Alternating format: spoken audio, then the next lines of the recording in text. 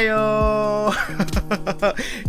Ihr habt mir erinnert, dass die Kamera mal total verkehrt bei dem Spiel. Oh, ist das erste Mal, seitdem wir das Spiel spielen. Daddy, Dream Daddy. Ah, okay. Ich hab seit, keine Ahnung, 20 Minuten Dream Daddy auf die Kopfhörer spielen. Ey, Ghosty! Okay.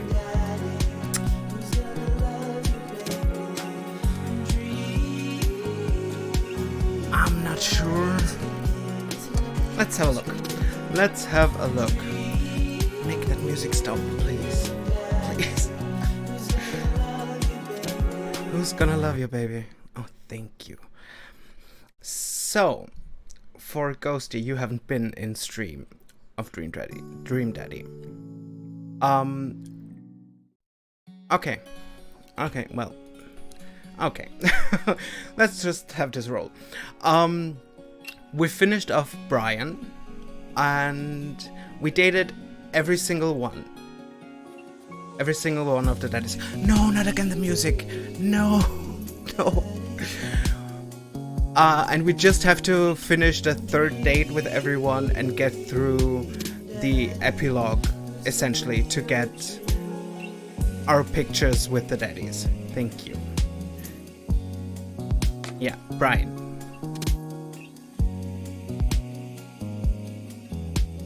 Okay. Thank you. Yes. Okay. Which save file? Brian's date 3. Prior to that.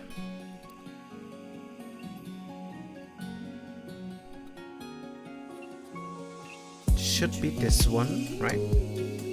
Should be. Welcome. You've got Dad. Okay. 3. Okay. Perfect. Now, who we gonna date? Who are we gonna date? You can decide.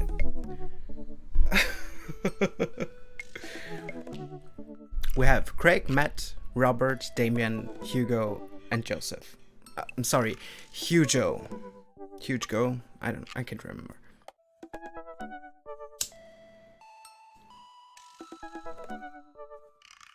Do your French for my fiance. Oh, you're putting me on the spot. That's not nice. What did I say?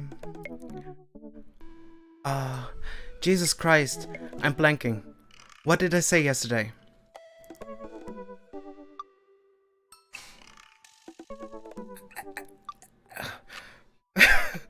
We forget fromage. The thing that I always remember, and I'm sorry to an actual French-speaking person. Le garçon de la Madame de Trottoir is the one thing I will always remember. Oh, je m'appelle Jérémy, by the way.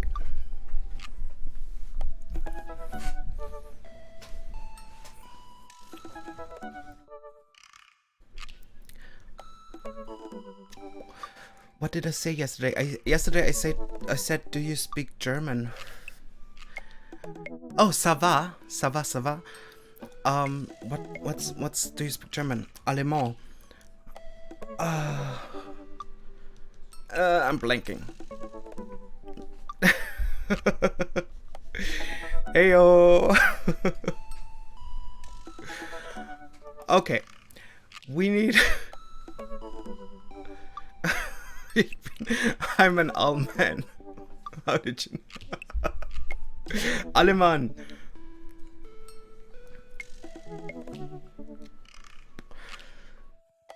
So many people in chat. This is weird. But thank you. We need to decide, people. Come on. Which should we date? Everyone except Brian, please. If we go with Damien, you will hear my awful British accent.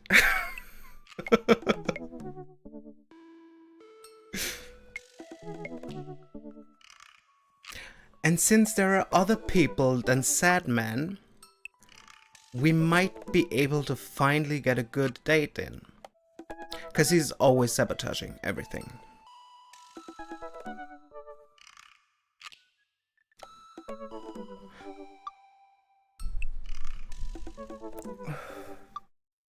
Guys, this is a virgin run.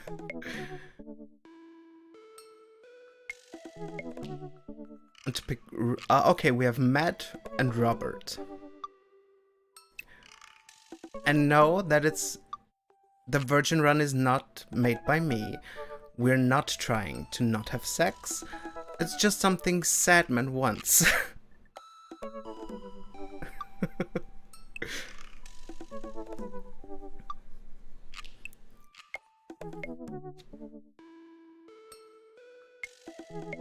Oh god, no, Ghosty, please don't.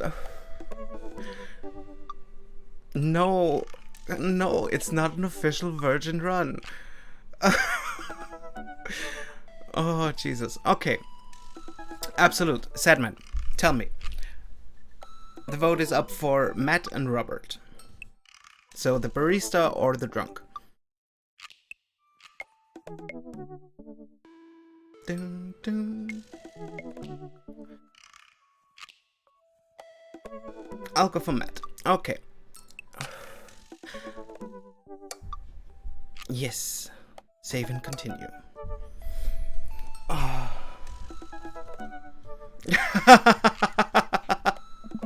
Oh god. Kind of, at least. Okay. Matt and I have spent a lot of time together lately. After we went record shopping the first time, it sort of became a weekly tradition for us to scope out Vinyl Fantasy 7 for new release. On quieter days, I'll go to the Coffee Spoon to just hang out with him.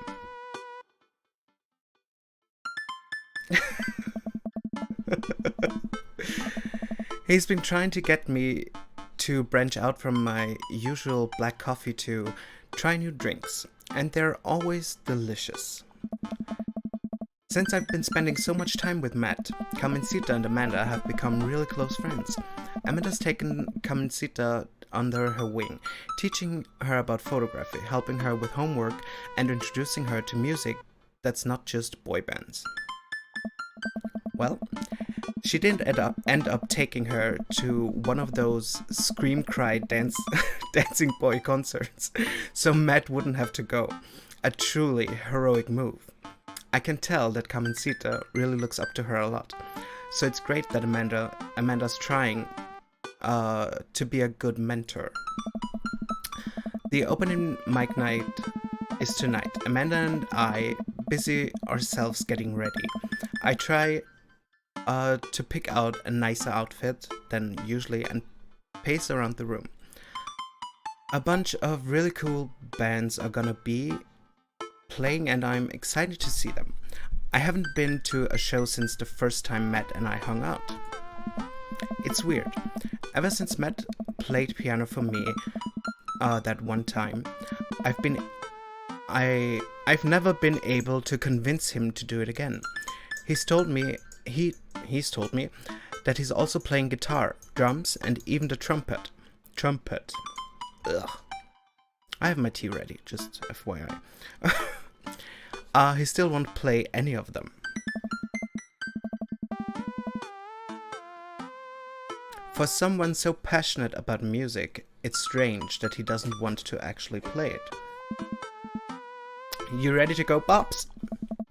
I can hear Amanda in the hallway as she approaches my room. Yep, this is, by the way, our character, Absolute Lonk. Chad decided his look. There's nothing on me. That's them. Just for information. Amanda pops her head in and looks me over. She pinches the bridge of her nose. Dad, we talked about this. What? I got scared when I saw that. He looks kind of. I mentioned it to somebody that he looks like Jane Fonda 80s acrobatic DVD pilot. That's his vibe. Basically. Weird Al Yankovic. Yeah. As well. That as well. The sandals. They're older than I am. Vintage, someone would argue. Oh. I thought you threw them out. Amanda, since when did you enroll in the Fashion Police Academy? Well, she does look better than you, to be honest. I got kicked out because I was a loose cannon who didn't play by the rules. And for example, you're not allowed mix florals, but you totally can if you have a good eye for color. Yeah. No.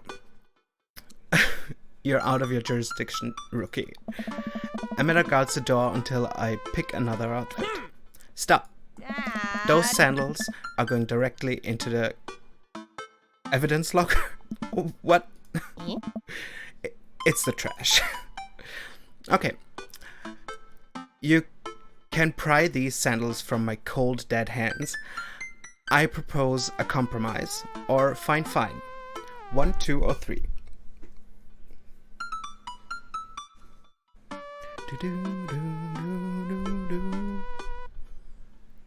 I mean, we got the good ending with Amanda, and I think we can't actually ruin it anymore.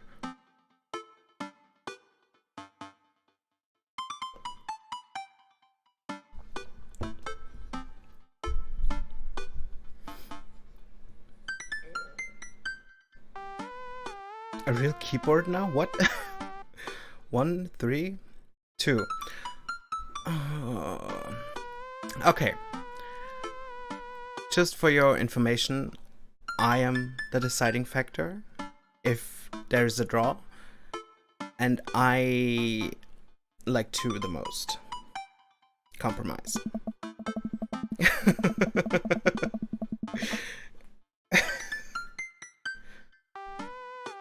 Oh, it was a mole. Fiance is here.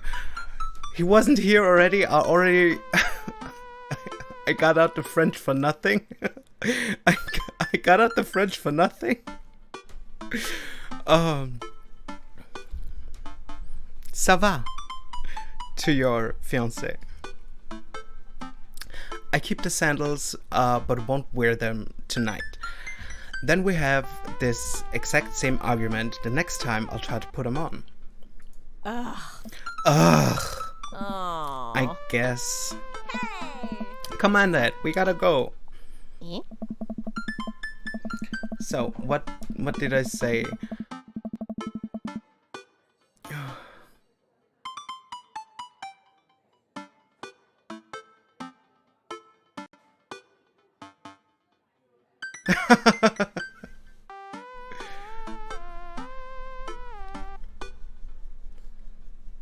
You're offering her as a tiebreaker?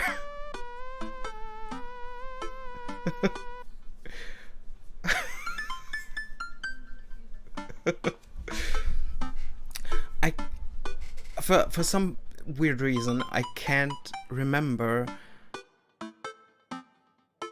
what I said yesterday.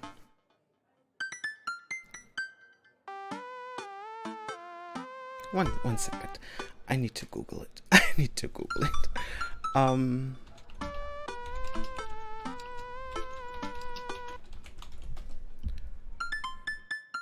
Oh. She's heard it already. Parlez-vous allemand is the thing I said yesterday. And parlez-vous français. As well as, and I'm sorry to her right now, Les garçons de la Madame de Trottoir. Yeah. I've never seen the coffee spoons so packed. I spot familiar faces from the pub concert, all sipping on their caffeinated beverages of choice. A couple of people are setting up on stage. I don't see Matt, but I'm sure he's busy in the back. Amanda and Carmencita find each other immediately and do their secret handshake. Some complicated clapping with their hands and then a big hug. Absolute! Oh no, why is Damien here? I turn to Hugo, sitting at a table with none other than Damien. Fancy seeing you two here. Why do you have to be here? I am, as you know, a dedicated patron of the arts. Oh. It's a bit of a tradition between Damien and I now. Matt's open mic nights always seem to bring out the best talent in town. Sometimes, it gets a bit odd, even for my admittedly, electric tastes. Some taste. You guys seen Matt around? Oh. Oh, that was loud. Yeah, he was just helping that Pablo kid get some equipment out of his van. Whoa, Vacant Vale is playing a set? What? It's Witch House. Damien's ears perk. What is that? I don't know. Well, it sounds delightful. Amanda says it isn't. Shame. Alright, I'm gonna go find Matt and see if he needs any help. I head to the back room of the Coffee Spoon, where I find Matt going over some last-minute show details with Pablo. My dude! Pablo and I share a full-on, sincere bro hug. Glad you could make it, Absolute. Wouldn't miss it for the world, man. You guys need any help? I think we're all set. Actually, Pablo, can you remind me what order people are... What? Can you remind me what order people are going up in? Oh, okay. Well, you got the handsome and unforgettable Vacant Vale opening up the set with selections from his new album, Witch Diaries. And then the third waves, who are all extremely attractive and could beat me up and I'd still be into it. Same. Are playing the third person acoustic set. We got a little bit of spoken word in there, a magic act, and then it looks like we're closing with Jonathan Jones and the Speakeasy Choir. No, absolute not. I remember the ridiculous set that this band put on when they opened up for a pub. Sometimes when it's quiet, I can still hear the sound of an accordion being violently thrown against the wall over and over. They weren't that bad. No, you don't understand. The last time they played open mic night, they lit their bassets on fire, and the fire marshal had to shut us down. They also refused to pay for their drinks. Yikes. They are not playing tonight. Well, they're outside. All 17 of them. Well, tell them we're full. Then who's filling their spot? I'll do it, or Matt should play.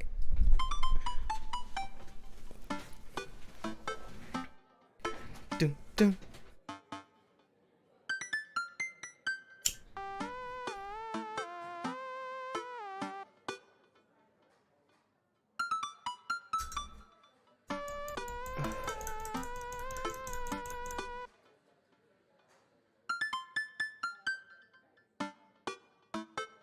I kind of would love to hear Matt play. One or two.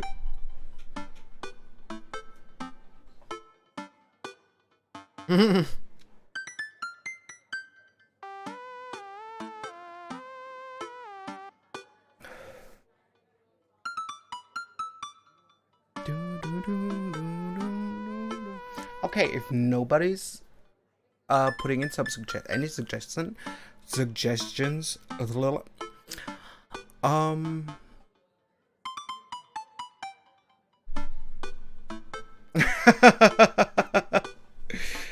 I mean, we know he doesn't want to play. So why not? Save this man. I'll do it. And he loves it. Okay, I'll play. What are you doing? Hey. What would you even do? Stop talking. Close your mouth. The Communists Manifesto is making a comeback solo show. Okay. I thought you didn't know how to play anymore. You don't know how to play anymore. Anything anymore.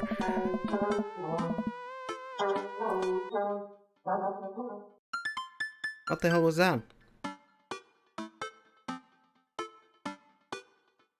Okay. Ska comes to you in the hour when you need it most, without fail. So you heard that. I don't know what that was. I have no idea.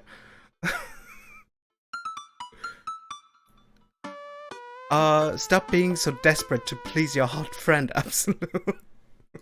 Hey. Is there a keyboard around? Your unending thirst will be your ultimate downfall. Yeah, I have one right here. Another ghost. Wait a second. Maybe. No? No, okay. I have a button that mutes my mic, and I thought maybe that's it. I just hope it was the game and nothing of any of my peripherals. That would be weird. Then it's settled. Dude, are you sure? No, I'm not. As sure as ska is generally played with staccato notes on the upbeat. Well, as long as it's as nothing gets set on fire, it can't possibly be worse than Jonathan Jones and the Speakeasy Choir. I don't know what that is, and I don't want to find out. And I don't want it to happen again. Matt grabs me by the shoulders and stares into my eyes. Hey. Thank you, Absolute. I owe you big time. We're gonna get Amanda involved in this. 100%. I don't even know what the thing in my head said. Toot toot. Okay. Un momento, por favor. Okay. I settle back into my seat with Amanda and watch the show start. The house is packed now, with a few people even standing outside to watch. What have I gotten myself into? Amanda, I may have made a mistake. Dad, if you bought a brand new pair of those sandals in hopes that I would be okay with you wearing them, I swear to. I agreed to pull out my scar.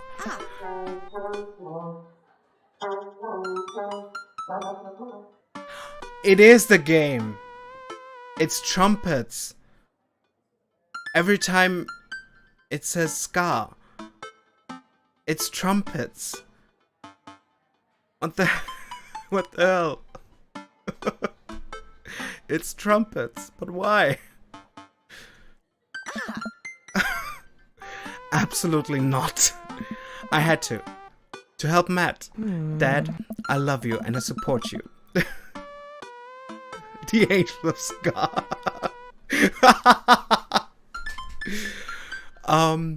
Maybe there should have been a because I'm playing on streamer settings. Maybe there should have been another sound in there, and they couldn't get the copyright or something, and they had to put trumpets in there. That would be possible. But it's terrifying and loud.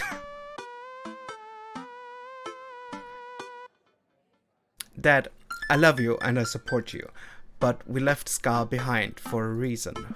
Look, it's either this or we're in the splash zone for a group of 20 musicians all crying the same time for the sake of art. And I'm not being hyperbolic about the splash zone thing.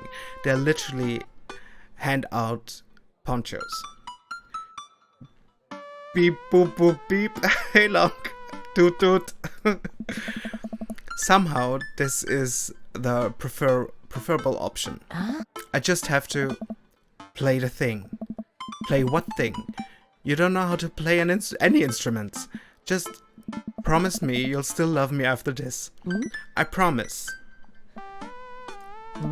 But I may have to change my last name and I hope you'll understand. Of course. My new last name is gonna be Fireblast. Amanda. Or maybe Cold Steel? Fireblast. Fireblast.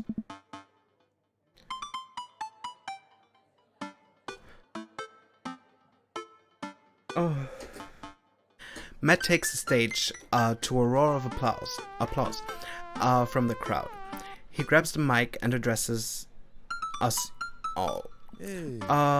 Thank you everyone for coming out tonight. Matt's so nervous. And I'm so nervous. I can't stop staring at his mouth, and that makes me even more nervous. Hey. We have a jam-packed roster of amazing local talent who you might already know or maybe have seen before but would like to see again. And I'm rambling now. Sorry. Aw, Matt, he's so cute. Hey. So, let me just bring on a dear friend of mine who's making his live show debut. Please welcome to the stage, Hey. Vacant Veil. The crowd cheers and Pablo bounds up to the stage, beaming. He sets up his 2 laptops and keyboard and launches into his set. Thank you, everyone. This is called Witch House Never Dies, and you're next. Oh Jesus! Pablo hits the crowd with a heavy, inaccessible synth bass layered on the drum samples, and clips from science fiction shows played in reverse. It's maybe not the right show for this, but everyone seems to be enjoying whatever this is. At the end of the song, Pablo jumps on the mic. Thank you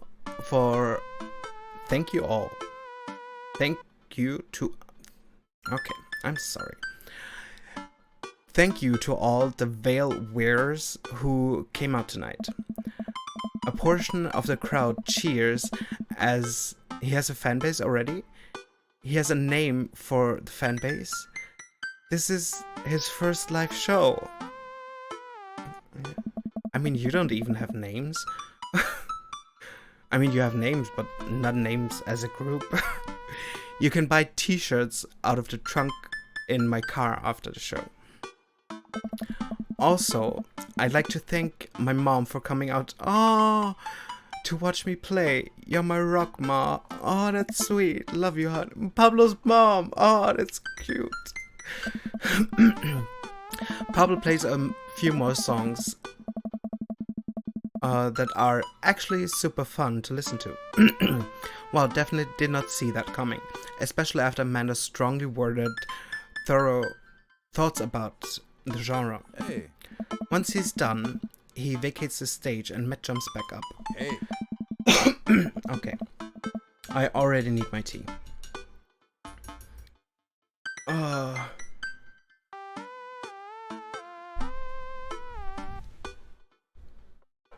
My opinion, Witch House really isn't that bad. I mean, Sadman does like Witch House, and I think Lonk as well.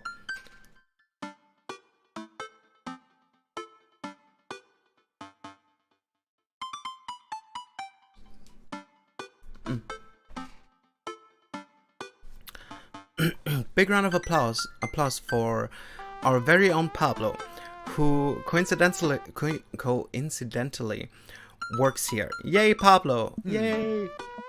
And hey, next up are a group of young ladies who have been tearing up the East Coast with riot punk for 3 tiers now? For 3 tiers? Am I seeing correct? Is it tiers? Should it be years? Okay, just defending it. Okay. For okay. Years. I meant years.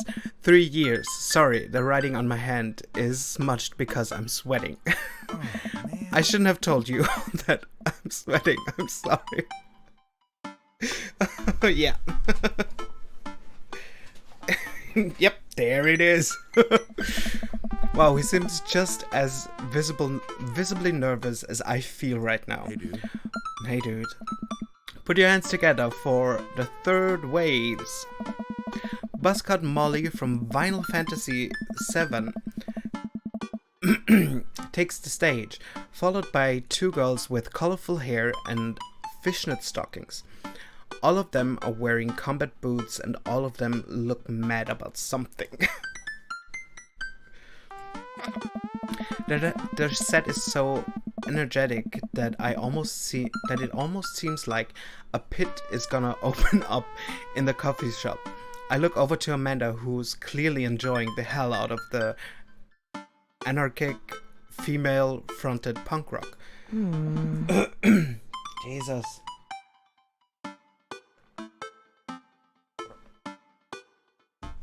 Dad, can I get a lip ring? Sure, if you pay for it for yourself. Come on, it's no fun if it's not an act of youth rebellion. After the third wave closed out their set, a variety of acts play to the delight and some horrors of the crowd. The magician tries to turn a cup of coffee into a cup of coins, but ends up just spilling hot coffee all over himself and dropping the coins. Perfect. As each act leaves the stage, I get more and more nervous. There are so many people here. I don't know anything about how to play the piano, other than it has keys and you have to touch the keys to make sounds. Well, also, I almost spill the flat white stripes in my hand. Flat white stripes. Almost spilled the flat white stripes in my hands because it's trembling so much. What? Flat white stripes? Okay. No joke, Dad. I'm rooting for you. You're gonna knock him dead. Thanks, Manda Panda. An improv comedy group takes the stage. They take suggestions from the crowd and end up doing a scene that was supposed to be about coffee, but instead turns into 5 minutes of dick jokes. Nice. Classic. I have a hard time laughing. My stomach is trying itself into knots. Not just regular knots either. Like the kind of knots you get when you throw your phone charger, headphones, and laptop charger into the same bag. Out of nowhere, Matt sits down next to me. Hey, are you doing okay? I'm totally fine! Everything's great! Nothing is wrong!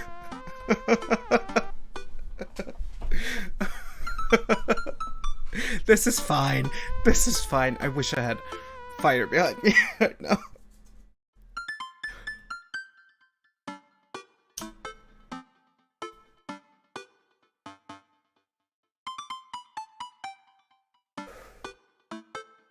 Oh, Jesus. So, what's it gonna be? I mean, they're all the same, basically, I think.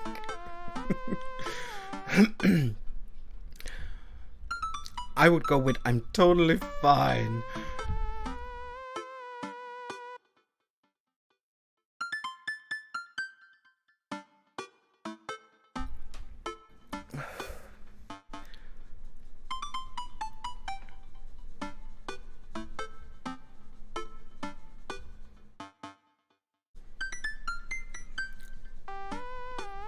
One for sure. Okay, then I'm totally fine. I want to reassure him that I'm okay, but I just can't get the words out. I'm here. Alright, just making sure. I know you're gonna do great, Absolute. Matt squeezes my shoulder and jogs back up to the stage. Oh. I'm too slow. Well, we chose yours anyways.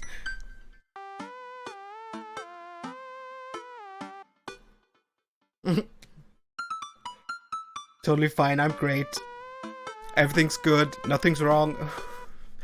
Everybody, we're down to the last act of the night. Oh. Now, this person, who is my friend, is making their return to the stage after a long hiatus. Please welcome, formerly of the Scaramunist Manifesto, Absolute Lonk. Everyone cheers as I take the stage. Damien and Hugo are staring at me in shock. Hey everyone. Good to be here. Thanks for having me on. Great crowd. My name is Absolute, but you can call me by my stage name. Frankie Tuto, Five Iron Freddy, or Thomas Kalnonki? Kalnoki? I don't know. Woo, let's go, Absolute. What's our name? 3 Thomas Kalnoki.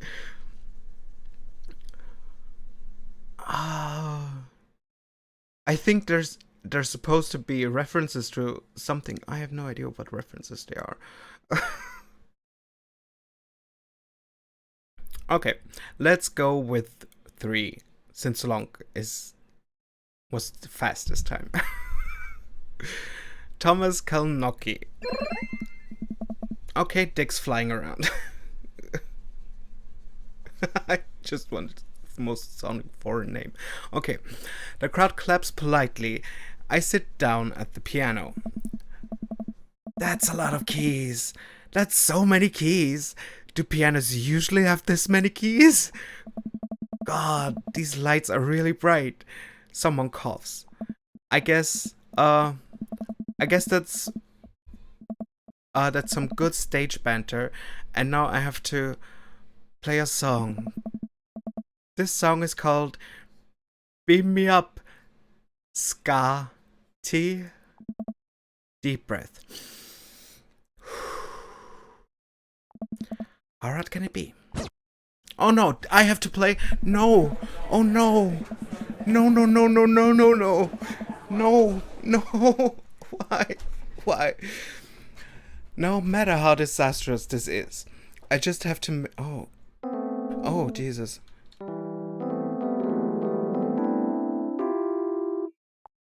Oh no. Tickle that ivory.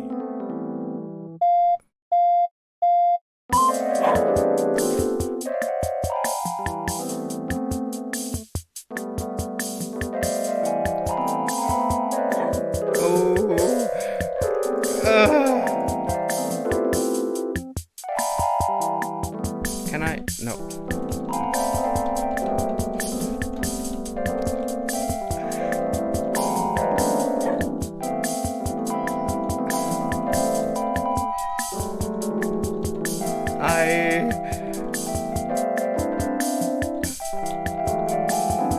Everybody ska, beat me up, Scotty. Where's that cat coming from?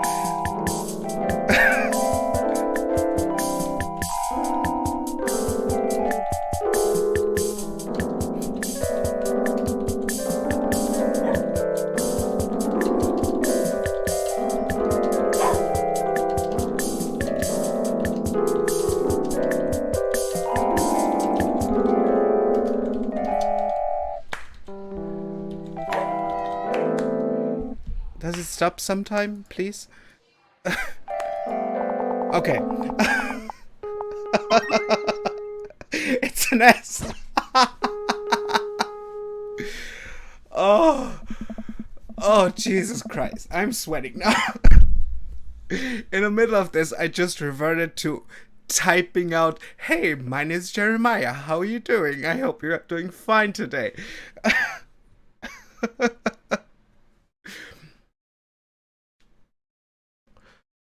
Oh, I look up at the crowd I see a bunch of people shifting in their seat. Oh no, I'm losing them. Scar really is dead. And I killed it. Everybody Scar? Everybody Scar! Hey. Oh. Like a checkerboard tie wearing angel descending from two-tone heaven, Matt walks on stage, playing the guitar. We lock eyes and he gives me a reassuring smile as he effortlessly plays the chords to the song. I look out and see the crowd go wild to Matt's appearance on stage. Everyone's bouncing around now. It fills me with renewed energy as we jump into the chorus. Hey, yeah. Beam me up, Scotty. Beam me up, Scotty. Hey. Beam me up, Scotty, to the Star Trek Enterprise. Hey. Oh, God. Matt jumps into an improvised solo that was way better than the one Darren Springstead wrote in high school. Oh. We make it to the end of the song in one piece and the crowd goes wild. I'm moist with sweat. I feel ya. Honestly, I feel ya. Ladies and gentlemen, Matt Stella. The crowd practically screams. They all start chanting Matt's name. Oh.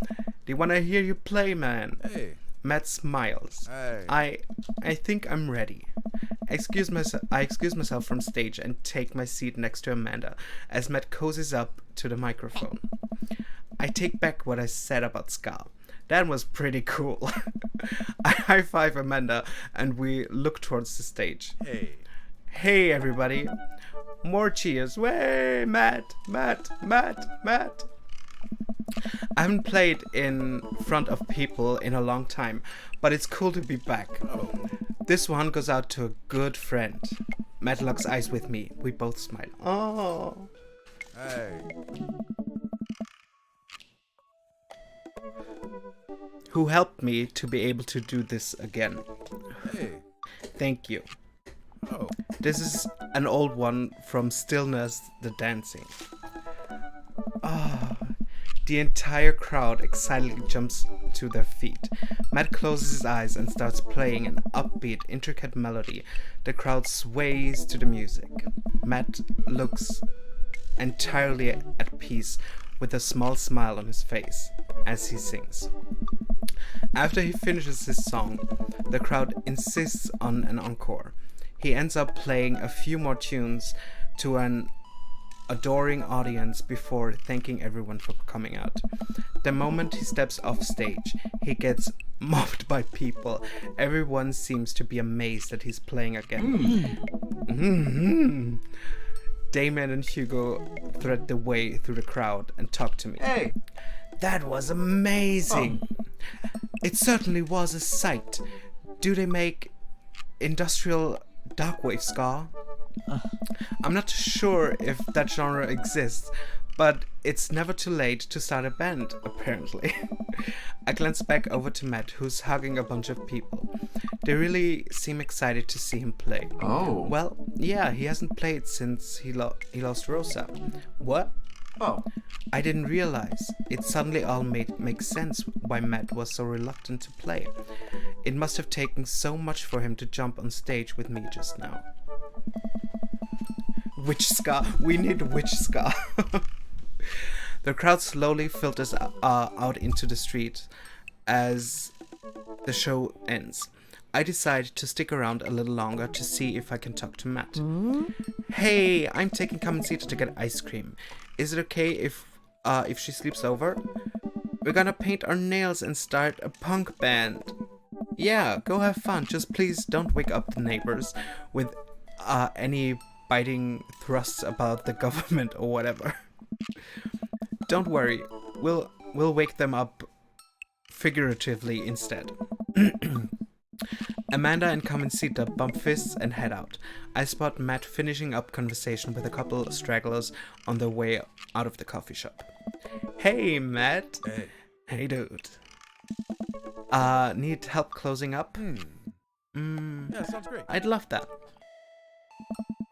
Matt and I stack up chairs and sweep the floor in silence. We carry the stage equipment back to Matt's van, where we see Pablo selling merch to a crowd of people out of his trunk.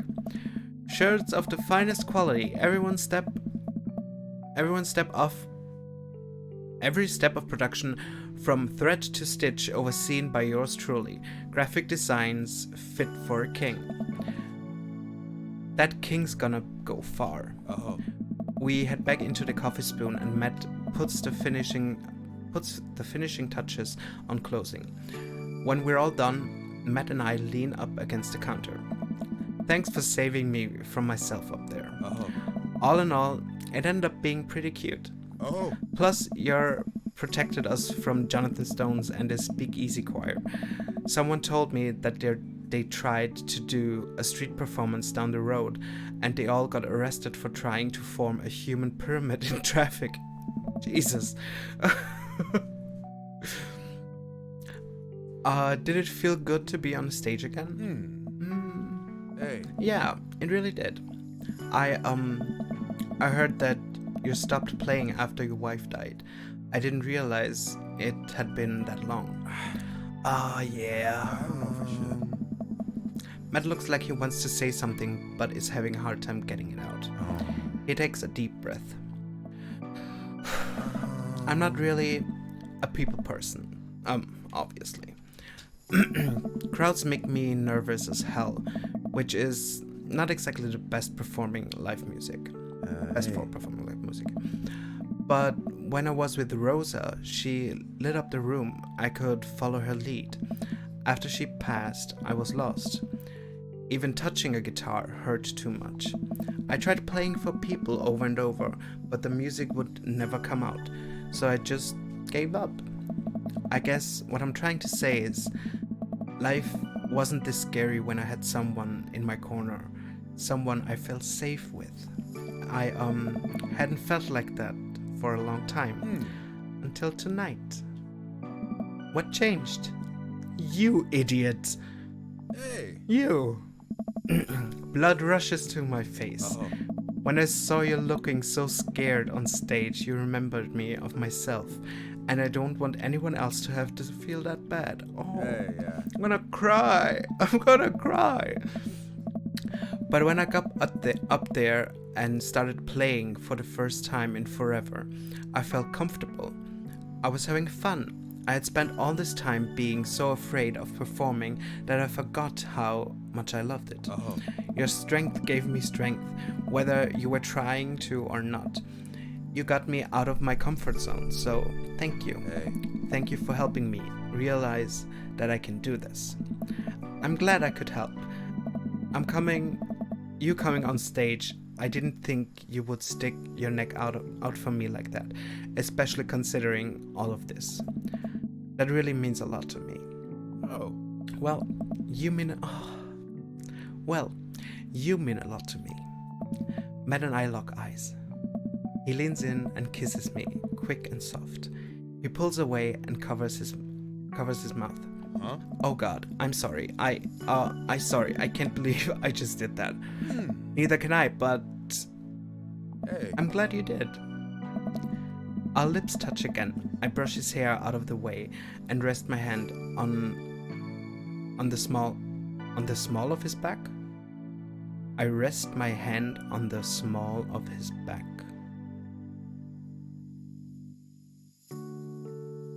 Oh, okay. Matt pulls me closer. Everything about him is sweet and soft. His lip tastes like vanilla. He smells like coffee cake. I can feel him smile through the kiss, which makes me smile. He laughs into my mouth, and I can't help but laugh too. Our teeth knocking against each other. Ow! The moment I open my eyes, I realize we're still leaning against the espresso machine. Maybe the coffee shop isn't the right place for this. Maybe you're right. Oh. Let's go back to my place.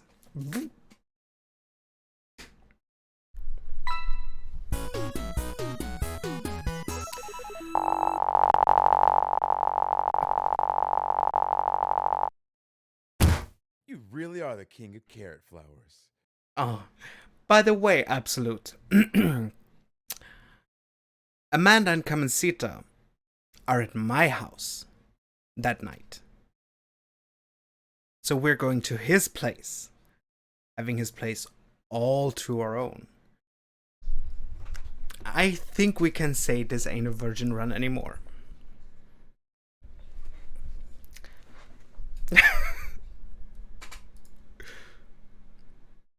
Oh god, oh no.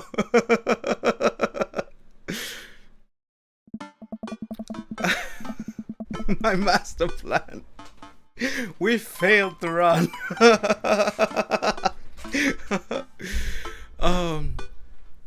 Okay, this is Amanda's yeah. I said last time that we're gonna speed through this. Hey Dad. Yeah, this is just her farewell party.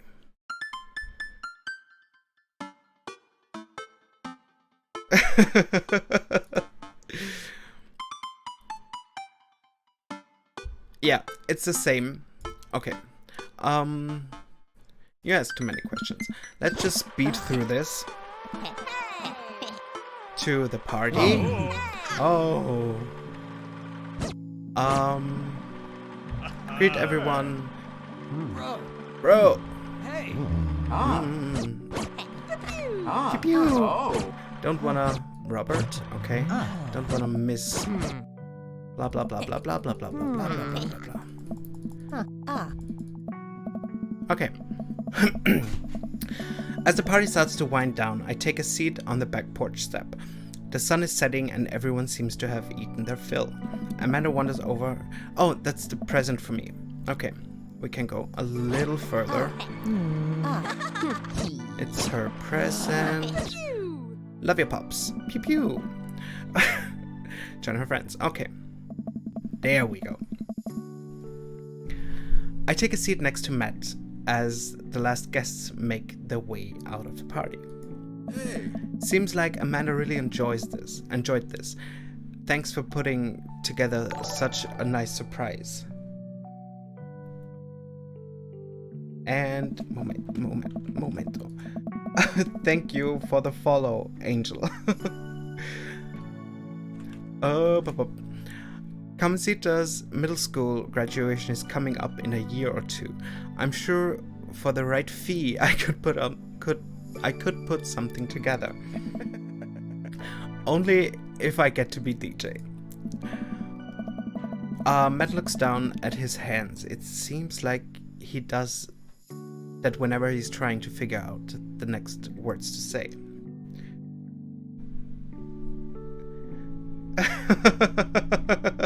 Kurzer Wink zurück.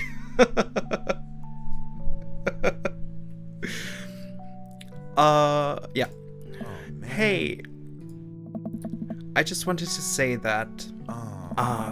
Gosh, this is gonna come out dumb no matter how I say it. So here it goes.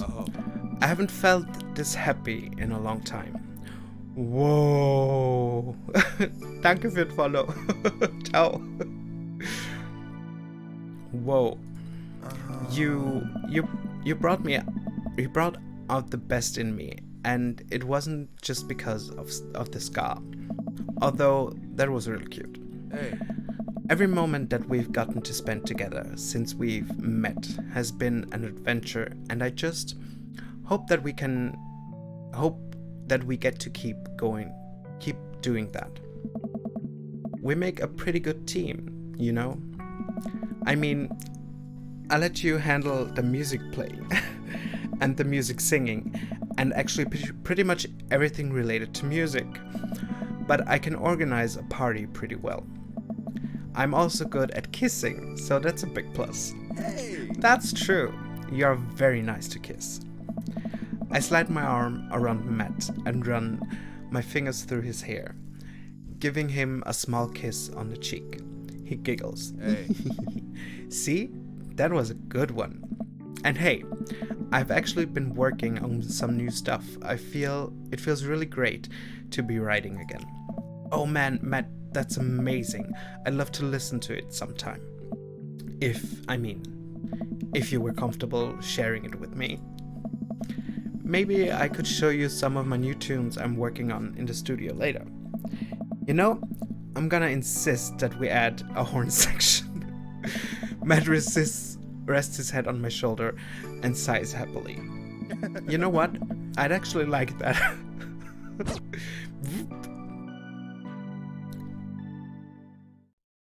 Nice.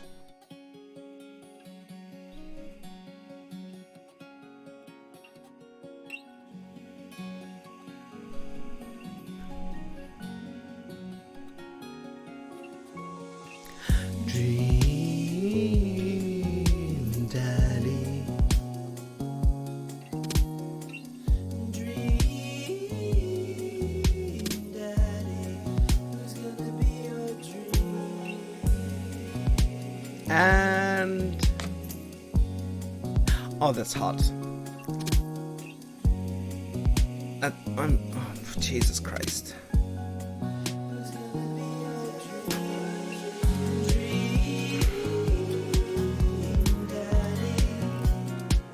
I'm sorry. Whether you're gay, straight, anything in between, I don't care. That is objectively hot.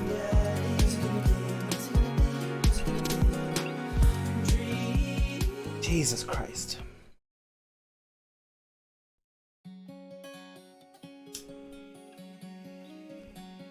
Thank you, Ghosty. Thank you so much.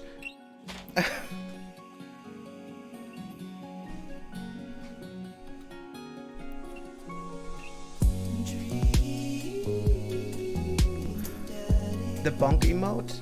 Didn't I add it?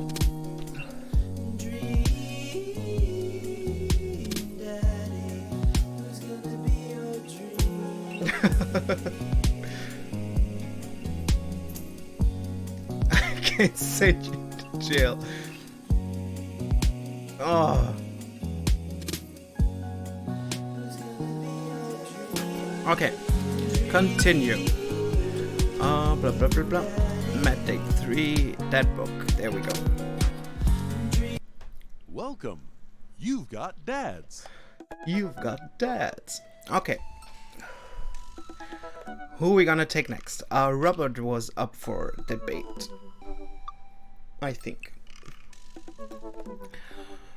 Ooh. Still hot.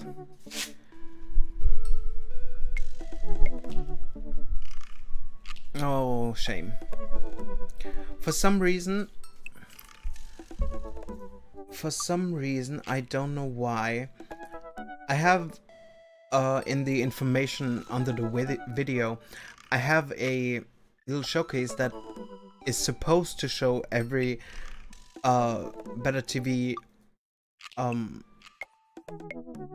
thingamajig I have activated, but it doesn't show me anything right now. Is it the same with everyone, or can anyone actually see something in there?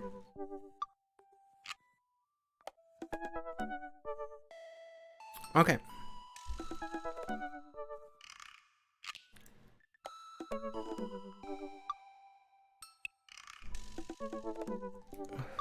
Maybe I just need to reload the stream. Oh, okay, they're back. And I don't have bonk. Okay. Weird. Okay. Yeah, I just needed to reload. I don't know why.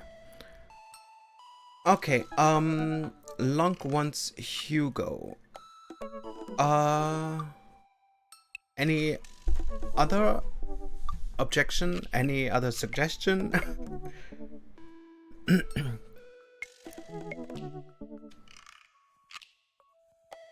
Okay.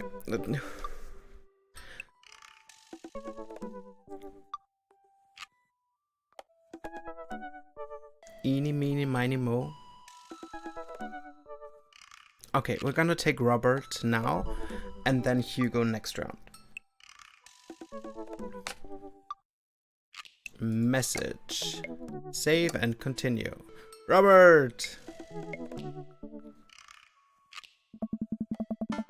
haven't spoken to Robert since that night we drove into his thinking spot. He seemed unusually somber then, like more so than usual amount of somber that Robert is, which is already a lot. Sorry. I've been thinking about him and I hope he's doing okay, but I've been a little reluctant to reach out to him. Absolute! Hey, Absolute! Guess who's getting their drink on tonight? I take a look at my dad book message. There's a flurry of them from Robert. 3 isn't a flurry, but okay. Guess, it's you! Also me, but mostly you. Okay, yeah dude, right now or why?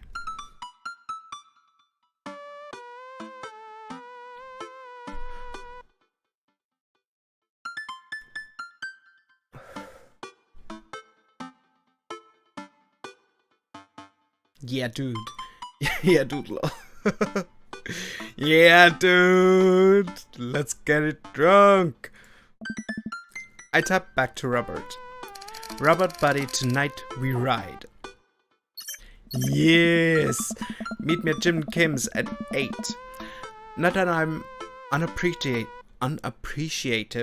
but I think this is the first time that Robert's given me more than an hour warning before hanging out. I just realized the cactus on the table. It does look like a dildo.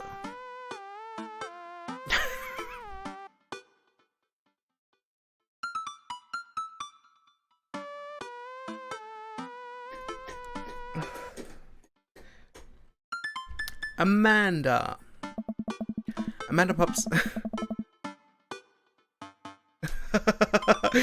Never noticed the plants there. Well, I don't know why I did. Anyways, Amanda pops her head into the hallway. Music I don't recognize blaring from her room. What's up? I'm hanging out with Robert later tonight. Okay, cool.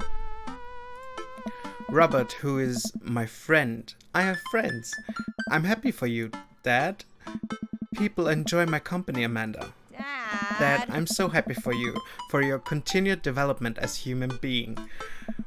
What are you listening to? Sad shit. Amanda, language. What would Grandma think? I don't give a fuck anymore. I don't give a fuck anymore. 3, yeah. Because she's, 16, something like that. I don't care anymore. My mom didn't care. Yeah. I don't give a fuck anymore. Amanda, you know what? You're an adult now. I gave an earnest effort for all 18 years. She's 18. She's 18. Okay. For all 18 years of your life. Go forth and swear. Fuck yeah. I really hope I don't regret this later. Amanda goes back into her room and turns up the volume to her sad shit.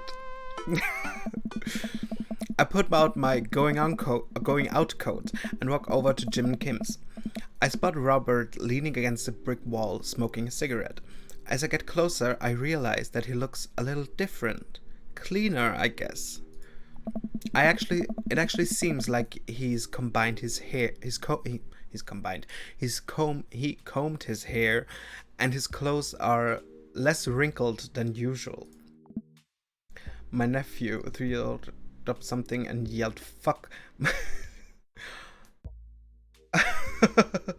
I mean, it's funny. Kids that age don't even know what they're saying. That's just funny. And I don't see any reason why children shouldn't say fuck or something, or bitch or anything like that. I don't understand why. Those are just words. Hey. You take a shower? You take a shower just for me? You took. Should be took.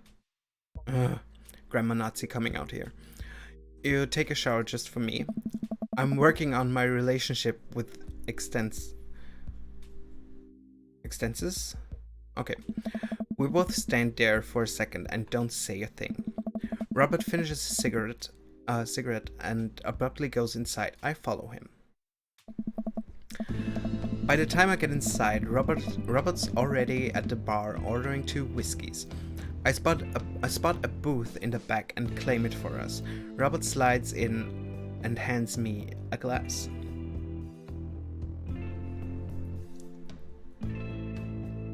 A super cool word he learned, which was shit. Scheiße.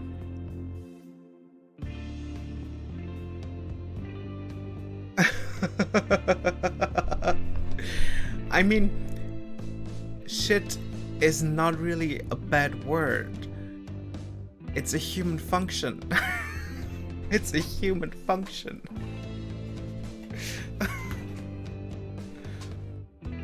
Fuck is also a human function, a natural function, as is shit. Pretty much every single animal does have sex and shits.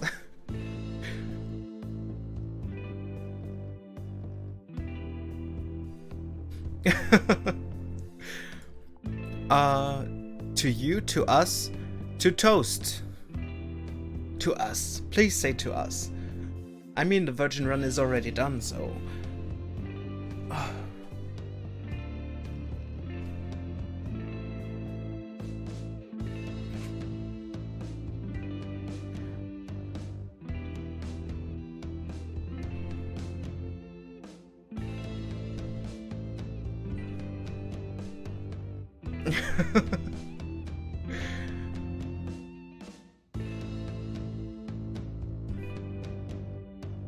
Jesus. Jesus Christ, Jesus Christ. Alter for delete. 3 to toast, 2 or 3. I like to us. I like to us. Sedman, yes. I'm gonna say to us. Here's to us and all the property damage and pretty larceny and petty larceny that we may commit tonight. He liked that. We clink whiskey and I watch him sip his, rather than his traditional approach of slamming the whiskey back as quickly as possible.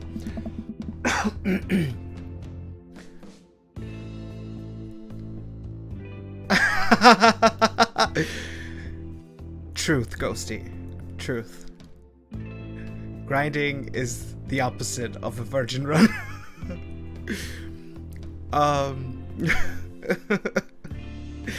So what's the plan for tonight? Hit some other bars, maybe grab some pizza. I think that'll kill some time. Before we go burn down that old abandoned house in the woods. It's definitely not as fun if it's abandoned. Oh no, Mary. I hate her so much. Mary pops over the back of the booth, a glass of wine in her hand. She punches Robert in the shoulder. Where was my phone call? Sorry, figured you were busy sinking your teeth into some poor sap. I am, he's right here. I look around the booth and see a guy sitting across from her. He waves meekly. Give it a rest, buddy. You replacing me with the new kid? Mary, I could never replace you, whether I wanted or not. Mary leaves her booth and slides in next to Robert. The guy she was sitting with looks mildly relieved. She eyes Robert's clean pressed clothes and up and down suspiciously. What? Do you get a court date coming up? Oh, what? Do you get a court date coming up? I hate her. I hate her so much. He does. He looks handsome. He'd never convince the jury. No.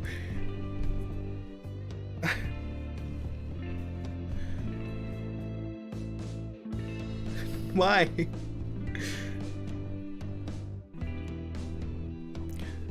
Okay, we're gonna take 3. He'd never convince the jury. He would have had to shave first. Oh, he liked that. Thank you. Thank you. Seriously though, what's up with you? Robert stares down at his drink, suddenly looking serious. It's puppy. God damn it. Doctors say it's cirrhosis of the liver? Cirrhosis. Think. I told that old bag of bones to quit it with the sauce, but it's all he's ever known, especially since Ma's gone. That's why I invited you tonight. I just didn't want to be alone. Oh, so he's dying. Cirrhosis. Leberzirrhose, yeah. Just didn't want to be alone. Oh, come on. Absolute, don't be an asshole. You know, the one thing Robert doesn't joke about is his puppy. Whoops. They're giving him 2 months. I gotta help him straighten out his affairs. Robert, I'm so sorry. Robert takes a long look at his whiskey, eyeing it in the dim glow of the bar's lights. I look at his life, then I look at mine. And I know history is just doomed to repeat itself. Oh my god. I'm just kidding. He's retired with his new girlfriend in Acapulco.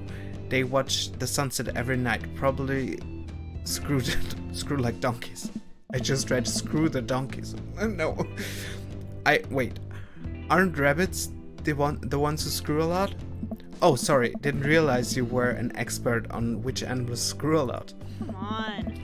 Please stop saying the word screw. Robert finishes his drink and slides away from him. He gets up out of the booth. Me and Absolute are gonna hit the bricks. You coming with? Mary casts one last glance at the sad sap she's been hunting and downs the rest of her wine in one gulp. This place is dead anyways. We exit the bar and find I hate that. It looks like they're holding hands. I hate that. We exit the bar and find the typical empty street filled with a small crowd of people. At the front is a guy with a really deliberate attitude and bad posture. He carries a lantern that he shines up at his face for dramatic effect. What's going on? Looks like it's one of those walking ghost tours. They do that in this part of town all the time. I've always wanted to do one of those. You know, all of the stories are fake, right? Good luck. I don't. I get scared so easily. Just shit my pants. Pretty much all of my stories are fake. This is research. Robert takes a beeline towards the back of the group, who turns around when he notices that I'm not following him. Come on, we can't just crash it, can we? Don't be such a square, Absolute. Just act like you belong. Robert slides up to the group. I reluctantly fall into step behind him. Well, here goes nothing. No. No. Why? Why? If there's one person I hate more than Mary in this game, it's Quizmaster Quinn.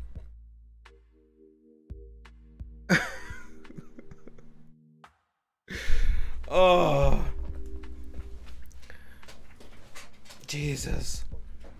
Hey.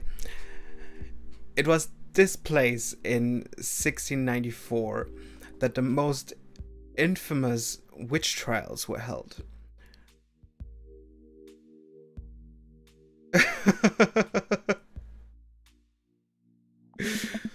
To date, we do not know if the people burned at the stake were actually witches, but it's weirdly reported that their ghosts still haunt this hapless drive bar. Okay, to this very day. Ghosty, you're in the game. You're in the game.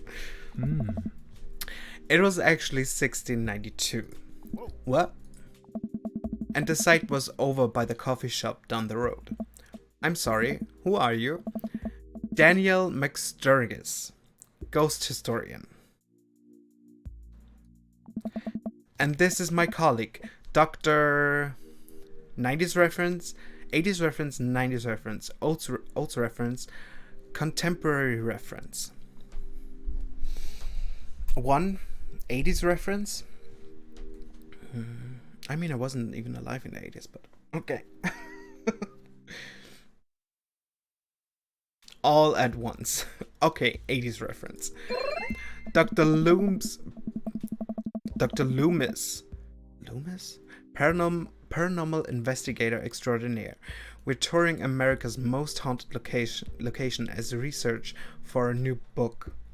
All the cheesiness. You may have seen our guest cameo on Paranormal House Hunters Extreme Edition. A couple of people in the group start nodding. Man, Robert's good at this. Are you guys part of the group? I don't remember seeing you at the first stop.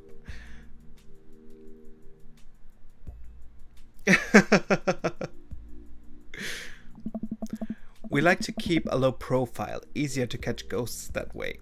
Oh. They have definitely been here, been standing next to them the whole time. Thank you, random lady who I don't know. Ah. As I was saying, the encryptor of paranormal activity can be found at the coffee spoon over there. The man who runs it has been plagued by hauntings since he signed the lease. Damn near driven him mad. But whatever you wanna say is cool. I guess it's your tour. Hey. Man, didn't know about that, Matt. Jesus. Wait, Robert's making this up. The rest of the tour group listen intently to Robert's every word. I think the tour guide can tell that he's losing the group. He seems to be getting flustered. Hey. Thank you for your contribution and knowledge, Mr. McSturgis. Let's move on to the next haunted location. Robert, Mary, and I followed the group down the street. That tour guide's shirt is cool. Yeah, everyone in the group gets one if we make it to the final location. I turn to Robert and grab him by the shoulders. I need that t-shirt. Well, guess we're in this for the long haul then. Just follow my lead. Don't arouse too much suspicion, and we'll have cool ghost shirts in no time. Ah.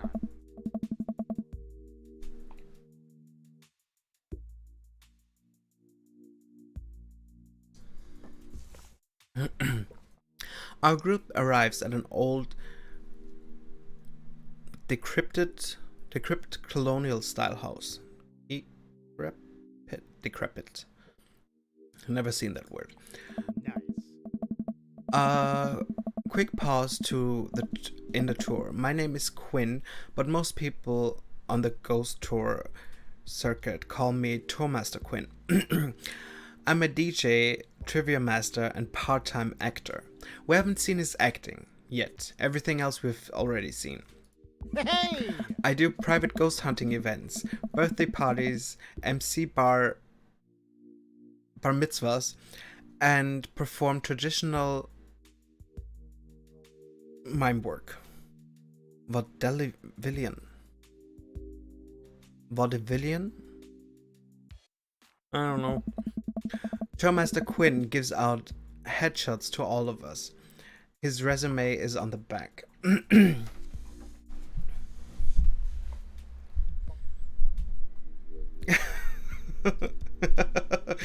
Jesus.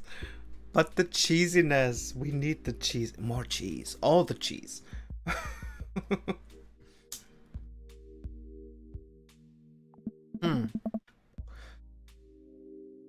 Stage combat experience. Anyway, here's a little bit of history for you all. This was the home of noted American author Dorothy Prembridge, whose prose was widely popular in the late 19th century.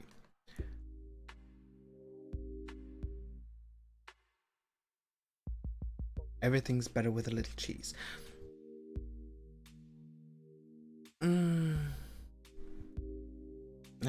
Everything except dick cheese. My personal opinion. Oh no, my ashtray is full.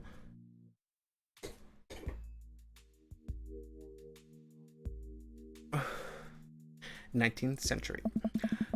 It was the attic of his very home. It was in the attic of this very home where she wrote such classics as The Diaries of a Victorian Mistress, Lady Fitzwilliam's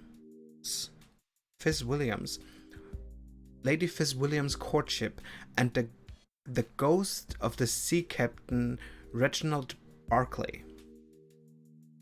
Okay. She unfortunately died of consumption shortly after the turn of the century.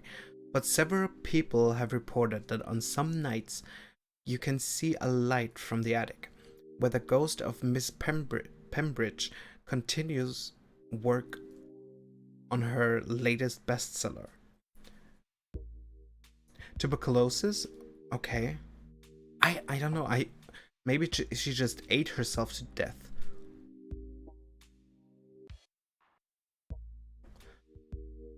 It is. Okay, tuberculosis. RESPCT. Yeah. I guess you could say that she was consumed by her work. Ha ha. Ha ha ha ha. My feelings hurt. Yeah, mine too. No reaction from the crowd. This guy needs to work on his dad jokes. Actually, consumption is a popular cover-up. Little known fact is that it was a murder-suicide. All right. I'm pretty sure she died of consumption. Sure, and we definitely didn't hire Stanley Kubrick to elaborately fake the moon landing. That's the watered-down, censored version they teach you in school. But if you can't handle the real story, I understand. It's not for the faint of heart.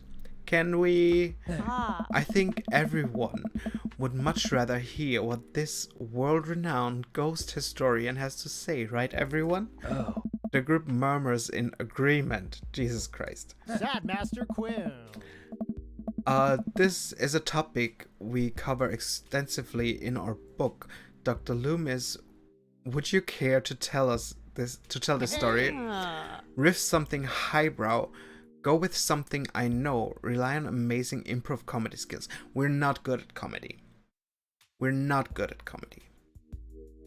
Riff something highbrow. I think is the best option, I think. Or, I mean, I can lie better if I know something about a topic. So maybe two. I don't know.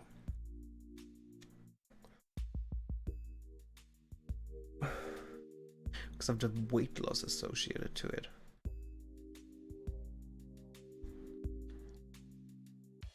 Okay.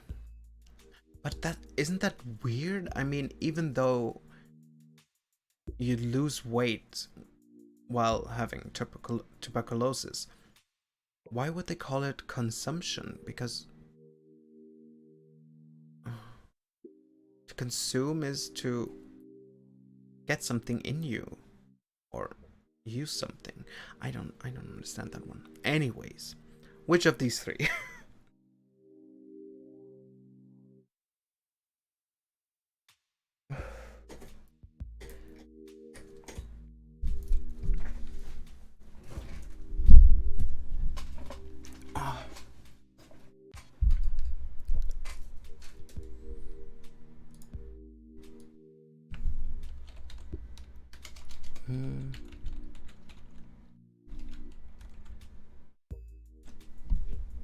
Redacted.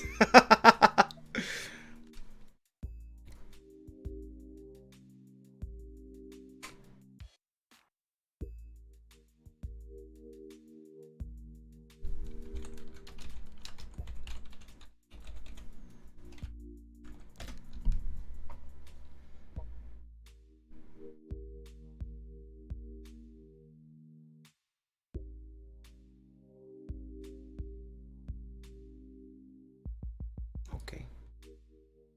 Oh, okay.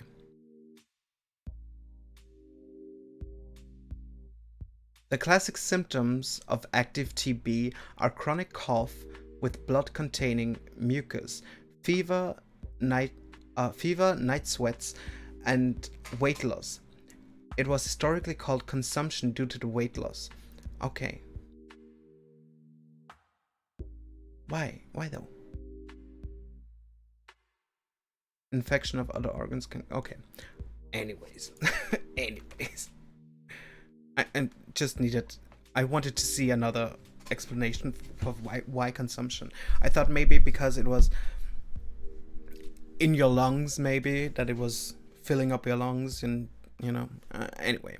Rely on amazing improv comedy skills. Because the illness consumes you. Yeah. Okay. I like that. I try to remember something. Anything from the improvisational comedy class I took that one semester in college. Yes, so Dorothy Primbridge was writing a lot of books, yes, and I'm gonna need a word from the audience. Any word. Ghost. Yes. And ghost, and I look over to Robert. Oh, this is going horribly. Yeah, I was hoping for getting that explanation that it consumes every aspect of your life. But yeah, or that your lungs accumulate so much fluid in you. I look over to Robert. I think this is the part where he's supposed to come tap me on the shoulder and jump into the scene, but he's just staring at me. Everyone is staring at me. Haha, analogy. Oh, and scene. Thank you very much, everybody. Yeah, that was horrible. Robert looks completely disgusted. Mary gives me a thumbs down, but I think I got in good with Tourmaster Quinn, so there's that. The tour guide sees this as an opportunity to take back the group and addresses us with some razzle-dazzle. Haha, what an interesting story. Now, I just want everyone to know that the next location is extremely terrifying. If anyone thinks they can't handle it, feel free to excuse yourselves.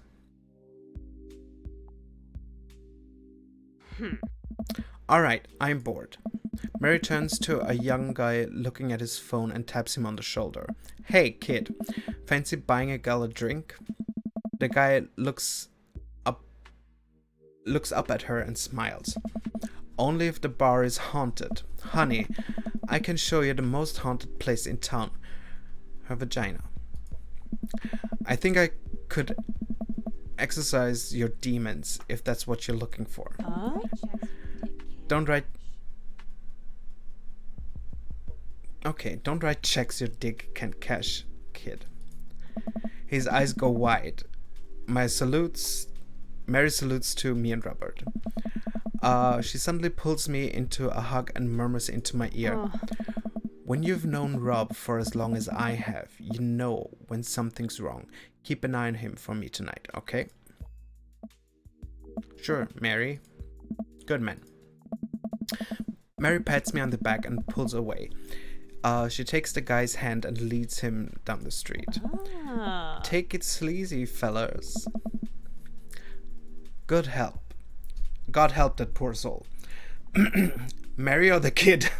Both. Our last stop, this burial ground, is such a hotbed of horrifying paranormal activity that I'm not even sure where to begin. There is the wailing ghosts of the Wharfman, the vampire Maple Bay, the children of the moonlight. What about the Drover ghost? By this point, the tour guide is clearly irritated with us. What about it? Oh, nothing. I just think it would be a crime to come all the way out to the cemetery, the actual origin of the New England most notorious paranormal entities, and not even mention the infamous Dover ghost. That's not a real thing. That is absolutely not a real thing. I think someone needs to brush up on their paranormal history. I know tons about paranormal history. I know every ghost story in this area. I can guarantee there is one you don't know. Robert looks over at me and smiles. Sup? Jesus, I can't remember the Dover ghost.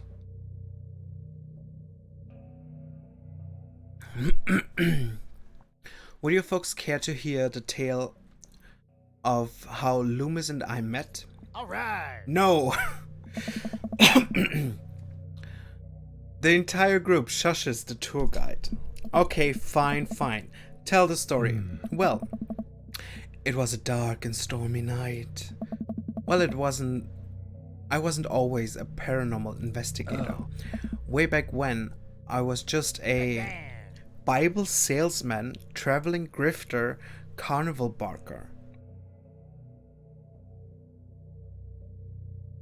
Christianity always makes everything scary.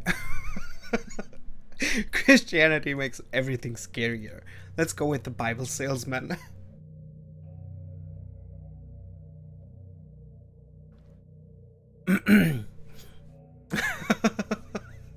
Right?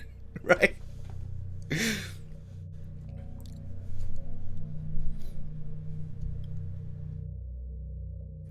Long one's too, a traveling grifter.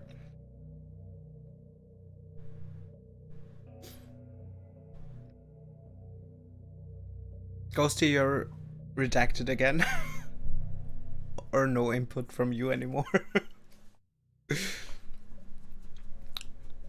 Otherwise, we're gonna take the grifter. Yeah, redacted. Okay, we're gonna take the traveling grifter. I'm okay with 1 too. I mean,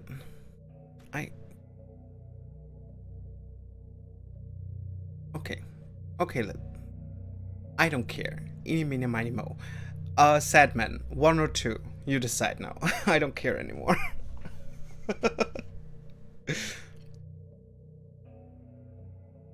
One. Okay, the Bible salesman. Traveling around the state, not only spreading the good word, but becoming closer to the man upstairs myself. I happened upon the quiet town of Maple Bay, quite by accident, but little did I know that this city has a dark side. Now, about the same time, I was just starting out as an apprentice to a rather famous ghost hunter who was an old family friend of mine. I carried the equipment, operated the EVP machine, all that. Wait, yes? Who was the famous ghost hunter? Well, I don't like to name drop, but Georgia Matters. Georgia Matters. The tour group gasps. That's the Georgia good Matters? She's a legend. You know her? Knew her. Amazing moment. Died mysteriously. Miss you, Georgie. Anyway, we were in Maple Bay investigating some reports of strange lights and surrounds coming from the cemetery late at night. Now we had been warned by the old crypt keeper, Jesus, that this place was highly dangerous. But Georgia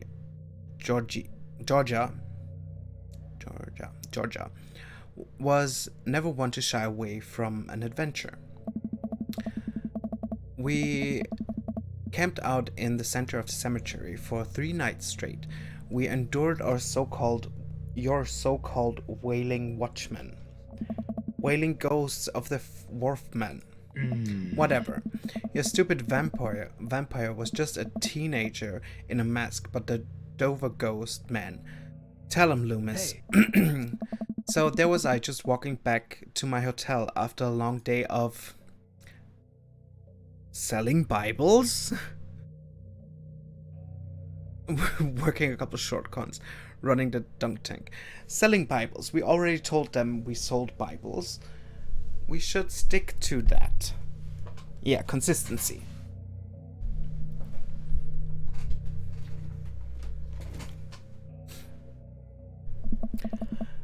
Saving souls and selling Bibles. Also saving a couple Bibles, but never selling any souls. What? Saving souls and selling Bibles. Also saving a couple of Bibles, but never selling any souls. Okay, that's just a weird phrasing. I'm sorry. Except my own. But that was another story. I leaned over to Master Quinn. Won it back in a fiddle competition.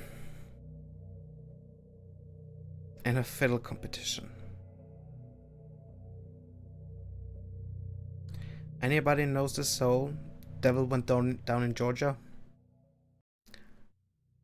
I found myself walking past this very cemetery. Now, I was never a very superstitious man, but something seemed off. Turn down the runway road. I can't remember the words of the song, but I have it in my head. I could hear some sort of commotion happening deep within the graveyard, and I felt compelled to investigate. And thank God you did. Georgia and I... That's why. Georgia. Okay. Georgia and I were conducting a seance in the mausoleum. At first, things were pretty normal, but after about an hour, everything went south. Playing back the EVP meter, we were able to hear as a single word. Huh? Run. Oh. The air suddenly went cold. Something was very, very wrong. I just knew we weren't alone. We started to hear this faint, distant scraping noise, like something being dragged across the ground. It got louder and louder until it was deafening. Some kind of demented howl. And then I felt it. Something grabbing my ankle.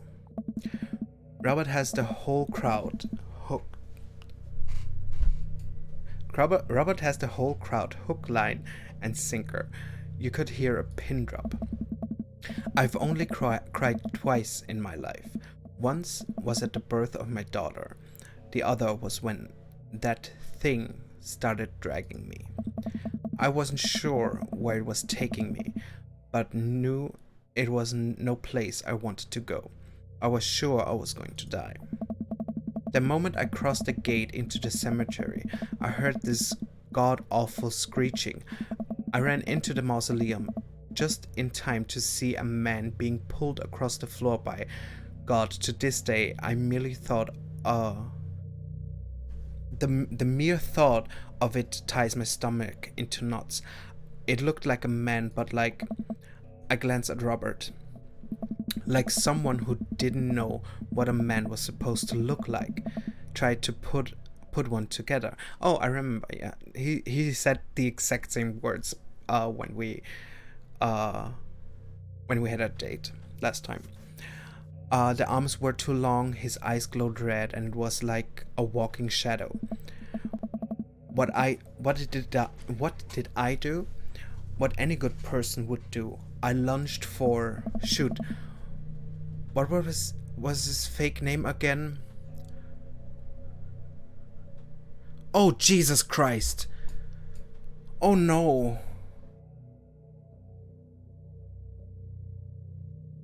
Is it Daniel? Is it Daniel? Oh.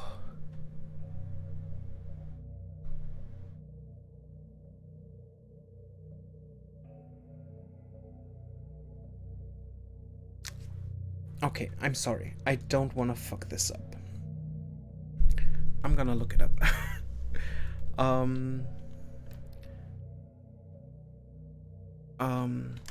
Robert. Dream Daddy Robert answers. Yeah, okay. Blah blah blah blah blah blah blah blah blah. Complete. That it's Daniel. Okay. It is Daniel. Daniel. I should have trusted you, Ghosty. I grabbed his hand and entered into a tug war with the unholiest of forces. Huh? I thought I was going to be torn in half, but I had God on my side. The pocket Bible I always kept on me fell out of my shirt pocket, and to this day I can remember what passage it opened up to. Who read the Bible? Who here read the Bible?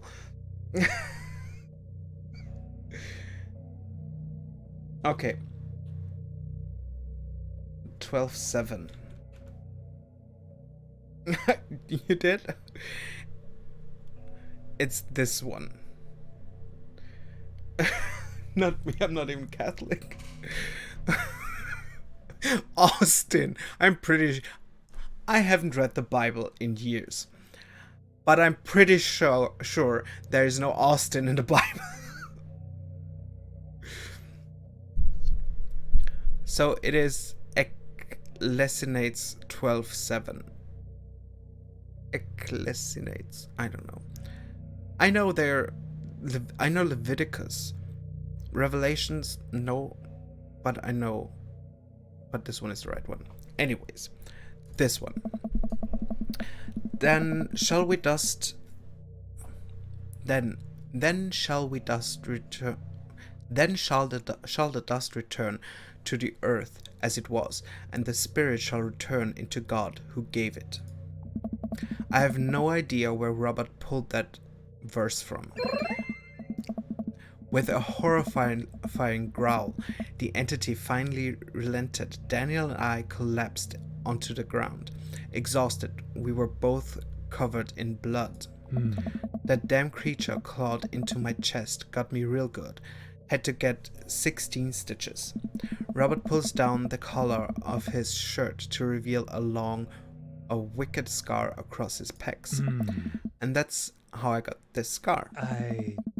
I followed Georgia to the ends of the earth. We faced exorcisms, demons, poltergeists that threw our equipment across the room, but I had never seen Georgia so scared. She was never the same after that, and neither was I.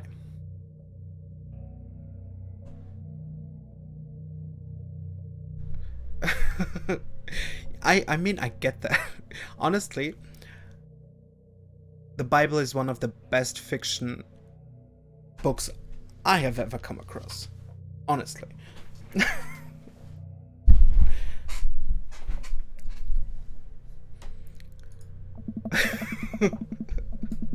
Just had to throw that out there. Watching what happened to Daniel and Georgia shook my faith, but I came out of that experience a better man and a better friend. And we've been brothers ever since. The tour group gives us a round of applause as Daniel, Robert, and I share an emotional hug.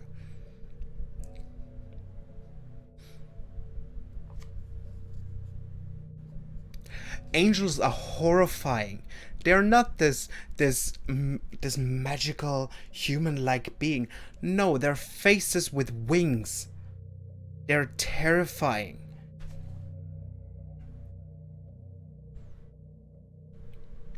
Emotional hug.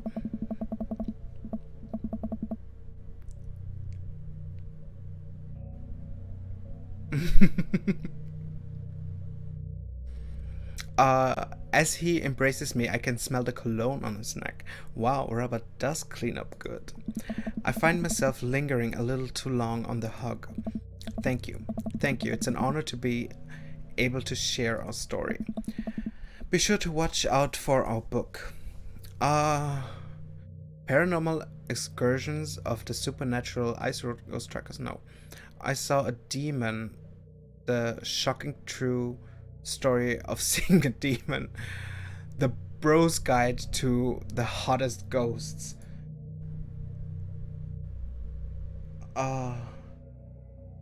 Okay, oh yeah, we told them we were from the show Paranormal Excursions Supernatural. Which ones would you read? Which ones would you read? Paranormal Excursions of the Supernatural Ice Road Ghost Truckers. I saw a demon. The shocking true story of seeing a demon. The Bro's Guide to the Hottest Ghosts. I would read 1 and 2. 3 sounds like it would be a comedy book, and I don't really go for that. Honestly, to me they all sound dumb. They all sound. I wouldn't pick any of these books up. None of them. Just Ice Road Ghost Truckers. It's like, nope. Nope.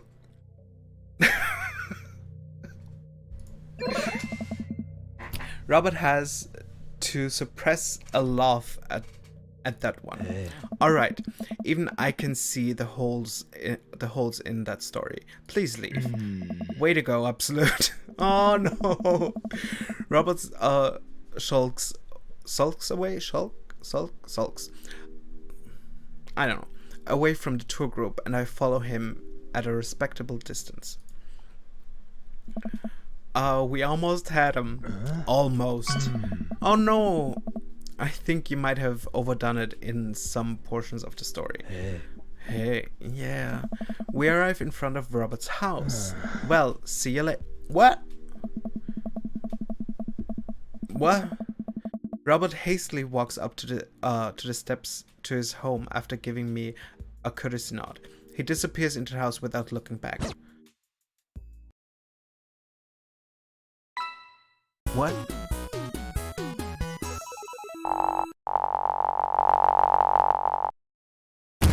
Not bad, shooter. What?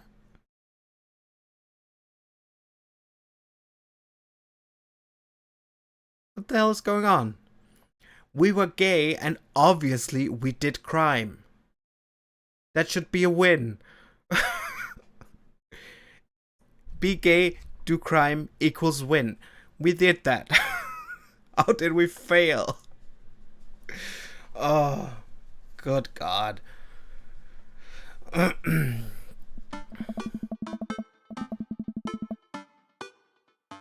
It seems like the run isn't dead. You didn't do a good enough crime. Oh, Jesus. Okay. We're gonna skip everything here again. Too many questions. No.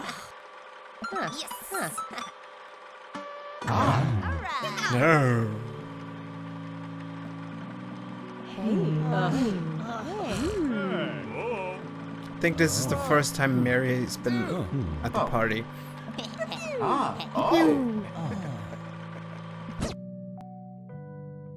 Oh no. Hey! I haven't heard from you in a bit. How have you been? Oh, I'm great. Never better. So did you talk to Val? Robert sighs and readjusts himself. You know, Absolute, I don't speak to my own dad that often.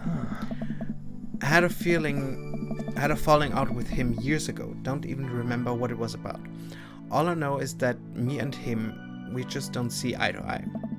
I mind my business, he minds his. I get a Christmas card from him every other year, and I check in with him if a tropical storm ever hits his villa. Same with my dad, except the tropical storm. Next time light something on fire. I'd like to burn his jacket. Doesn't look good. What I'm trying to say is that I turned out fine. Debatable. Robert, you didn't talk to her. It's like you said, life is full of pain. He places a hand on my thigh. Hi. Wait, what? What? This is all that matters. I instinctively pull back. A wave of guilt rushes over me. Robert, no. It's not that simple. I can't believe you didn't even try. You owed that to her. How do you think she feels knowing that her own father didn't even think she was worth having a relationship with? You don't know me. Yes, I do. You're a bad... No! Hey. And you fell for me. So what does that make you? Robert gets up.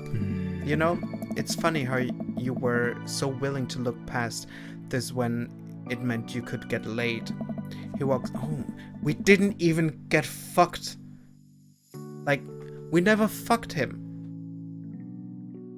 Never, not even once. This is a very bad ending. This is very bad. He walks away, leaving me alone on the bench, alone with my thoughts. Amanda and I wave bye to the partygoers as they leave. We sit together and watch the sun slowly dip below the horizon. I'm glad you've made some friends. Yeah. Now that's maybe not what you're looking for, but these people care about you. Love your dad. Well, we'll always have each other. No. It's funny because Robert is the first dad we can hook up with in this game, and we missed that. You're right. It's gonna be hard at first, but this is the next chapter in our story, and I would be nervous about it, but I know that you're always gonna be looking out for me, the same way I'll always be looking out for you. Team Lonk? Team Lonk in chat, Pog. Oh, so apparently what you choose during the dates actually has a meaning. And I think we fucked up with Robert a lot. Yeah, we didn't even get anything. Okay. Continue.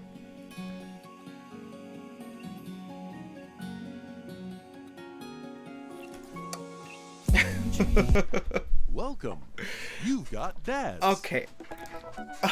Okay. Now we're gonna take Hugo on. I think Hugo had somewhat great... We had somewhat great dates with Hugo. I can't remember a lot, but I think it went well.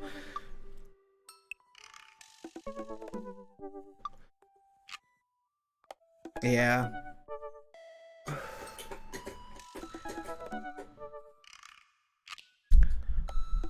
Oh, okay. Let's go, Hugo. My hand hurts. Save and continue. Mr. Teacher. Ever since the first night at charcuterie pies, Hugo and I have made a point out of weekly visits to trivia night. Havadi like it's 1999 has come in first place ever since, despite Provolone 2 lost in New York's continual efforts to dethrone us. I've been able to do a complete overhaul of the interior of my car, thanks to all of the Phil's Auto Care gift cards we've received. Air fresheners, car chargers, you name it. Amanda's riding in the lap of luxury. Aside from the trivia nights, I don't actually get to see Hugo a lot. The end of the school year is coming up, and he seems to be having a lot of trouble dealing with this stress of teaching. I should do something nice for him. Maybe help him take his mind off of screaming teenagers. Books, he likes books, but I have no idea where to even start with that. He probably reads more books in a month than I've ever read in the past year. I know he's really into wrestling, but he's been reluctant to talk about it since he showed me his wrestling room. I know he's kind of shy about it, but maybe... Whatever, let's roll a dice. I think I have a plan. Yeah, we screwed up a bit in the wrestling room, but the rest of the date was fine. I think I'm gonna do the robot date again on my own, just to get the artwork.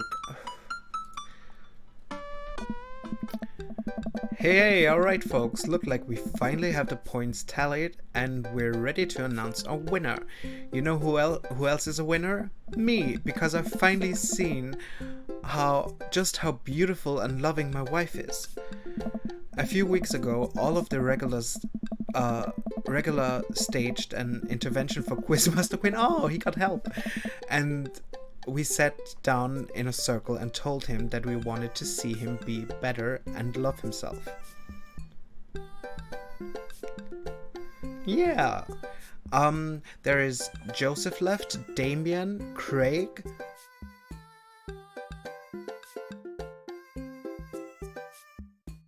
Who else? Joseph? I mean, who do we have? We have Brian, we have Matt, we have Robert. So that's 3. And now we have Hugo. Yeah, and the three ones, seven deaths. Yeah. So Damien, Craig, and Joseph. I left after this one. We sat down in a circle and told him that we wanted to see him be better and love himself. He agreed to start going on couples therapy with his wife, and last time he told us that they adopted a dog together. I love you forever, my Quizmaster Queen.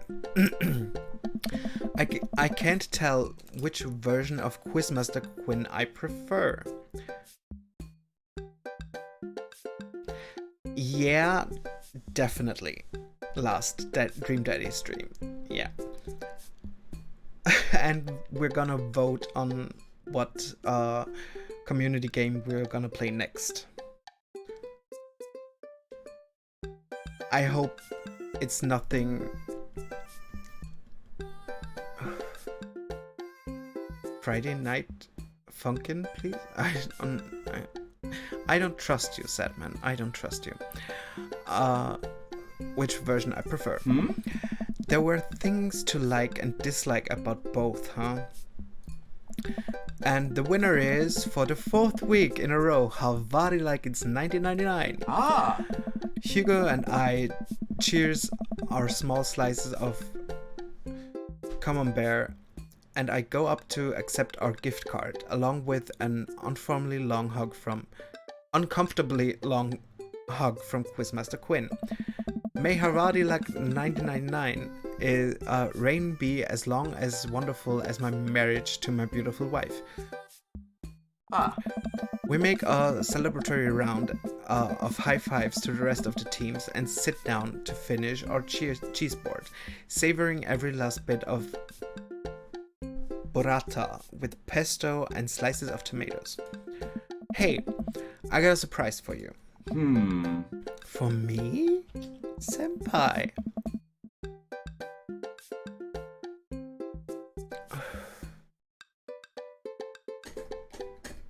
Yes, and for once, it isn't more cheese. Ah. Well, if you think you can somehow top that, be my guest.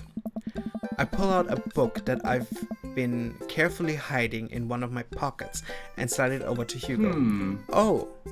Hugo picks up the book and reads the title out loud. Harry Buzzett, Crapper Keeper. I wanted to get you a book, but I figured you probably already own every classical piece of literature, so I thought this would be fun. For when you're pooping. Hey! Hugo laughs. You should flip it though. Hugo looks up at me and raises an eyebrow. After flipping through a couple of pages, he finally comes across a small gift I strategically hid inside. Oh! You're kidding me! Hugo looks around, worried that he made a scene. He leans in. Oh. You're kidding me! Hugo pulls out the wrestling tickets I hid inside of the Crapper Keeper. Oh my god! Oh, Jesus Christ. This is the World Federation of Wrestling Power Slam series. You've been working so hard lately, I thought you would like them. Like them? I love this. Thank you. But wait, there's two. Yeah, I figured we could go together. What? You'd go with me? Heck yeah! I need you to explain the finer points of wrestling to me though. Hugh gets up, walks around the table, and effortlessly picks me up in a big bear hug. Oh, he's been this strong the whole time? Oh. Thank you. I let out a little squeak to sort of say you're welcome. Oh Jesus. His shirt. Oh my god.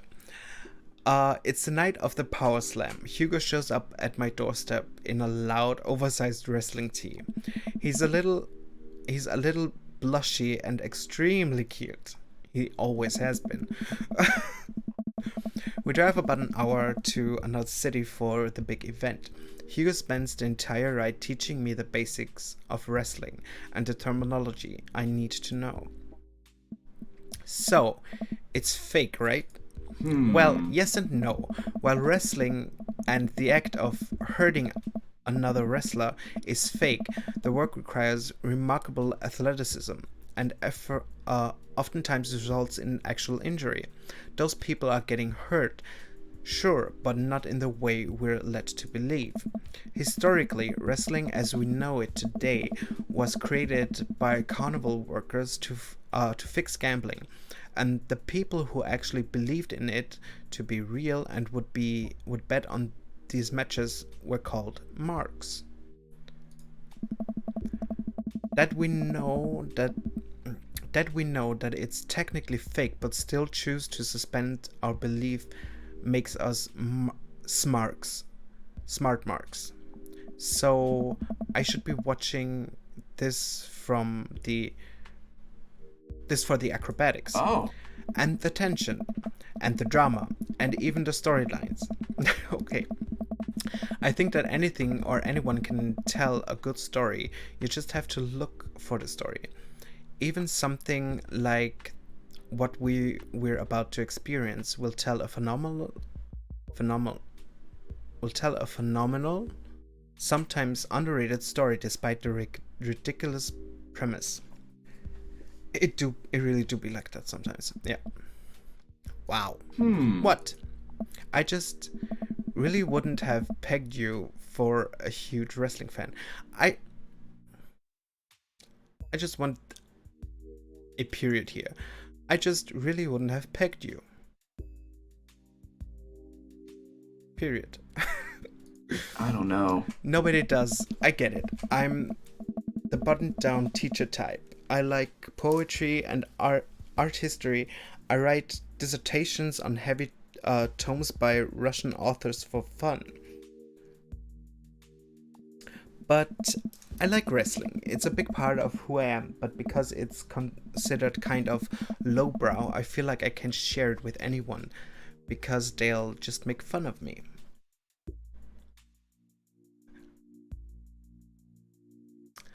The act of pegging is using an artificial phallic item. So no, I wouldn't have pegged him. If you catch my drift.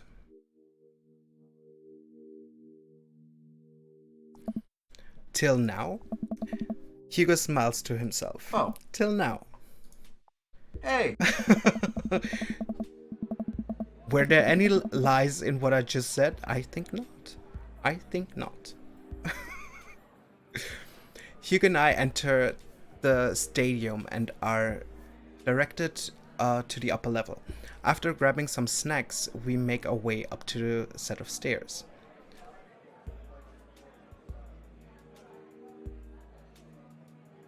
I mean, that's usually the way. Spice it up a bit. I mean, that's usually the way. The further up we go, the more my heart sinks. I had thought we had gotten good seats, but by this point, the ring looks like a postage stamp. We finally settle into our spots and wait for the match to start. I'm sorry, I thought I got us tickets on the lower level. I look over to Hugo, who apparently didn't even hear me. He's vibrating with excitement. Oh. This is so cool. I guess he doesn't mind. I have to admit, I've been too embarrassed to come to one of these since I was a kid. What's there to be embarrassed about? Everyone here loves wrestling. Plus, who are we even gonna see that we know? We're like an hour out of Maple Bay. I guess you're right. So what do we have to look forward to tonight? Hey. Oh man, the lineup is stacked. All the matches are gonna be great, but the one I'm really looking forward to is the Eastern Dragons match. The Eastern Dragon? Yeah, he used to wrestle as Pablo Escobrawl. Okay, but I guess he eventually had to change it. Oh, that's his shirt. Okay.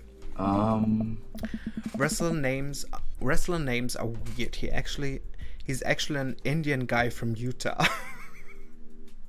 Okay. Oh, so that's what's your shirt from? Yeah. Yep.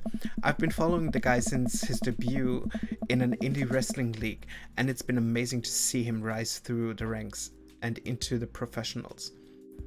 Did it say Iranian? I'm sorry. I'm sorry. He's an Iranian guy from Utah. Okay. Who's he up against? The corporate shill. Technique-wise, I don't think he's that good of a wrestler. And I don't even think the fans like him. Certainly an interesting character, though. The stadium lights dim, and the crowd starts screaming. Butt rock blasts through the sound system, and some pyrotechnics set off around the ring. Ladies and gentlemen, all of this... Wait, I need to read that first. Okay. Ladies and gentlemen of the sold-out crowd in Mill Creek, Massachusetts. Who's ready to power slam? Hugo and I scream. We watch two wrestlers, the Southern Danny and Johnny Snowman, walk out. Oh, the music is cool. To even more butt rock. The Southern Danny mixes and drinks a mint julep in the ring before the match. The crowd eats it up.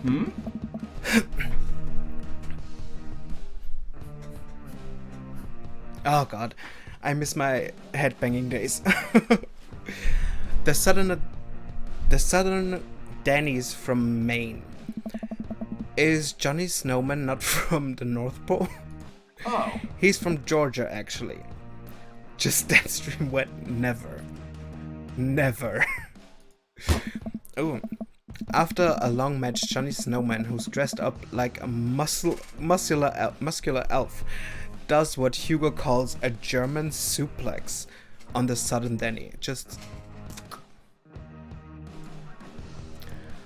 What did I just watch? I don't know what's happening, but it's amazing. Kill him, Johnny! Oh god, don't kill him. Don't kill him. Or do kill him? I don't know. More violence. I don't know if is more violence. 333. Okay. Kill him, Johnny. Elbow the heck out of him, Johnny. Show that Southern Danny some North Pole manners. Johnny. Jesus. I want to see Edge's roll. No, 3's good. Well, I hope so. Johnny Snowman does indeed elbow the heck out of him. That's gotta hurt. Oh god, is he okay? Wrestling is a sport of communication. All of these guys train together to know not only how to perform moves, but how to respond to them. It allows them to look like they're being hurt, but only be kind of hurt. I wake up every morning and choose violence. Oh. The crowd cheers as Johnny Snowman pins the Southern Danny and is announced as the winner. The next match features a wrestler named Generation Y2K, who comes out looking like a hipster barista. Matt? Matt is here?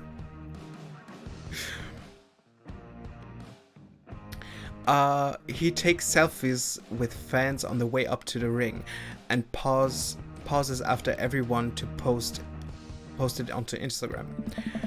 He's really playing up the millennial thing, huh?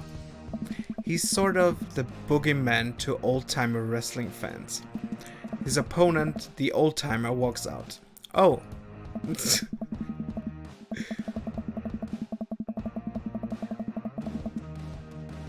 How does one make violent? Yeah, explain that long. Please, elaborate. The crowd seems to be divided in who they root for. The old-timer pulls some pretty sweet moves after he takes out a walking cane from under the stage and beats Generation Y2K over the head with it. Just, he punches the beans to grind. He punches the beans to grind them. Up against the ropes, Generation Y2K blinds the old-timer with the flash on his camera phone and is able to pin him to win the match. He takes a celebratory selfie with his unconscious opponent.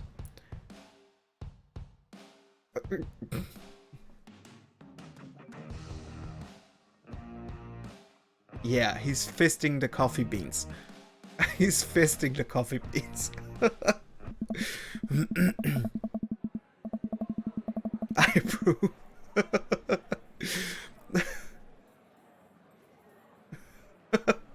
During a break, oh Jesus. During the break, Hugo and I leave to get refills from the concession stands. We wind our way through clusters of wrestling fans to get to the line. I like hammers. I like trains. So what do you think so far? It's just okay. It's actually really cool. I'm glad I'm here with you. 3, 3, 3, 3, 3. I hope. Oh. Jesus. Sweaty. 1. No. Sad man. No. 2. Long ones 2. Enjoy yourself. It's actually really cool. This is amazing. Why didn't I get into wrestling sooner? You know, I'm kind of surprised. I was sort of expecting the crowd to just be a bunch of aggressive, sweaty older guys. But it's so diverse. I've even seen a bunch of families with their kids. Everyone looks super happy to be here.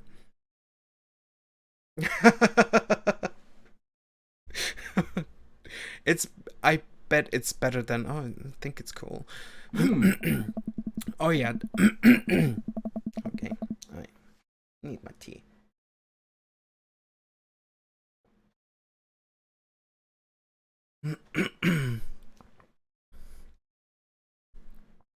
Oh yeah, that's how I got into wrestling. When I was a kid, my dad used to take me and my brothers to matches all the time.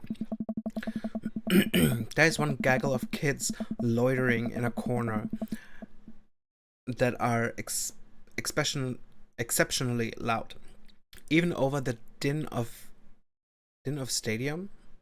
Din. Okay. Looking closer, I can't help but feel like these kids seem familiar.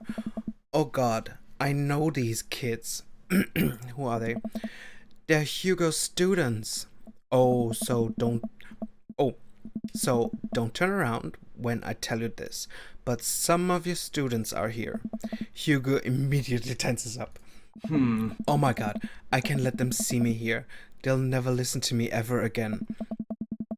I position myself between the kids and Hugo, hoping that I can act as a human shield. I glance over at the group of children again. I recognize that Colin kid. He kicks one of his friends in the shin and laughs. Man, that Colin kid is a piece of work. Colin, if he sees me here, he'll never let it go. He's a master manipulator. A Hugo shield. We have to get back to the relevate. Okay, off to our seats. What's the plan? This is a sneaking mission. Create diversion. Just walk back to your seats. Okay, I don't want to fail this one. I'm sorry, guys.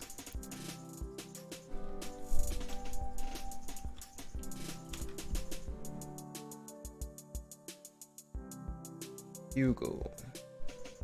Date 3.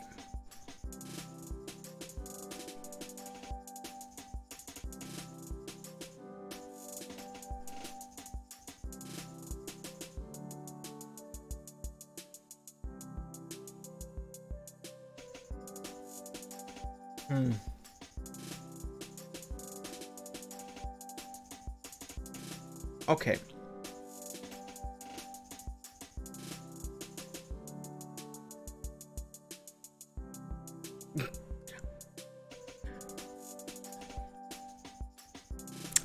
Well, all three of these are viable, technically speaking, but there is only one that gives hearts, eggplants, and sweat drops. So I'm gonna take that, and that is sneaking mission.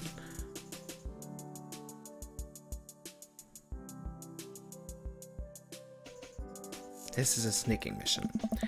We gotta be sneaky. Get them eggplants. We gotta be sneaky if we're gonna get back in that ring unscathed. How quiet are you?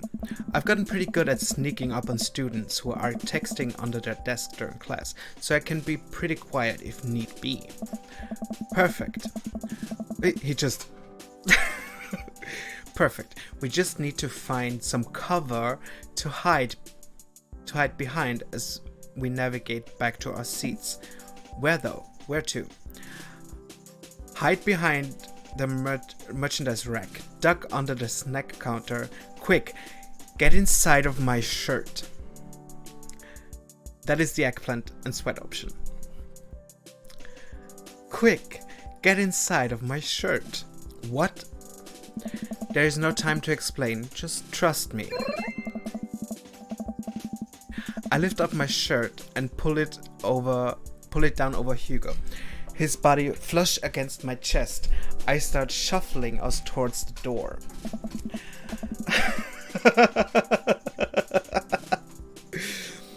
A few people stare at us, but nobody can tell it's Hugo. I mean, it's perfectly hidden. Like, no one can tell it's him. That's the only way we can get out of there without anybody knowing. Oops.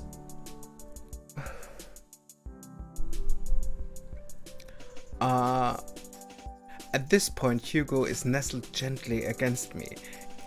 It's actually kind of nice. There we go, cuddling. Cuddling in open daylight.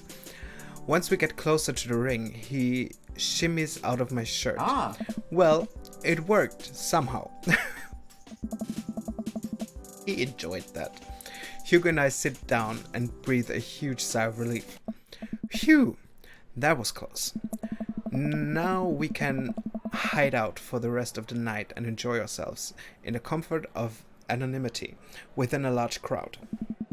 The lights dim again. Oh. This is the match we've been waiting for. The corporate shill walks out to elevator music. He's wearing a 3-piece suit and sunglasses. Once he gets to the ring, he takes off his sunglasses and rips the sleeves off his suit jacket, flexing his arms for the crowd. No, I need this one, thank you. One of the people from his entourage produces a graph chart and sets it up in the center of the ring. Okay. The corporate shill grabs a microphone. Daddy! Hey, Sean! I got a message from Eastern Dragon. Eastern Dragon, yes. If you'll refer to the graph in the center of the ring, you'll see a quarterly projection of how much I'm about to kick your ass. The whole crowd erupts. Now, if you'll direct your attention to the Jumbotron, we all look up to the PowerPoint presentation titled Kicking the Eastern Dragon's Ass, Key Performance Indicators. The corporate shill takes a laser point and gives a lengthy presentation on just how and why he'll defeat the Eastern Dragon. He showcases several well-utilized clip art graphics. A PowerPoint presentation during a wrestling match. Now I've heard everything. That was informative. The lights dim again and a pan flute music plays. I think it's a pan flute. I'm actually not sure if I know what a pan flute sounds like. Okay. The Eastern Dragon walks out to cheers from the crowd. Aren't pan flutes Central American thing? Hugo shrugs. Huh? Wrestling. The Eastern Dragon stands outside of the ring and grabs a microphone. Corporate shill. It's nice to see you again. More cheers from the crowd. That was a good presentation. The clip art was a very nice touch. Yeah, I think they're native as well.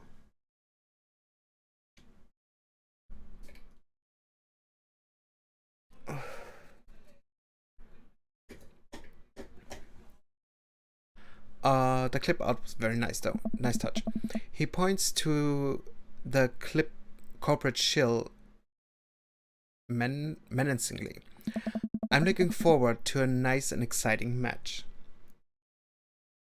Pan flutes are Greek? Okay, I need to look this up. Pan flutes origin.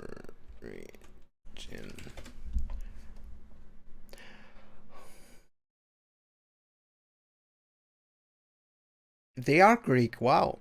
The pan flute or pennipiece, syrinx, was a musical wind instrument first used by the ancient Greeks, most commonly played by shepherds. The earliest use was in Akkadic lands in the 3rd millennium BCE. Okay.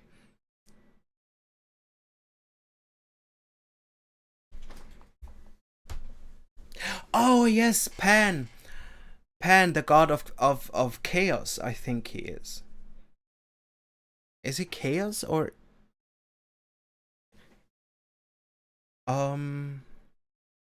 what is he god? Pan, the guy with the horns and the hooves, long.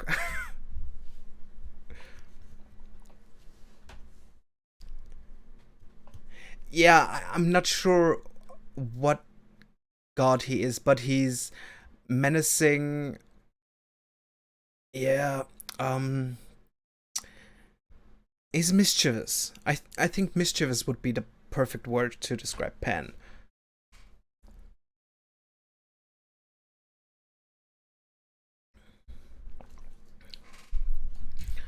I'm looking forward to a nice and exciting match. The crowd doesn't really know what to do here. He's not the best he's not the best at trash talk, but I promise he's one of the most talented wrestlers you'll ever see.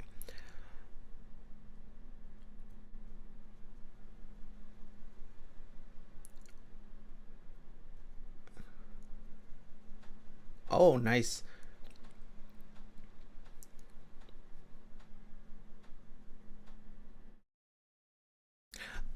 Why? Pan? We in German it's Pan. It's not really different.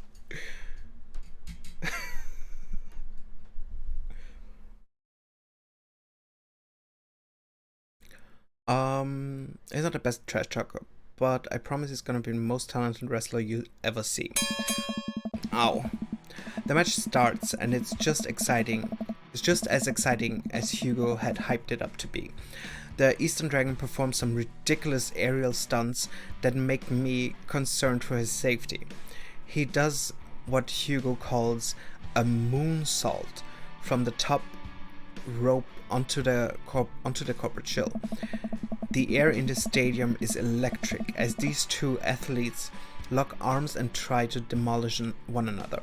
I can't help but get into it. The corporate shill pile drives the Eastern Dragon, who looks passed out in the center of the ring.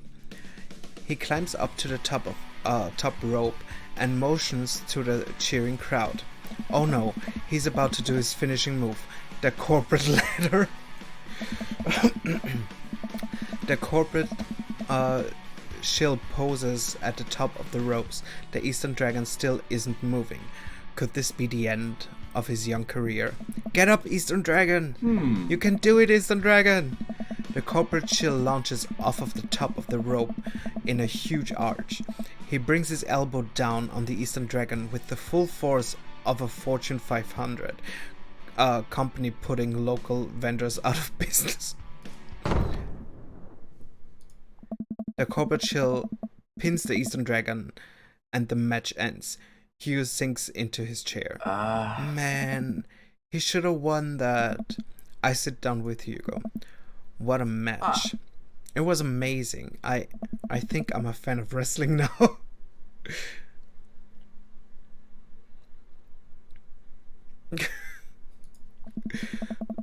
Hugo looks over to me and our eyes catch. I'm glad. The event goes on and we have a little downtime before the next match. We decide to just relax in our seats to avoid the middle schoolers. It's unlikely they would ever notice us in the upper level nosebleeds. Okay. I look up to the Jumbotron. Oh, hey. They're doing the kiss cam thing. Oh no. Oh no. Oh no, no, no, no, no. It zooms in on a bunch of cute couples who all do a quick smooch to raucous cheers from the crowd. No, I'm not saying, oh no, because of the kiss. I'm saying, oh no, because we're gonna be on the Jumbotron. And everyone's gonna see Hugo on there. That's why I say, oh no. Ah, that's so nice. And then it zooms in on Hugo and I. Huh? What? What? What do I do here? I look over to Hugo and see the same mortified expression on his face. The entire crowd is chanting and neither of us know what to do. Give the crowd what they want. Protect Hugo's identity. Try to ignore it. Oh. I mean, there is only one option. It's not even debatable.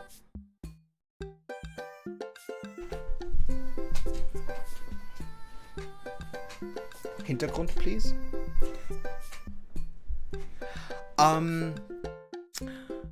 He's a teacher, and he's ashamed of being a fan of wrestling. Ich sag das einfach auf Deutsch kurz. Er ist Lehrer und er hat eben das Guilty Pleasure, dass er Wrestling mag. Und weil er eben Lehrer ist und wir seine Schüler gesehen haben im Dings, wie wir was zum Trinken geholt haben, hat er sie versteckt in meinem T-Shirt. Und damit sie eben nicht sehen, damit sie das nicht vorhalten können. Und deswegen jetzt protect his identity.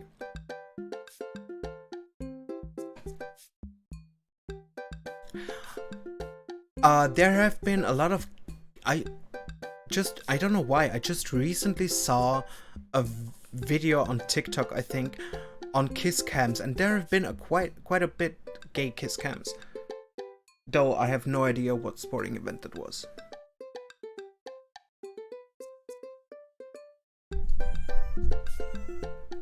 But honestly, wrestling is one of the gayest sports I can think of. I mean, it's mostly beefy men rubbing each other.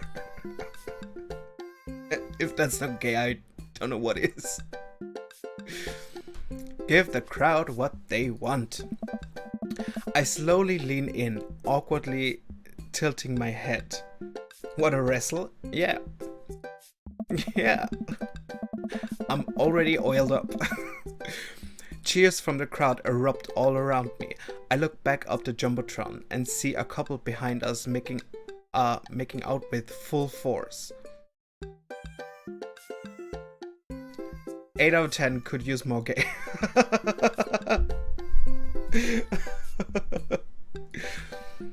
Yeah, I think Roman wrestling is with oil? I don't know if Roman or Greek. I don't know why we're back on Greek. I don't know. I think Roman is wrestling with oil. Greek is without oil. I think. So, for continuity, I think we should do it without oil though. Because we had Greek just a few moments ago. Hugo and I... all my wrestle knowledge comes from adult videos, so I have no clue. I have no idea. I have no idea if it's completely nude. Hugo and I turn beet red and slink back onto our chairs. So much for laying low, I guess. The rest of the match thankfully goes off without incident. Hugo and I eventually laugh off the kiss cam and get back into the wrestling. After the show ends, he convinces me to hang back and let the rest of the crowd exit so that we wouldn't risk running into Colin and his awful group of friends. By the time Hugo and I walk back to his car, most of the wrestling fans have cleared out. The parking lot is surprisingly empty, save for a beat up car parked a few spots down from us. We rarely keep an eye out for any stray middle schoolers as we hang out by my car. Did you play Coming Out on Top? No. I've heard, I don't know what this is, I've heard of it.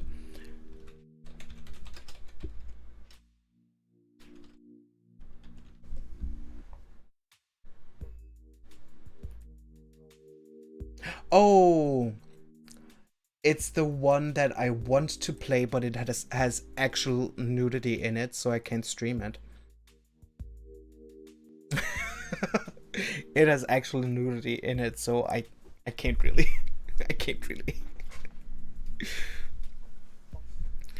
Hang out by my car. Man, that was an experience, right? It's one thing to watch it on TV, but to be there in person is just wow. Thank you again. I would have never gotten to experience this if it weren't for you. It's just me and Hugo in front of my car in an empty parking lot. Yeah, I could stream it on Pornhub, but no. I'm not gonna stream on Pornhub, I'm sorry.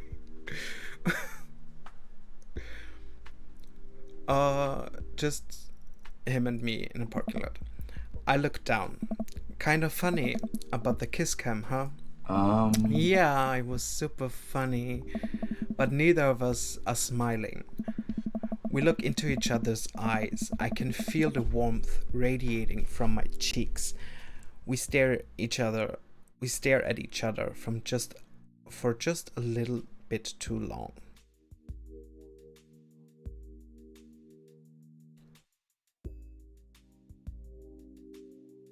But seriously, there is a censored video. I don't know. Because nudity is prohibited on Twitch. So version, not video. A censored version. I would have to look into it. Like Dream Daddy has a streamer version where they put out take out the music that they couldn't get copyright to. If they have that, it would be possible. Maybe. I don't know. I have to look into it. And besides that, I don't have money right now to get that game anyways. I'd have to wait at least till next week to get my money.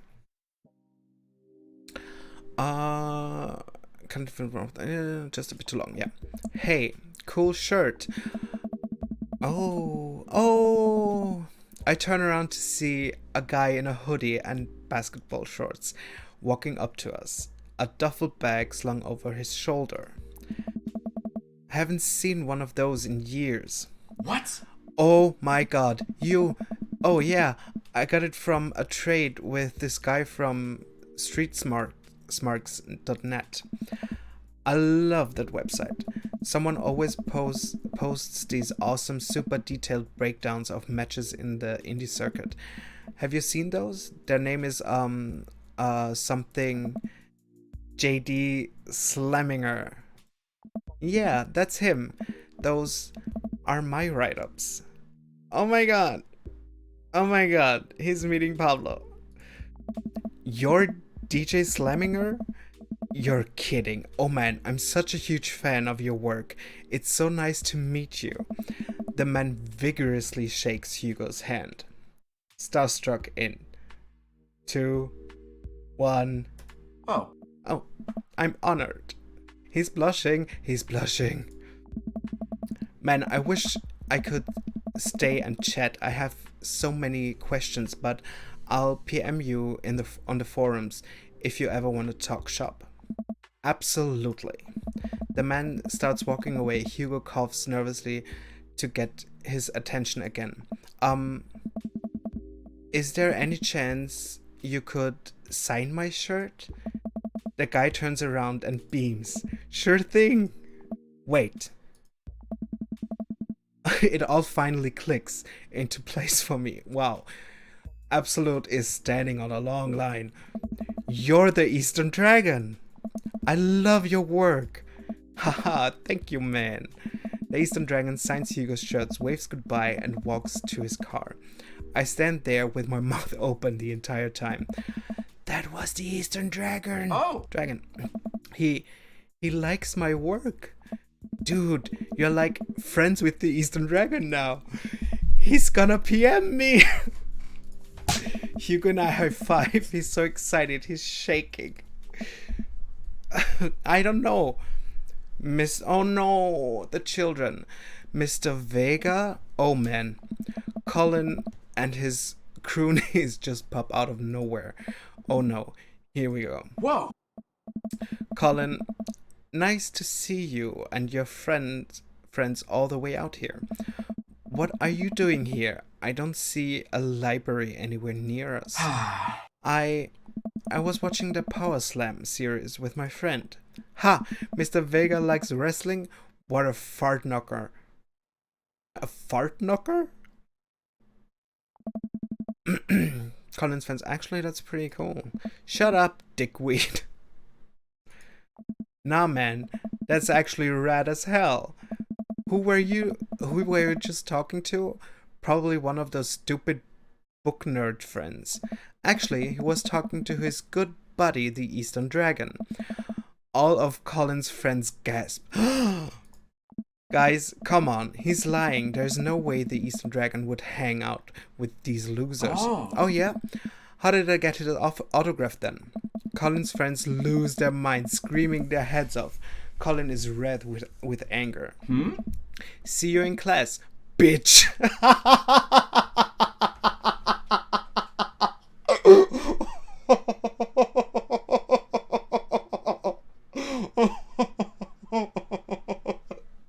Oh my god.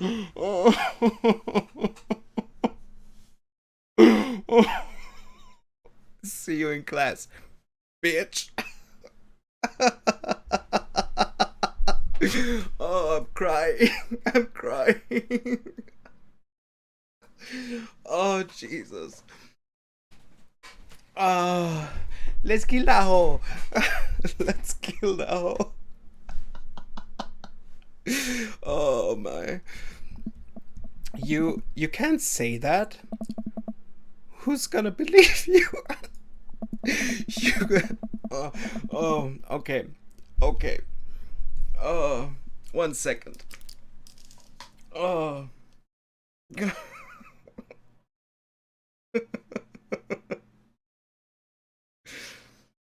Oh. Jesus Christ.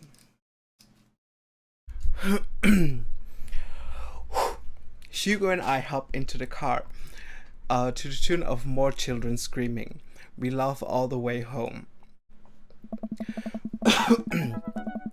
Hugo and I descend to the stairs of his home into his wrestling man cave, where we both crack a beer. We're both winding down after an exciting evening. So, again, we're at his place. So, if you were a wrestler, what would your persona be? Hugo answers immediately. DJ Sliminger, my forum name. I gotta represent my literally roots. My costume would be a tweed coat, and my finishing move would be a cheddar in the eye, where I poke my opponent's eye out and call them a phony. He's been thinking about that one. Wow. I've given it a lot of thought. What about you? I would be Bomb Clancy, Mario Brawltolly, dead. Oh. Okay. Okay, none of these have a reaction for him. Okay. I think best would be just dead. I'd be dead.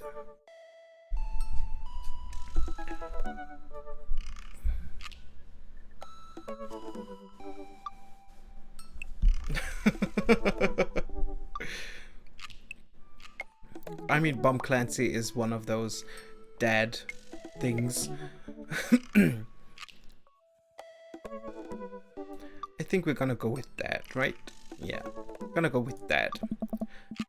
I don't even wrestle, I just throw dad puns at the opponents until they submit.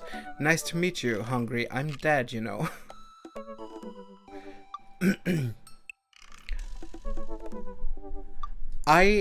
In my head, I don't know who Mario Batali is. He's a chef, okay. I have no idea who that is. Every time I read this name during this Let's Play, I thought of Marco Bartoli from Tomb Raider 2. Every single time.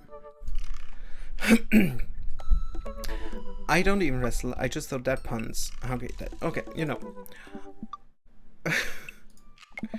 I'm just now realizing that I don't know any actual wrestling moves. You know, I could teach you some.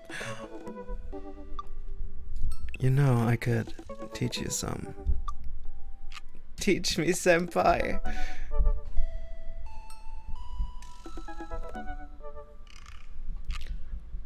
Marco Holopainen. Again, don't know who that is.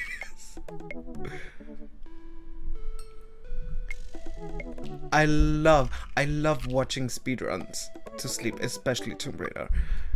I love them. I smirk. I'm game. Hugo and I square up in the center of the room, ready to go at it. I'll go easy on you. Finnish musician. Oh, okay.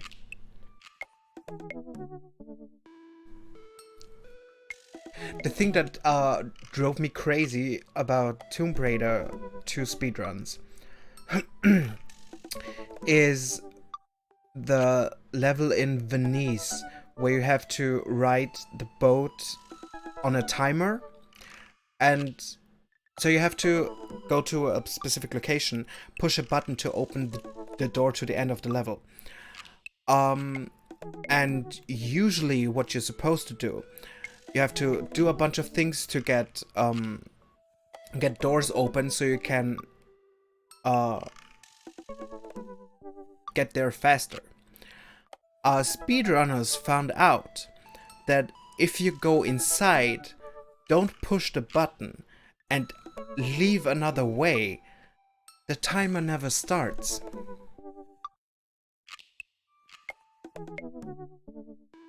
So the door is open forever. So pushing the button just starts the timer. And that blew my mind. I'll go easy on you. On Dad? Absolutely not.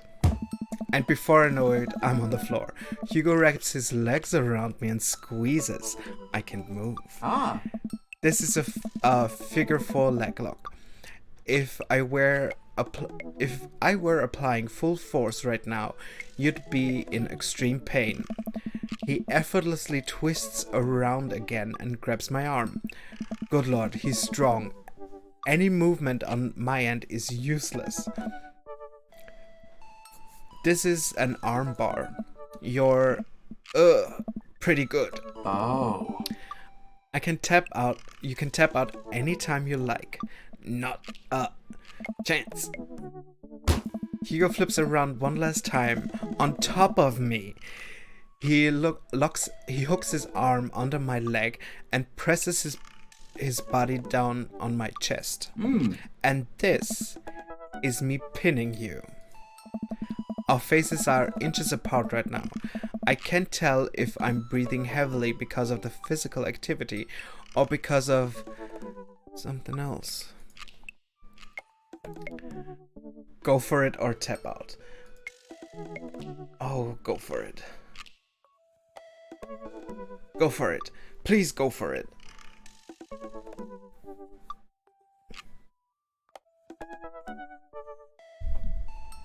Go for it. Thank you, Ghosty. Thank you. Go for it. Eggplants. I lean forward and kiss Hugo, who seems just as surprised as I am. I pull back, a little embarrassed, but he kisses me again. He slowly releases his submission hold on me and cradles my face in his hands. He presses his forehead against mine and we laugh. I guess we both win? Guess so. I pull him back for another kiss. Do you have any more moves to show me?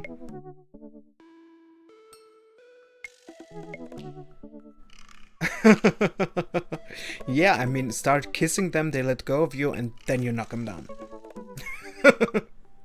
Hey! I think I might have a few. Oh yeah. Oh yeah. Oh yeah. Uh-huh.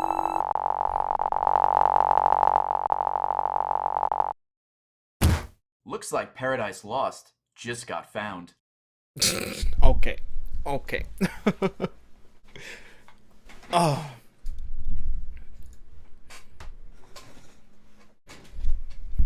Okay, now it's Amanda's party again. Wow, Hugo. Wow. Hugo, you're huge. Oh, you asked too many questions. Ugh. Hey! Alright. All right. Hey. Oh, Quizmaster. I've never seen Quizmaster. Ah, who cares?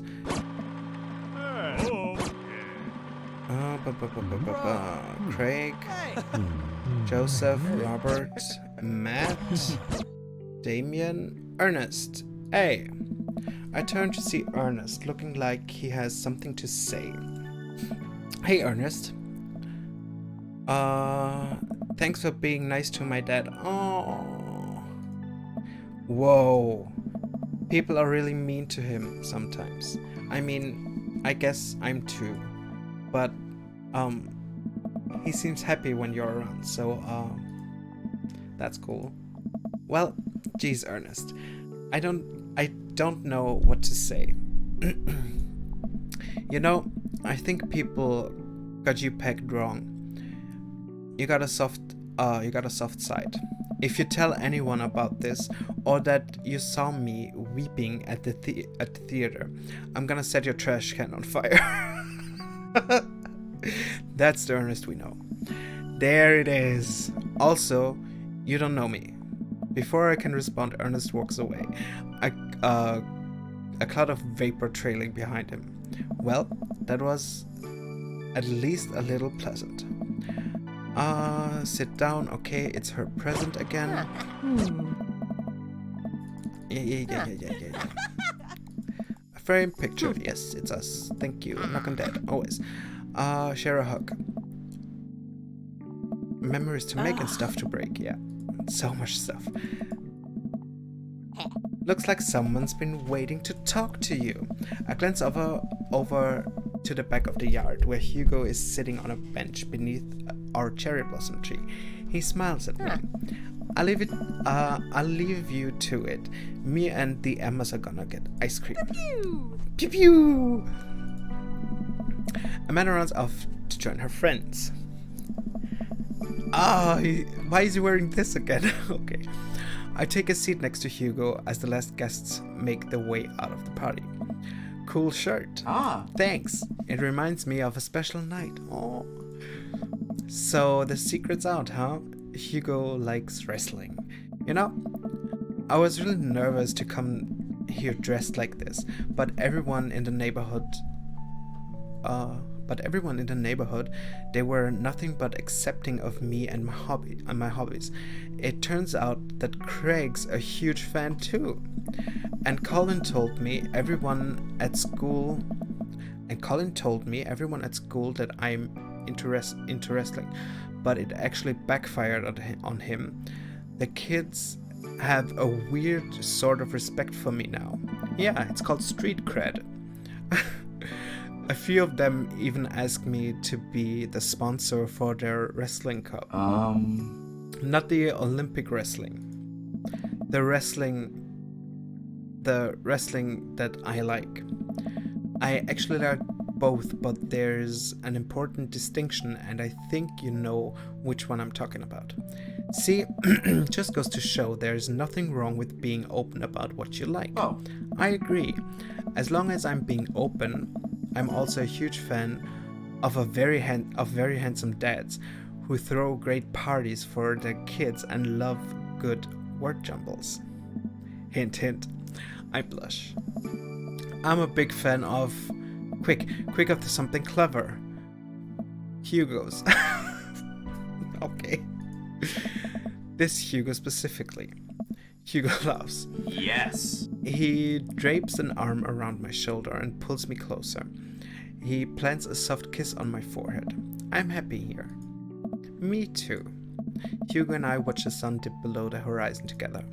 Hey, do you think maybe later you could show me some new wrestling moves? Oh. Absolute. How about I show you my pump handle pile driver? Okay. I can't help but giggle. What's that? Ah. You'll see.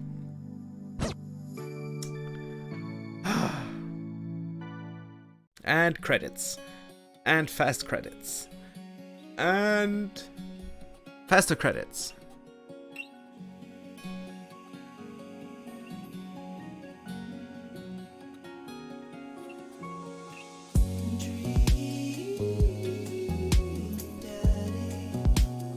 Okay.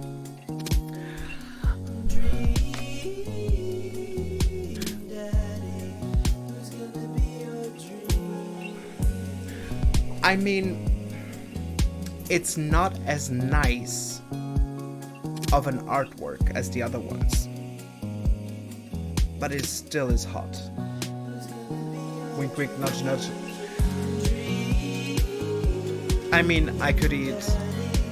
He could be. Yeah, Matt's still better. But he's literally a charcuterie right now. It would have been better if they would have put the sausage and the cheese on top of him and fleshed out their artwork better. But I mean, I don't know why, but there is a clear difference on artwork. I mean, that's Craig. That's Brian. There we have Matt. And there is a clear difference in style. I don't know why.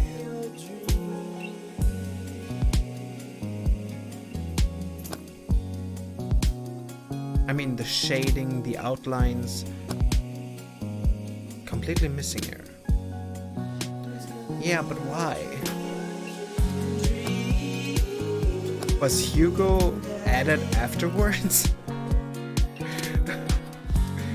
Okay. We're gonna continue. No, it's Welcome. You've not got shaded at dads. all. Okay.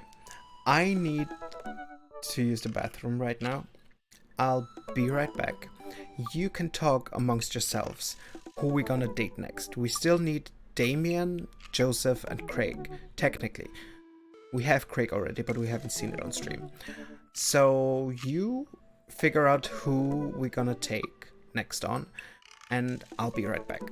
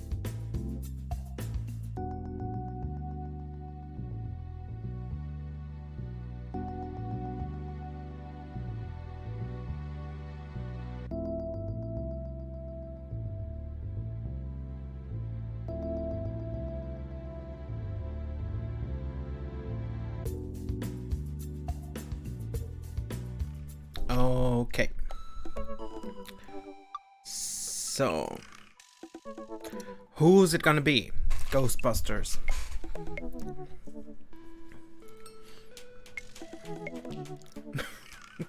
Everyone's dancing. No Damon, yeah, I read that. Ghosty is muted.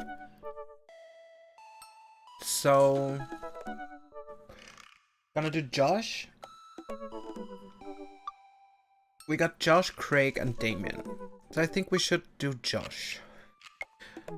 Because I think...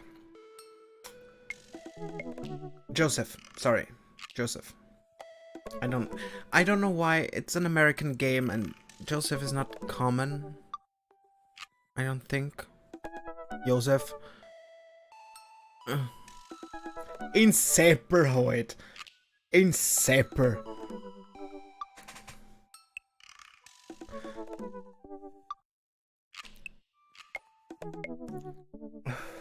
Yeah. Okay. Let's go with Joseph. Message. Yes. Seppi.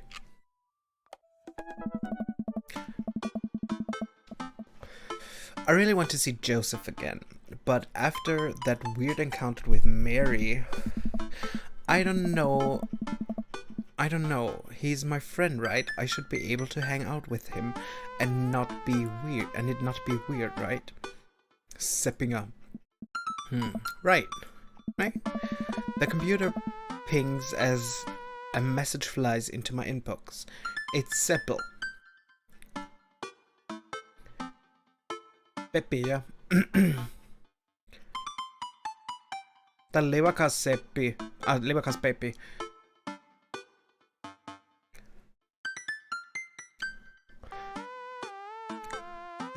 It's Joseph. Hey, Absolute, we should hang out.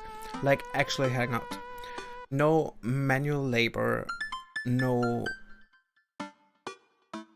promptu therapy, sessions with sad DJs, no blank.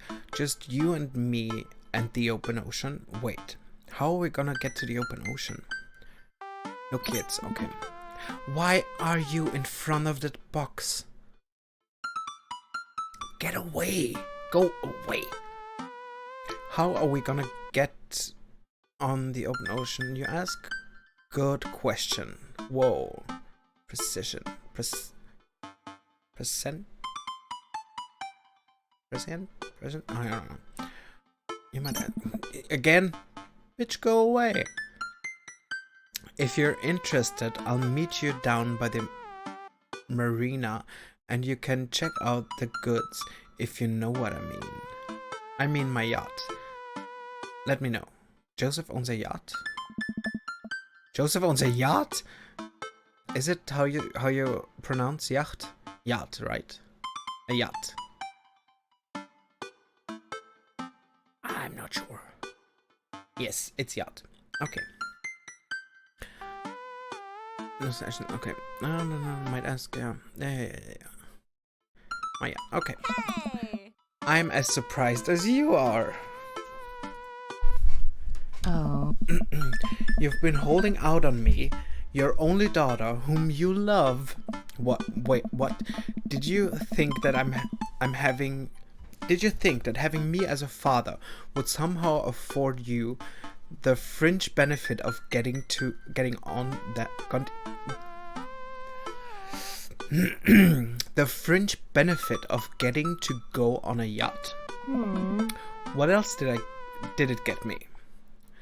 A healthy upbringing and supportive environment.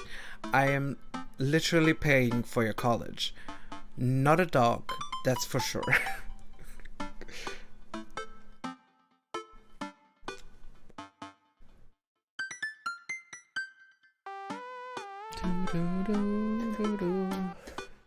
Okay, 1, 2, or 3.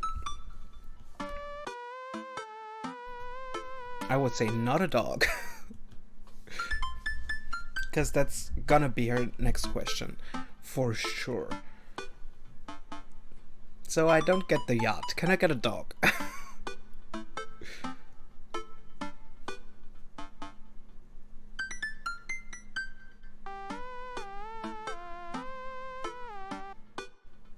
ding.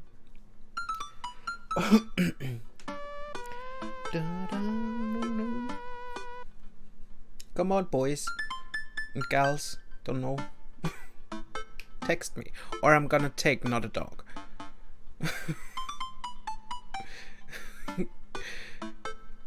Text me. Ruf mich an.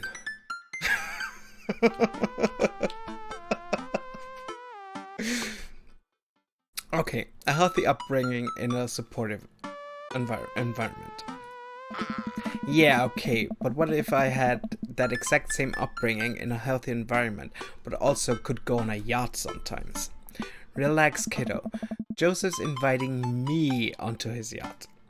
It's going to be a yacht of fun. Ugh. I'm glad you're excited, but that doesn't mean you get to start throwing out puns. Why yacht, Amanda?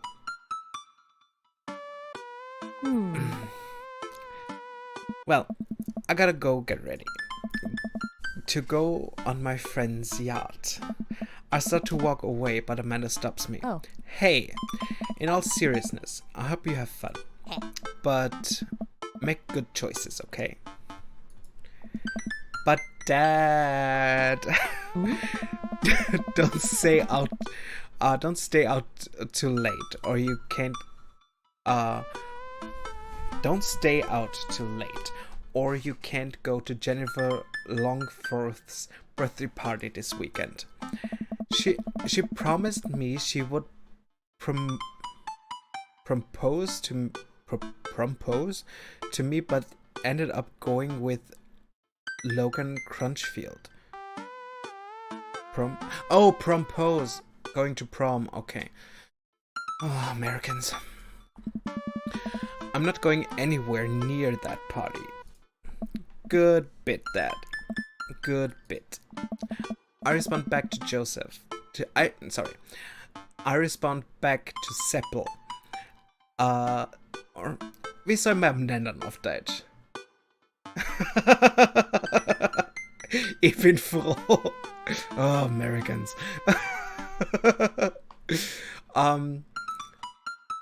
Should we call him just Seppel? Or Peppy? Letting him know I'll be there. Peppy. Peppy it is. A quaint marina complete with a local mom and pop shop and a small diner frame the bay. I've gone for a few weeks by the bayside to stare enviously at all the nice boats before Peppy should be around here somewhere. Gosh, this is fancy. I feel out of place. Hey, Absolute. Peppy, where are you? Up here. I look up. Peppy waves to me from atop a huge yacht. I've never been on a yacht before. You never forget your first. I glance at the name on the side of the boat. The Saint Peter, huh? Inherited this thing from my pops. Real fire and brimstone type. Loved yachts. So what's the plan, Captain? I figured since last time went a bit sideways, we could cast our lot out on the open sea, wrestle with Neptune, set sail on a sea of adventure. You're kind of goofball when you're not wrangling your kids, you know that. Peppy smiles and winks from his perch. I have no idea what you're talking about. Peppy hops down and extends a hand to me, helping me onto the yacht. I'm thrown off by how soft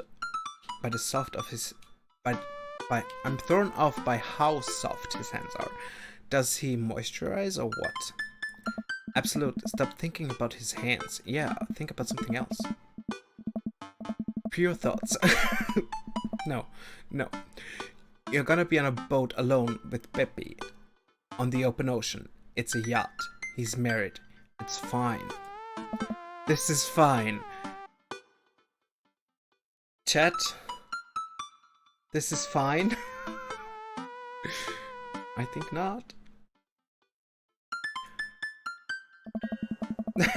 Thank you. Burning his marriage to the ground. After undoing the mooring, and climbing into his captain's seat, Beppy slowly takes the boat out, ringing the big steel bell with extra emphasis, even though nobody else seems to be around. Shoving off, boat launching, man and boat launching as one. The St. Peter navigates out of the marina and into open water, with Beppy doing the occasional steering flourish as the boat bobs along with the waves. Oh. He seems a lot more relaxed out here. Beppy is definitely in his element. Ooh. This is the part where we wrestle Neptune. So please remove your shirt and roll in some talcum powder. I didn't bring any talcum powder. Luckily, I brought my Neptuning fork. Can do. Okay.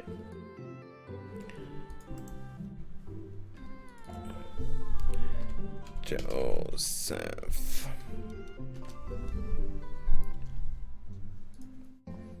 Just let me look it up.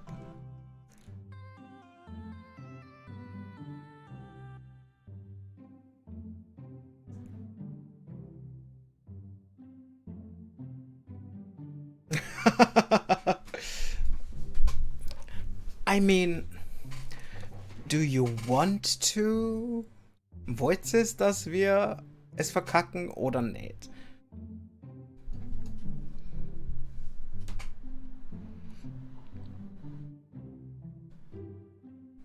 Yes. Well, then we're gonna take two. Luckily, I brought my Neptuning fork.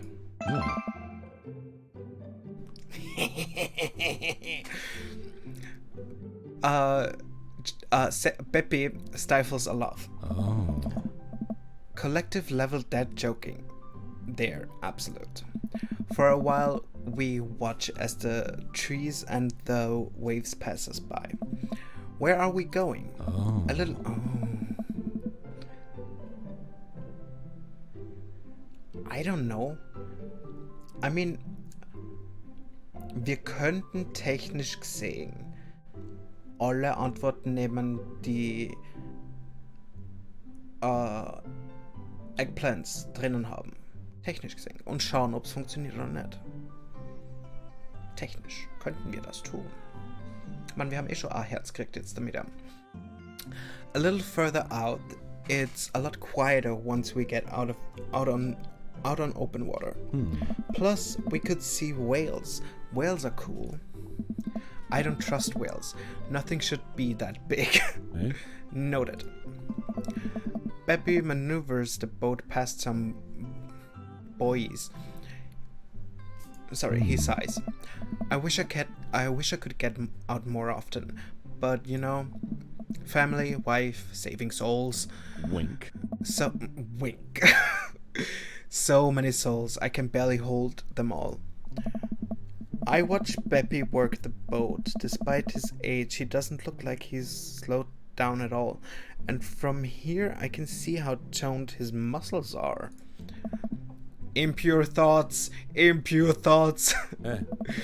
Absolute needs to go to horny jail. Yeah. Beppy and I boat in silence as the bay gets smaller and smaller behind us. I decide to take a peek over the edge of the ship. The wake this thing kicks off is intense. I wonder if Beppy would ever let me water ski off of his yacht. Hey, dolphins. Beppy, there are dolphins. Oh. So you're scared of whales but not dolphins. I feel like there's an unspoken truce between men and dolphins. Not true. I would be more than comfortable riding a dolphin into battle. Oh. Dolphins are way more dangerous. They sometimes drown their babies for fun, you know. Can I trust nothing on the open sea? I like to think that I'm pretty cool. Alright, Peppy. It's you and me versus the entirety of marine life. I yell out to the ocean. Okay, what do we yell? You're all spineless invertebrates. I had lobster last week and I can't wait to eat more of you. My life goal is to punch as many fish as I can before I die. I had lobster last week and I want to eat more of you. Bitte. 3.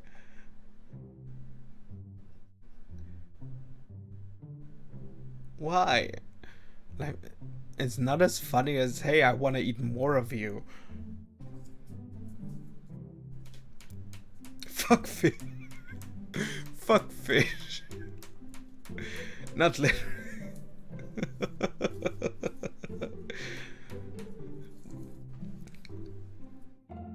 But two... No. Ghosty would know. Ghosty would know. Why no! Why, Ghosty, no! We have failed so often in his dates. I don't think... Okay. Return of the King. Well then, my life goal is to punch as many fish as I can before I die. Oh. You tell him, Absolute. Oh, we could have gotten dicks.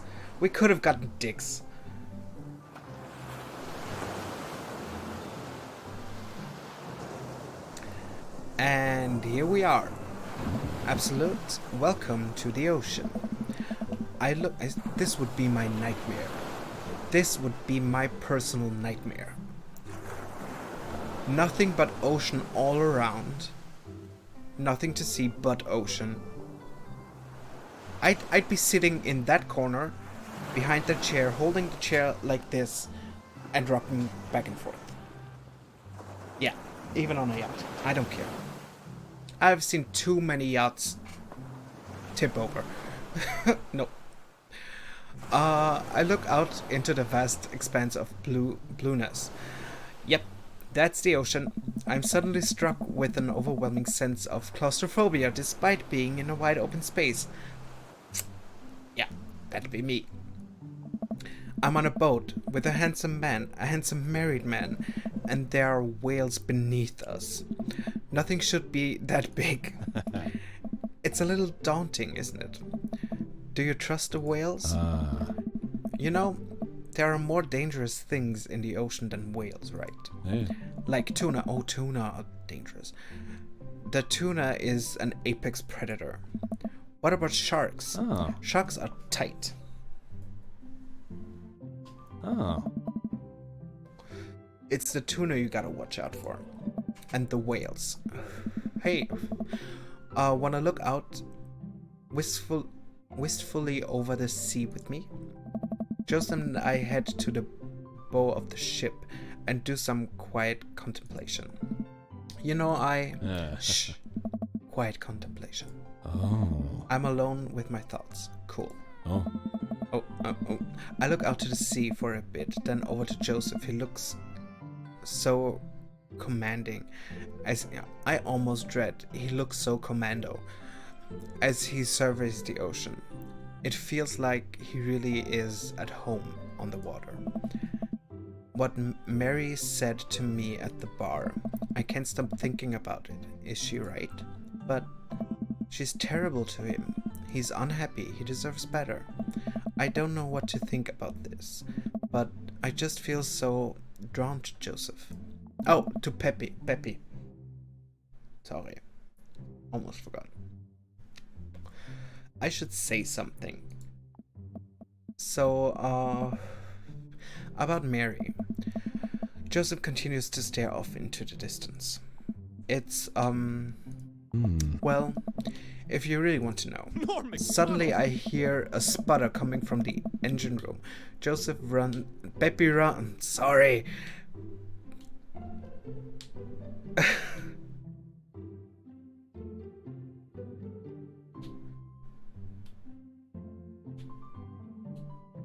Okay. They are huge though. They are huge. Tunas are huge.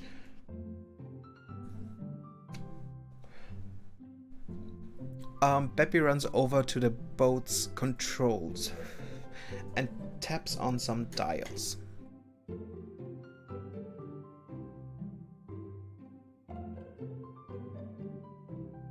The tuna attack.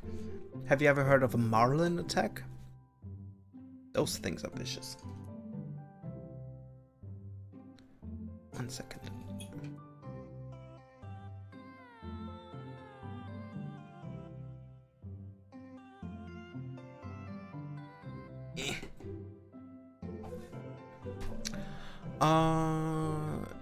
Some dials. Okay. I guess we can talk about Mary later. Oh, okay. So Ah. we might have a small problem. What small problem? We are out of gas. You didn't tank it up? What? The whales are gonna get us. The whales siphoned our gas. Oh. It's okay. I can just call one of my boat buddies to come tow us back in. Beppy pulls out his phone. Just kidding. I can't do that because there's no service. I checked my phone. I don't have service either. Oh. Should we submit ourselves to the whales? Well, I do have an old radio in the office, but it's broken. Are you handy with tools? I'm a dad. If the radio is anything like frantically putting together a bike on Christmas Eve, it should be no problem. Oh. Let's take a look and see what we can figure out. Peppy directs me towards the radio and showcases its insides. I don't know how radios work. I think there's just some frayed wires here. If we can reattach them, we should have a working radio in no time. We stare into the interior of the radio. I'm not entirely sure what I'm looking at. I don't think Peppy knows either. You know what? Let's just throw some stuff around in there and see what works. Oh, minigame. Great. MacGyver, that radio. How?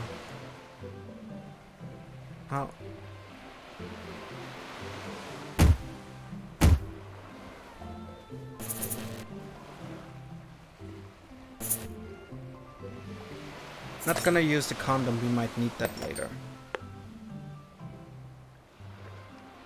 Everything that is conductive. Throw it in there. And even things that aren't conductive. I don't think so. What's that? Gun? Okay.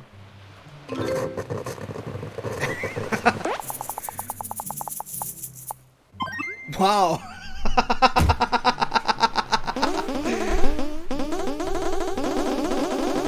Hey, it works, kinda. Please make that noise stop. The radio springs to life. Whoa, we did it! Joseph speaks into the receiver. Hello. Oh, Peppy speaks to the... Sorry. Hello? Can anyone hear me? He tries a few other channels. Nobody responds. We might be a little far out. I don't think there's anyone in range. How big's the range? Well, this radio came with the boat when my dad bought it in the 60s, so not great. That's reassuring. Now what? Paddling. There's worse places to be stuck on than a yacht. Wine? Wine? Wine? Wine!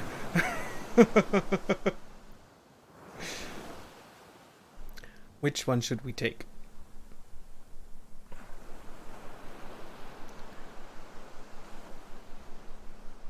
3. Okay.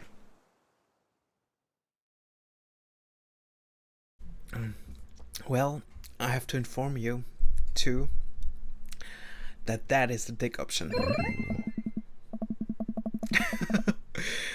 I keep a couple of emergency bottles below the deck. Wanna go grab some while I fiddle with this radio some more? Oh, there's a lot of clothing on the floor. Let's see. Wine. It's gotta be around here somewhere.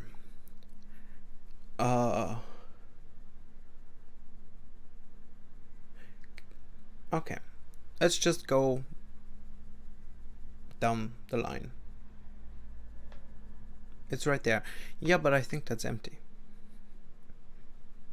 I think. Examine lounge.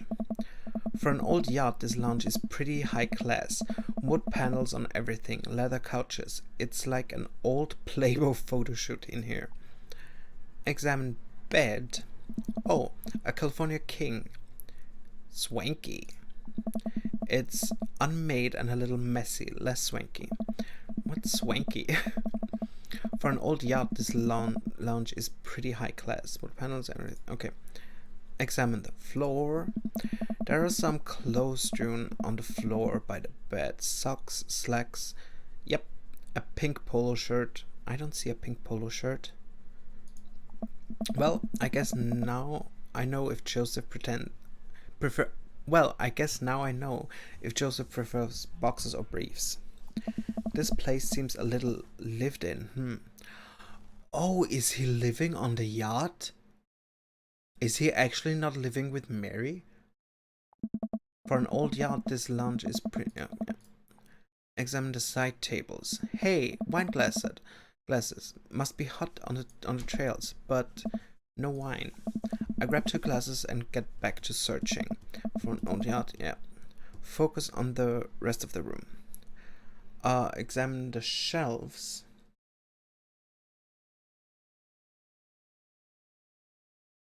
Okay, examine the shelves.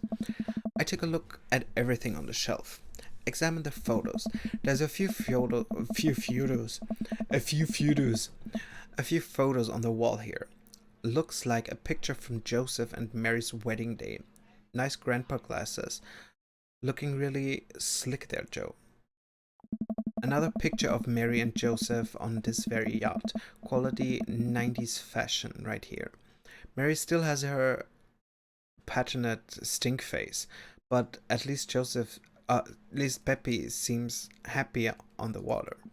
Hey, it's all the dads. Looks like it's from a couple years ago. The gang's all there. Brian, Matt, Hugo, Craig, Damien, Robert. Wow, Robert's actually smiling and he's wearing a sweater. I know that sweater. And there's one guy on the end that I don't recognize. Hugo's ex, maybe? And there's Joseph, go-karting with the kids. That's fun. I take a look at everything on the shelf. Examine books. Looks like a bunch of different Bibles on brand. A couple of old vet magazines. I guess those must be Mary's. Wait a minute. Is this... Well, now the hot body shoe is on the other hot body shoe foot. Hot body shoe is on the other hot body foot. What? I take a look at everything on the shelf. Examine knickknacks.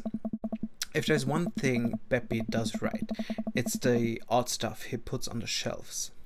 I take a moment to closely examine what I think is an old submarine clock. And there's the cross again. Boy knows his crosses. Really cool design too. Take a look at everything, focus on the rest of the room. The cabinet. It's a sturdy cabinet, a little dusty, but I bet there are some treasures in here. fire extinguisher. Look, you can tell a lot about a man who by how seriously he takes his fire safety. Nice, Peppy, nice. It's a sturdy cabinet, dusty. Excellent flashlights. Well, this is a solution to a different problem. Maybe if we're stranded out here for days and run out of electricity, we'll need these. But the chief concern right now is wine intake. Examine drawer.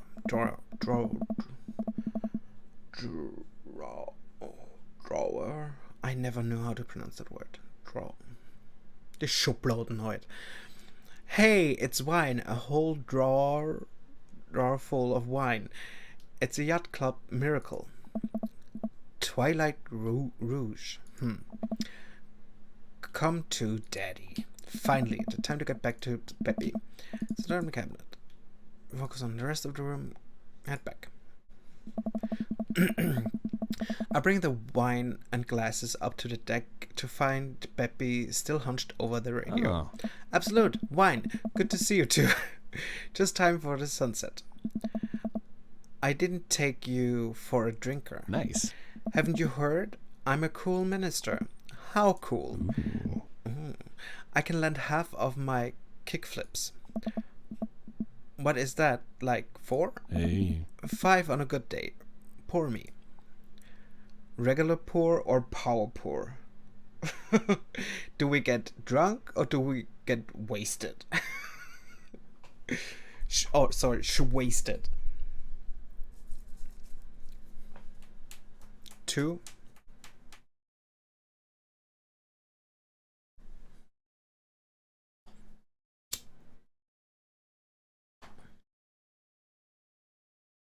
Okay, let's get you wasted.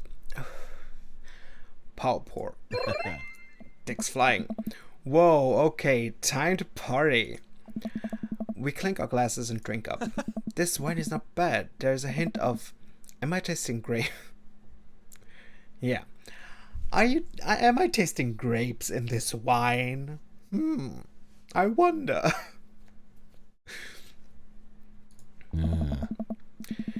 You have a distinct discerning palate.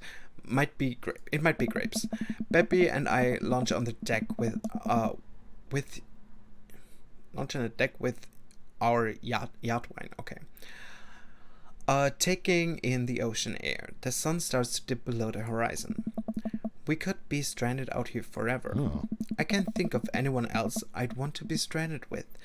It's just you, me, and all those whales. So many whales. You're killing the vibe. Oh. Revive the vibe. Vibe absolute. Generally, it takes 3 days and a gigantic stone door rolled in front of the tomb. But I think we can save it. That's a Bible pun. This view, though. Do you like your mysteries hot boiled?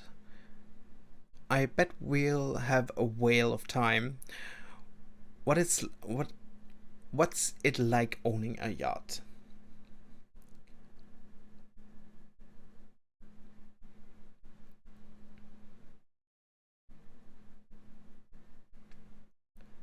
Hot boiled. I don't understand this. This is funny. A view, yeah, okay.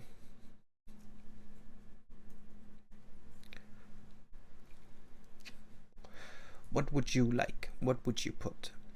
2. Do you like your mysteries hot boiled? I don't know what that means. I don't even know what that means. But okay. Oh, Cracker Barrels. Oh, Cracker Barrels. What the Oh, Kirk Douglas. It's a really rewarding series, absolute. Look, you have fun with your word jumbles while I enjoy well-crafted narrative excellence of highly regarded serial. Of sex books. Detective novels. Sexy detective books featuring hard-boiled gumshoe who can't be held down by the law or by love or by the mystery of the Spanish lover. You read them too? The author really hit her stride around book 17. Okay.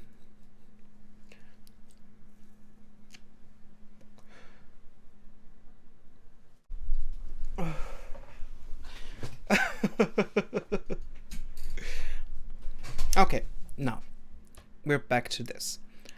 View whale of a time. I mean, dead puns are fun. What it's like to owning a yacht.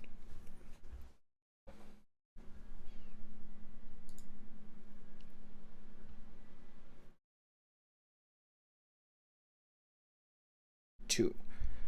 But we'll have whale of a time. Back to Wales, huh? I'm trying to I try to elevate my fear of whales by making jokes about them, because I don't have any healthier coping mechanism. Cheers to that. Oh, he loves it. I go to take another sip of wine, but stop myself. This wine is acceptable beverage in Margarita Zone. Is wine an acceptable? Oh, okay, Margarita Zone. Yeah. Oh. That it is absolute. All beverages of leisure are welcome in Margarita Zone. This is almost what we wanted, right? No responsibilities, no worries, other than possibly dying out here. And the whales. But yeah, I'd say we're in the zone. Joseph and I clink our wine glasses again. To Margarita Zone. Wink. Wink. Wasted away again. If you have any salt shakers, we can arrange them into a pentagram to some Jimmy Buffett. Maybe he can save us. As a youth minister, I make pacts with neither the devil nor island jammers. If we're to get off of this boat, it will be by the grace of God. Oh. Or Steely Dan. Amen. Hey. Our laughter dies down. We're both silent for a moment, looking into each other's eyes. Ooh. Joseph leans in. Beppy leans in closer. I feel myself doing the same. This is a bad idea. This is a bad idea. I can't help but feel like doing this will only end up hurting someone else. But his face is really close to my face. Hey? Absolute. I have to tell you something. Mary and I have been split for years. I live on this yacht. Tell me that. Please say that.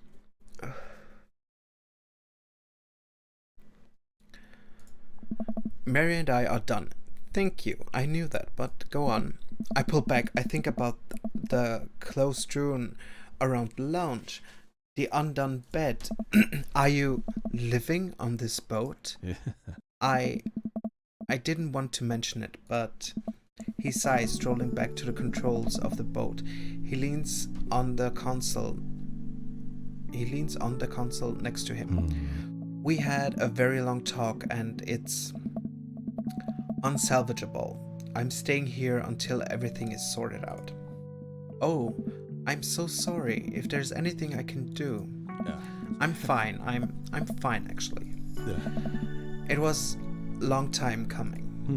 For the first time in a long time, I'm seeing a path to happiness, and now I can focus on myself and stop trying to deny the things that make me happy. Oh. I need someone who will be there, someone kind and honest. And you deserve that, Joseph. Peppy. You really do. Anyway, I've been having this crazy feeling. There's someone who I could get into the habit of having around. Someone very close to here. Is it Wales? I mean you. Oh, I was trying to be subtle. I think I'm picking up what Peppy is putting down. I lean forward, closing the gap between us, when Peppy grabs the receiver. Come in. Is anyone there? No, over. We're stranded out on the open waters. We've been out here for hours. Please send help over. But wait, are you guys gonna kiss? They heard? They heard? I mean, what are your coordinates? Over. Absolute. Have you been leaning on the talk button this whole time? I looked down. Oh, I definitely have been leaning on the talk button. Betrayed by my own butt yet again. I didn't lean on it. You leaned on it. McDonald! Neither of you were leaning on the talk button. We didn't hear anything. Over. Oh. Hey, were you listening to us? Sir, we here at the Coast Guard are professionals. We were not doing that. But as professionals, it seems like you deserve happiness, and we think it's closer than you think. Over. How soon could you guys be here to give us a tow over? Well, we'll pick you up in the morning. Sounds like you two have stuff to hash out. Over and out.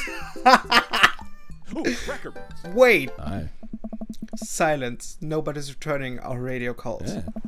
I think they left. We stare at each other for a second. Well, Beppy carefully places the receiver on the table, making sure the talk button isn't pressed in. Well, okay. Yeah. Beppy grabs me by the shirt and pulls me into a kiss. His lips are soft and sweet from the wine, and his skin is still warm from the sun. I reach for his belt and pull him even closer, running my free hand under his shirt and up his side. He pushes me against the boat's console, kissing down my neck. Come on. That's getting graphic. His hands drift to my thighs, and he effortlessly picks me up. Wow. Beppy carries me below deck. I'd be lying if I said I hadn't fantasized about this, but I didn't think he'd be so aggressive. I've wanted this for so long. He throws me onto the bed. I let out a little yelp. Lots of time to kill, Absolute. We better get started.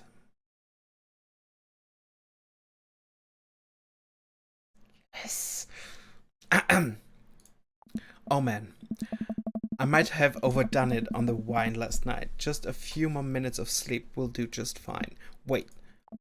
I open my eyes to find Beppy's face a few inches from mine, and an arm slung around my waist. He's sleeping peacefully. His hair is mustard and his lips still a little red. I think this is what I was talking about when we were discussing Margarita Zone. Finding little perfect moments of joy, like the way the light falls across Beppy's face, or how he's still holding me tight even in his sleep. I'm very tempted to curl up closer to him and keep sleeping, but I know the Coast Guard will probably be here soon, and I'd like to be wearing clothes when that happens. I nudge Beppy, and it takes a couple of shakes before he blearily opens his eyes. When he notices me hovering over him, he breaks into a huge grin. We should get dressed. Beppy pulls me in for a kiss. Do we have to? Another kiss. Stop trying to tempt me. Fine. Oh. The Coast Guard eventually shows up and tows us back to the bay. They thankfully keep their comments to themselves. Beppy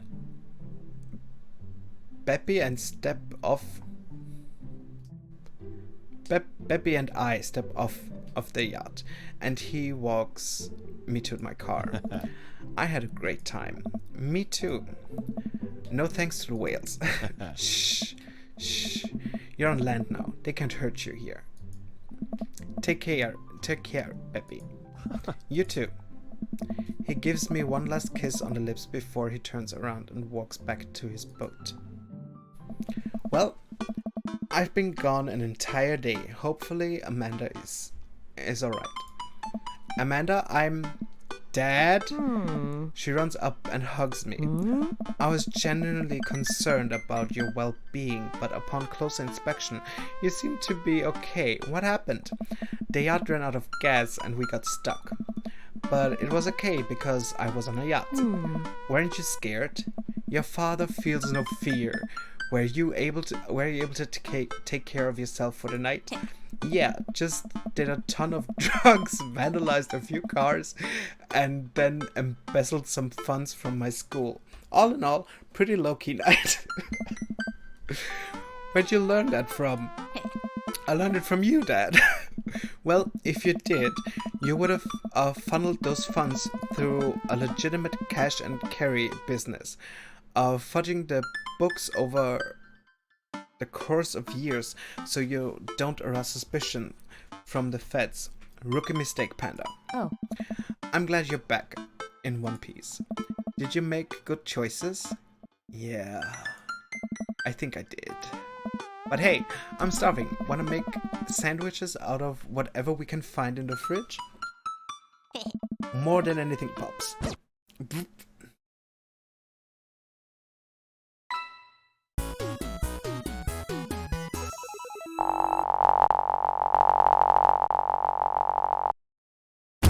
That was a great date. That was a great date.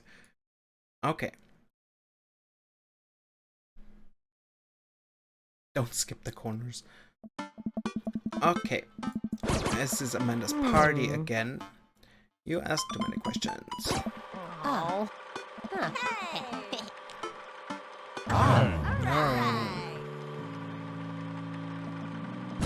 I want to stop this time. Just Peachy. I have to go to the over there. Okay. I want to stop at his kids. I want to see what they say. Daisy, Craig, Hey. his children, Ah. Hugo, Pew Pew, Oh. Ah. I don't know. Robert. Hey. Should be here. No. Damien and Lucian. Okay. Oh, nothing. Okay, that's weird. The sun is setting and everyone seems to have eaten their fill. As the party starts to wind down, I take a seat next to Joseph. To Peppy. Peppy, it's good to see you again. Great party. I should have you organize our next youth group mixer. My dance skills are ready whenever you need them. Hey, if you aren't busy this weekend. Yeah, me too. Me too. I was thinking we could maybe catch a movie or something. Yeah, that would be fun. Or we could take the yacht out again. Beppy slides up to me and presses a kiss against my neck. But I have to say, his storyline is the most sexual of the boys yet.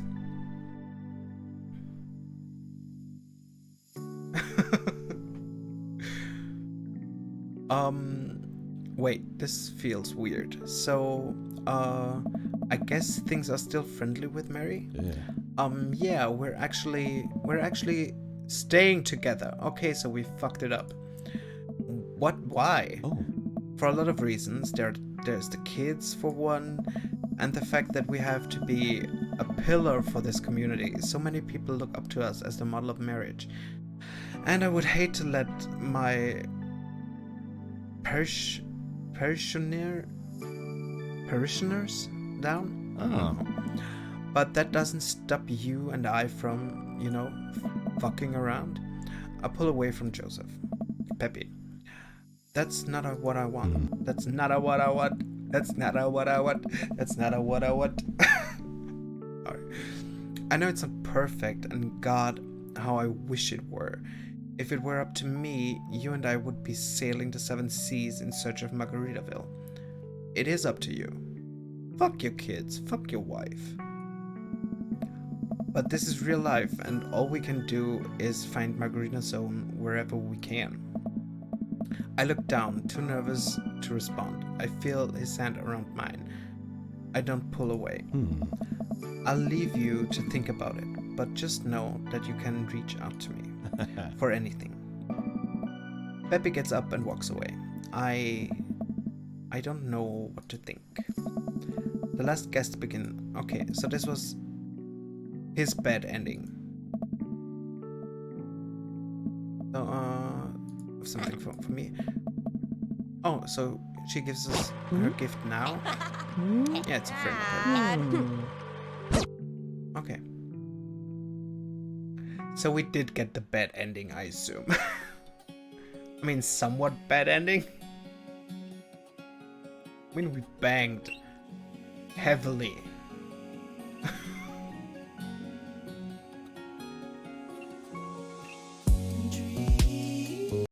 Yeah, okay. No photo from him.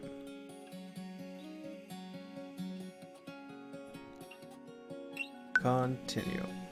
Oh, that book. Welcome. You've got dads. Okay.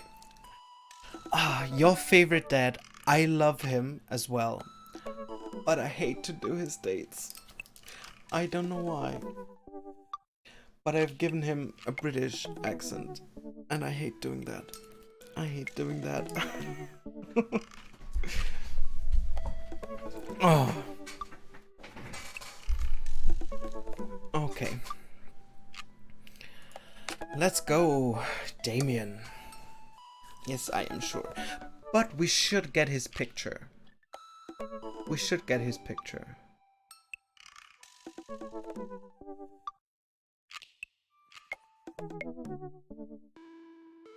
I don't know. My hair's been blue the entire stream. Sadly, no, you can't actually get a harem. I mean, honestly, I don't know how you didn't notice my hair was blue.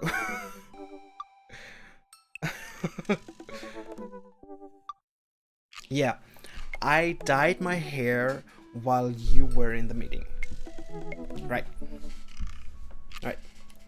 If I go through my hair, you see the color still on my hand.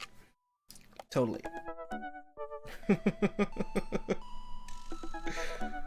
Haven't had time to wash it off. Okay, let's go, Damien. Oh. Ever since we had that picnic in the graveyard, Damien and I have been spending a lot of time together. We go on nighttime strolls pretty regularly. He was so impressed with the first letter. I'm sorry. I'm just so you know, I'm not jerking myself off because the microphone was just like bobbing around. I'm nervously shaking my foot up and down. That's the reason. I wasn't jerking. Just FYI.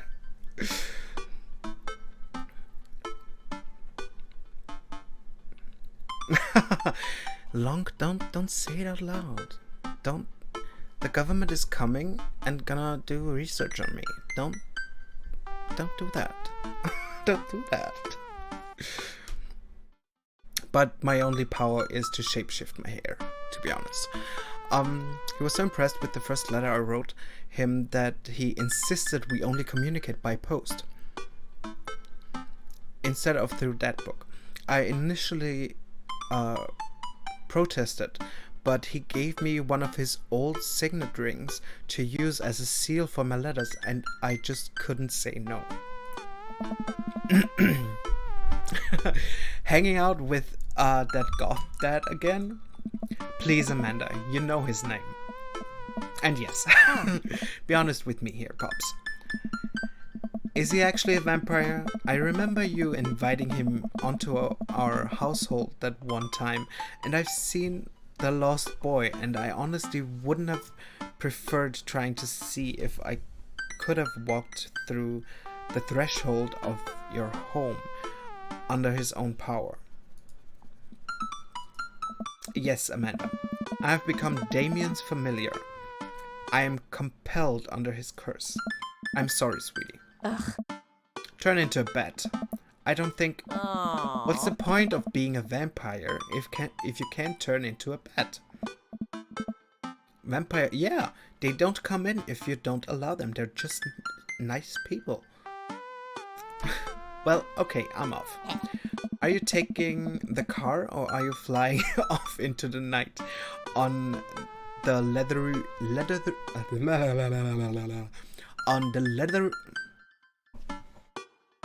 on the leathery wings of a bat? I don't enter people's homes, period. I don't go outside. Well, I do. Wings of a bat. One of those. While I'm out, while I'm out, you can throw away the garlic bread that's in the freezer, so I don't die. That would be great.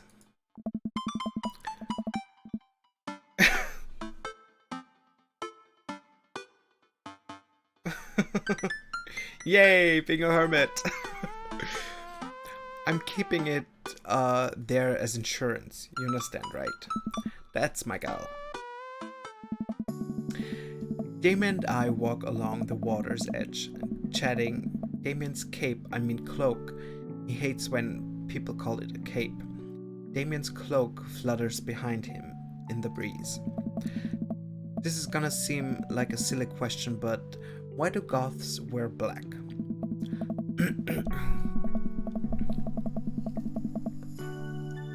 Okay. Oh, I need to get ready for this.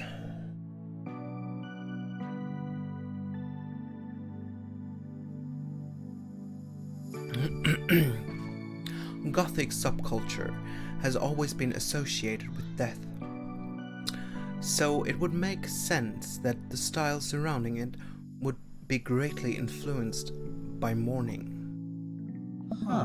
Interestingly enough, though, was that the Victorian era Queen Victoria herself mourned the death of her late husband for 10 whole years, wearing black for the rest of her life.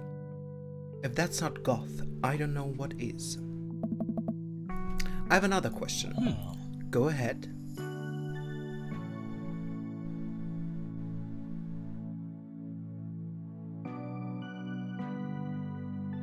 How do you know I had a goth phase? How do you know that? Why do you know that? Did I say that? Did I tell you?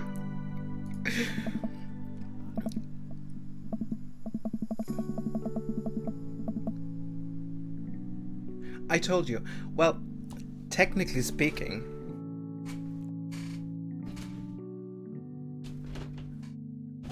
I'm still in my goth phase.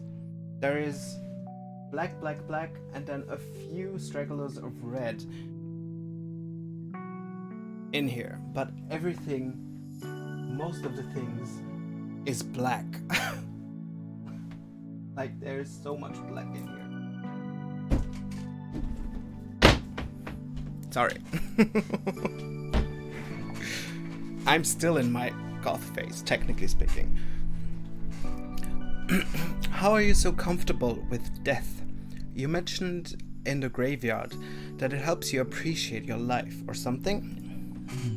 I've experienced several losses over the course of my life, and truly believe the only manageable way to cope with it is to accept that death is simply a part of living. It's the single universal truth for every human who has ever lived. I'm going to die, you're going to die, and life carries on without us. Doesn't that make you feel scared? Not at all. Without the advances of modern science, death was everywhere in the Victorian era, and yet funerals were major social functions. Victorians were obsessed with mementos of their loved ones, even going so far as to take elaborate staged photographs of their dead relatives. The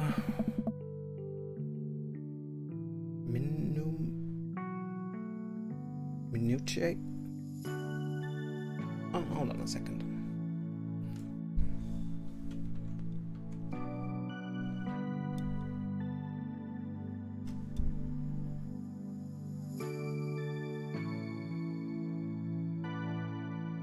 It's like minutiae. Minutia. Minutia. Minutia. Yes, I just googled it and had Google Translate talk to me. The minutiae of mourning was so complex that they were set periods of grieving that were deemed acceptable based on who in your life had passed. Now we don't have any of that. If you lose someone, you end up feeling lost yourself because we have no modern equivalent of those formalities. We need to allow ourselves the time to grieve, to feel that loss fully, but not allow it to consume us. So no, I'm not afraid of death. I believe it is a waste to spend your life dreading the end of it. The time we have here is brief and fleeting and occasionally cruel, but it is at all times precious. To stare death in the face and live despite that, I think is a noble existence. Let's save the mourning for the dead.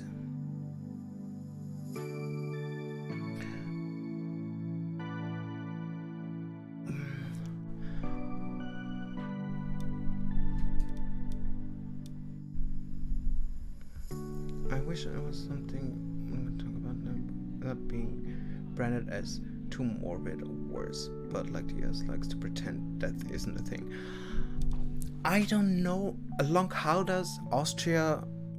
I mean, the only thing that I know about Austrian grievances, mourning periods, is that we literally have a feast after a burial, and we call it Leichenschmaus, which literally translate to corpse buffet, basically. That's the only thing I know. Other than that, I don't know how we mentally cope with death. Never talked to anyone in Austria about this. Because I'm a weird person. I'm sort of like Damien, where I'm like, yeah, we all die sometimes. And in my head is, we don't know what happens after we die. But when you die, you find out. So I'm somewhat excited to die, just to find out what actually happens. But that could be just me. I don't know how the general public in Austria thinks about this. Honestly, no idea.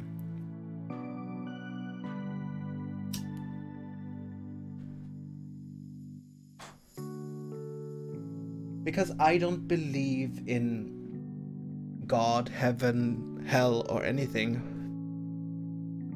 I somewhat believe in ghosts, somewhat, but not as ghosts as poltergeists or something, but as energies that guide us, maybe.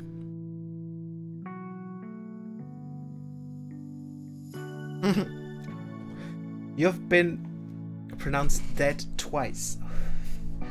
Well, in America that's common, sadly.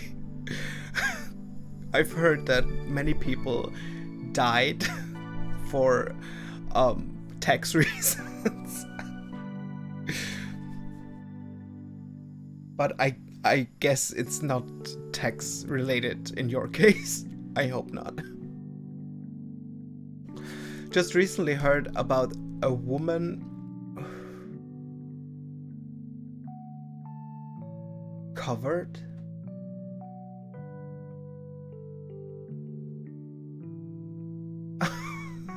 Okay. Oh, okay. because of accidents, your tax was covered. Okay, okay. Your insurance. Yeah.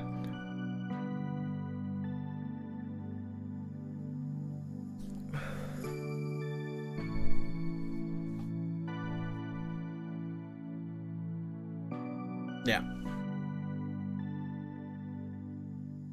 In Austria, by the way, if you go on to university, you can actually be insured with your parents till the age of 27.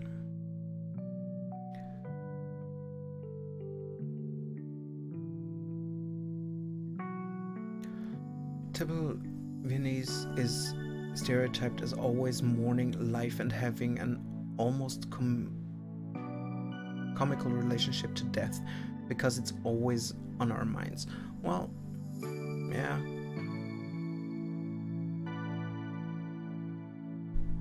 Whoopsies. Whoopsies. Got disowned.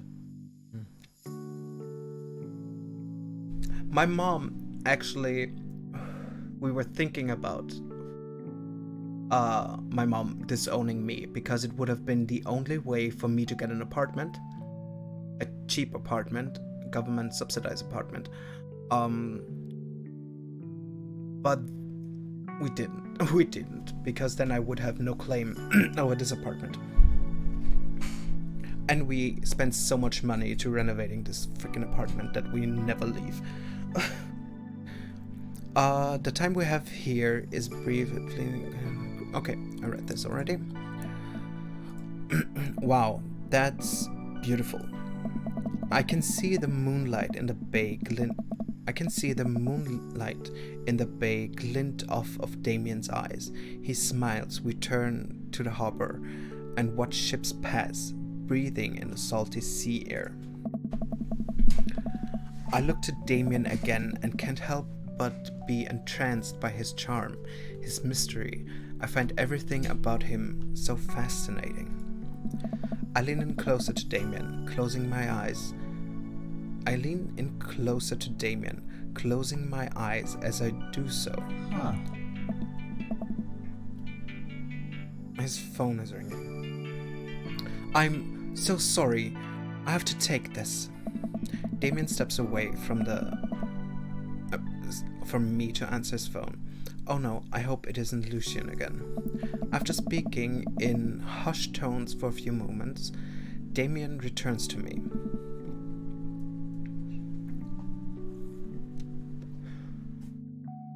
I just now realized that my cam is right in front of Damien's face. We had that last time with...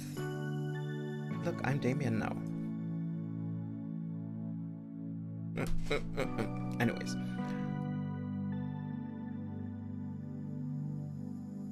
Dun, dun,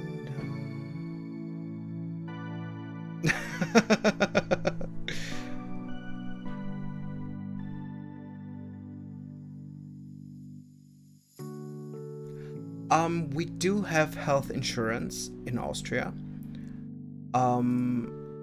We do have other insurance thingamajigs as well. The insurance for Austria is usually only for specific doctors, like cardio, like your heart, your if you have very specific problems. But other than that, you can go. And the problem is specialist. Thank you, specialist. Yeah. Usually every single doctor in Austria takes in normal patients that have the governmental healthcare system, but private insured people will get, not most of them though. Most of them. But private insured patients will get better treatment, like faster treatment. You have a very you can get an appointment very quick.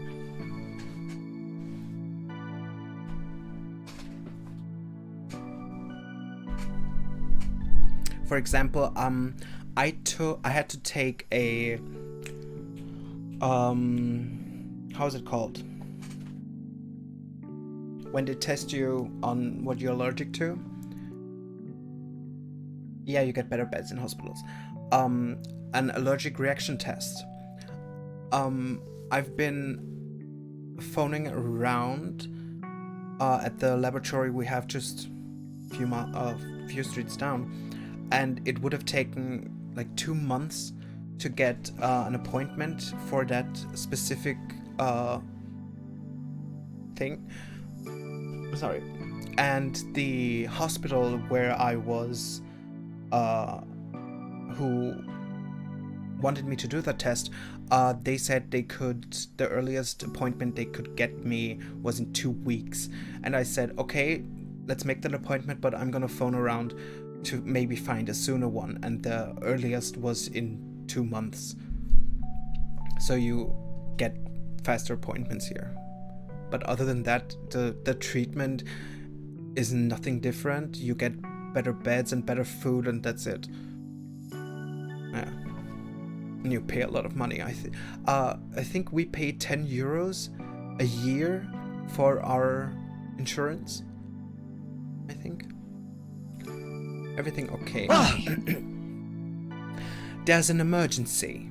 Lucian? Huh. No, thankful. 10 euros, yeah. No, thankfully, but I must take my leave. Just to piss you off, Ghosty. 2 years ago, I was in the hospital for 2 weeks. I had 4 CTR scans and 1 magnetic resonance MRI, 1 CT and 4 CT and 1 MRI. No, the e-card is...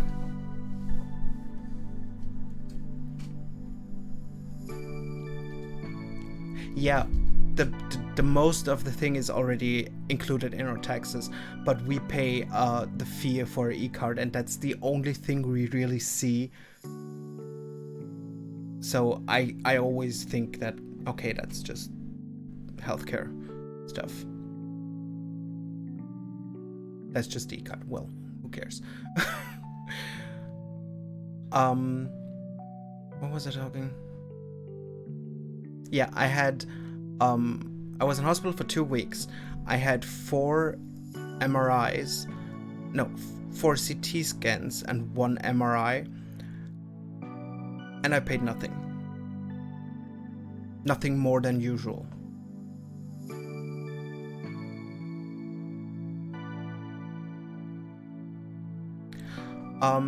For reference, if I'm working in retail, I get before tax 1,600 euros. And including tax, what I actually get on my bank account, because I never see those 1,600 euros. Never. The employer already takes out all the tax and pays itself. So I never have to pay taxes, technically speaking, if I'm employed.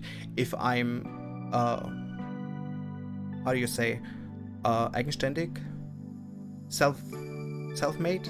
No. Philanthropy? Philanthropy is the thing, I think.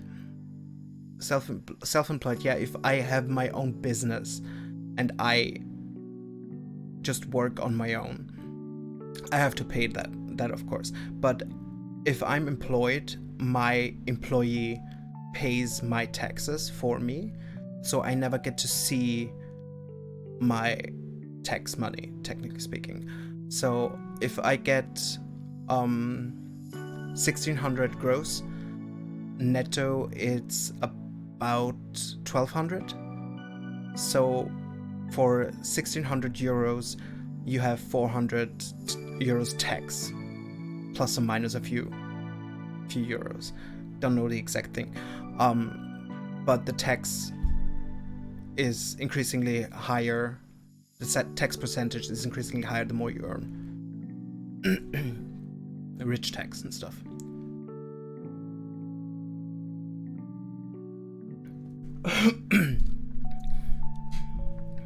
No, thankfully, but I must take my leave. Oh, okay.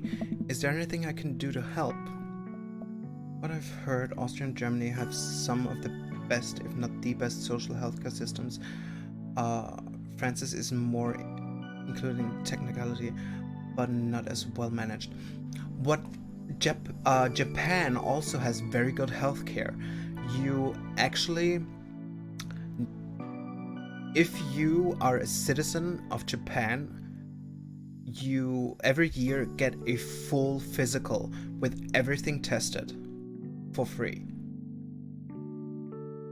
I mean, we can do that anytime also, but the government actually does that just by itself, without any recommendation from a doctor.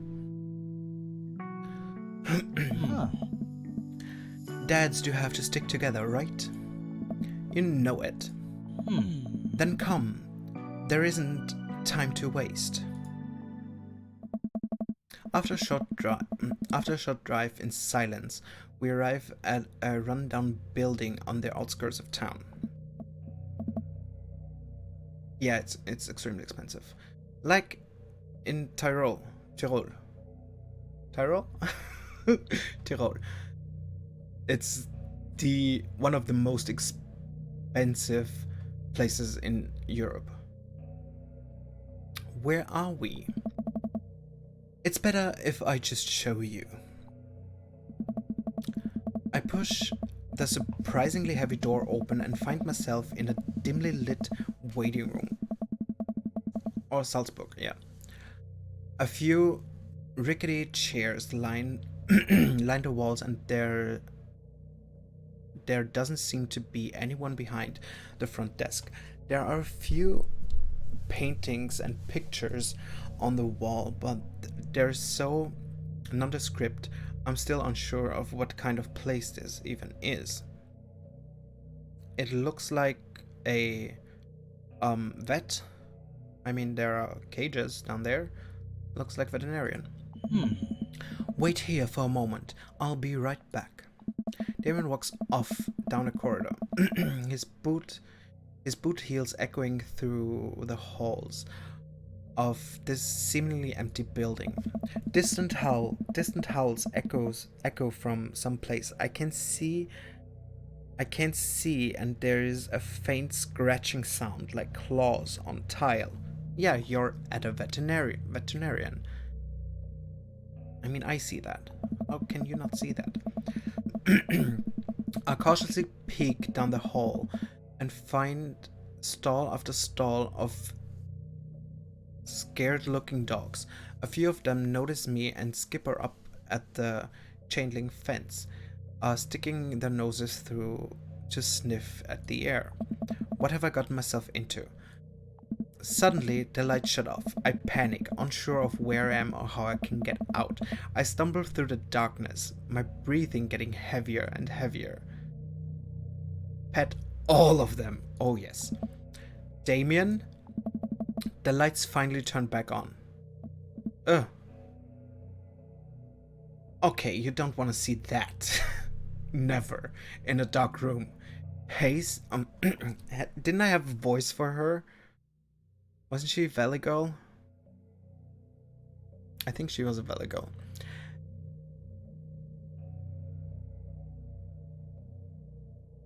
I just hate her. I just hate her. Hey, sailor. Mary, what are you doing here? You aren't here for the fight club? I don't wanna get punched in the face. Great, because this is an animal shelter. A what? We take care of stray animals, and then people adopt the stray animals. Don't you see the pets when you walk? Didn't you see the pets when you walked in? Oh, sorry, I didn't really expect to see you volunteering at an animal shelter. Or animals. Wow. Okay, kid. Way to put me in a box. Dames, do you hear this baloney? Just one moment.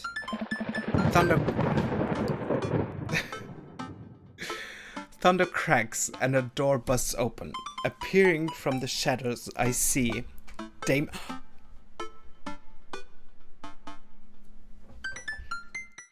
My. Oh my. Hi. Damien? Hey. It's Damien. He looks completely different. No cloak, no Victorian era clothing, no makeup. I never seen Damien's storyline, but he's hot. He's literally hot. I mean, I thought he was hot in the Victorian style, but this is hot as well. I wasn't planning to share this side of me until much later, but I'm not as goth as you think. I'm a system I'm a system administrator for the IT department of a realty company. I wear tennis shoes to work and I listen to Bruce Springsteen. I enjoy going to the hardware store and looking at storage solutions. And I volunteer at this animal shelter in my spare time. I'm boring. I'm fascinated with Victorian history and the goth lifestyle. That much is true. It's just not all that I am, and I need you to know that. Oh, Hey.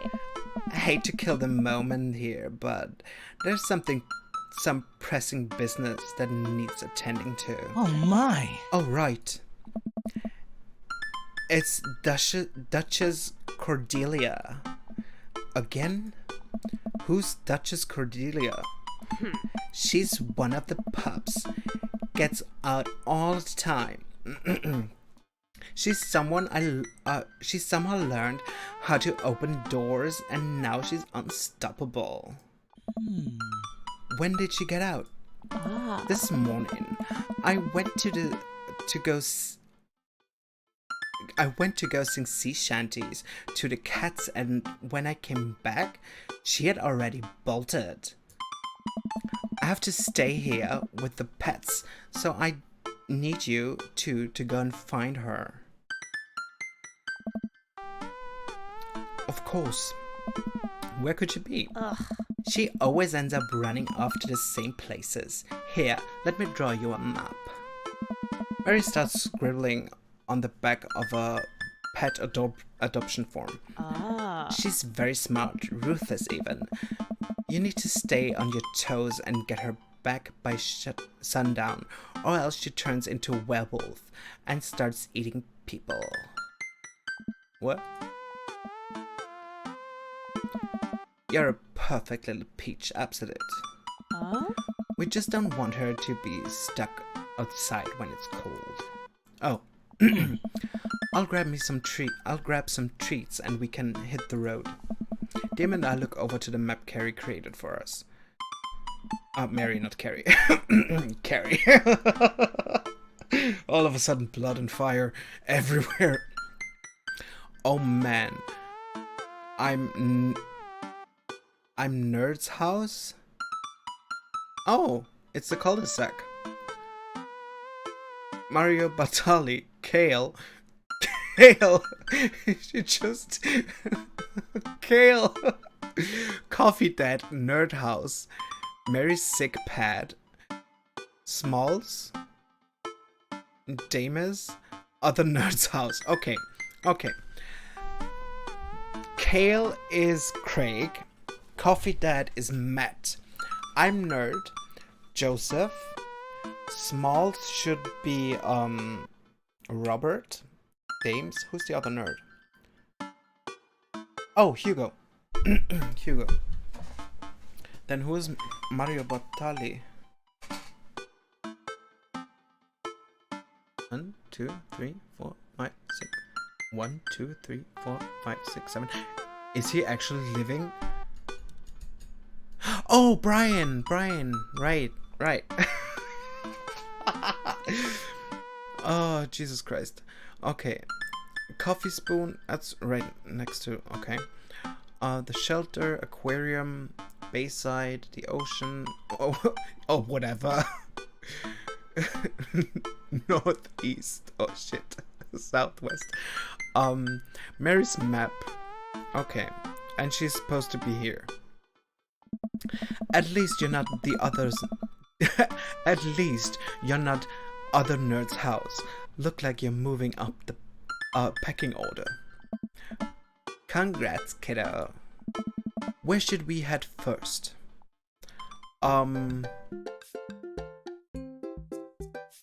Okay. I'm gonna Google Damien now.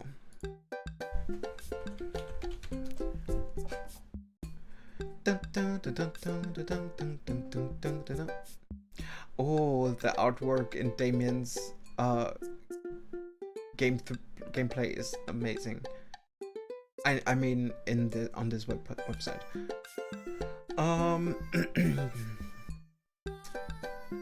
Where art thou?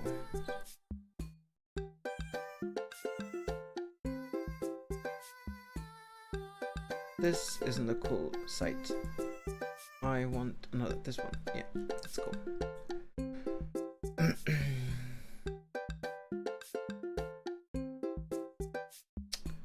Okay.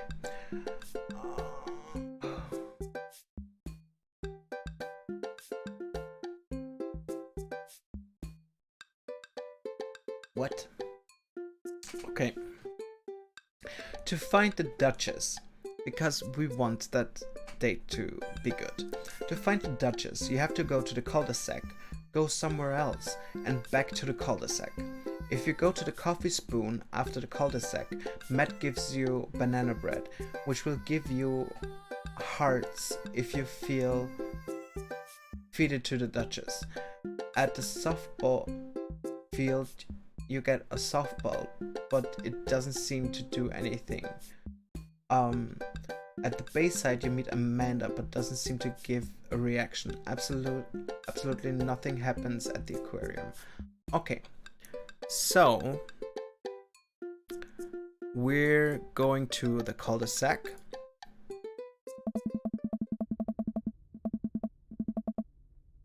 He seemed concerned. Shouldn't be too hard to find Duchess, right? She's a pretty big pup. Mary wasn't kidding when she said the dog was smart. One time she correctly guessed the winner of the Kentucky Derby. It was a really great year for Bark Bark Bark. Wow. Wow. I don't know. What do you think our odds are, Absolute? This'll be easy. Gotta stay positive. Abandon all hope. Ye who enters here. Where is that from? Abandon all hope. He who enters here. From where's that? I remember it from somewhere. I don't know where. Is it another Christian church thing?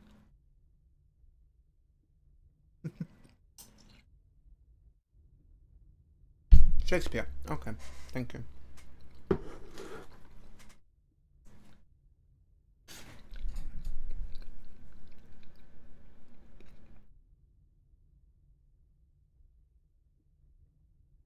So he should like that, actually, since it's Shakespeare, right? Abandon all hope, ye who enter here.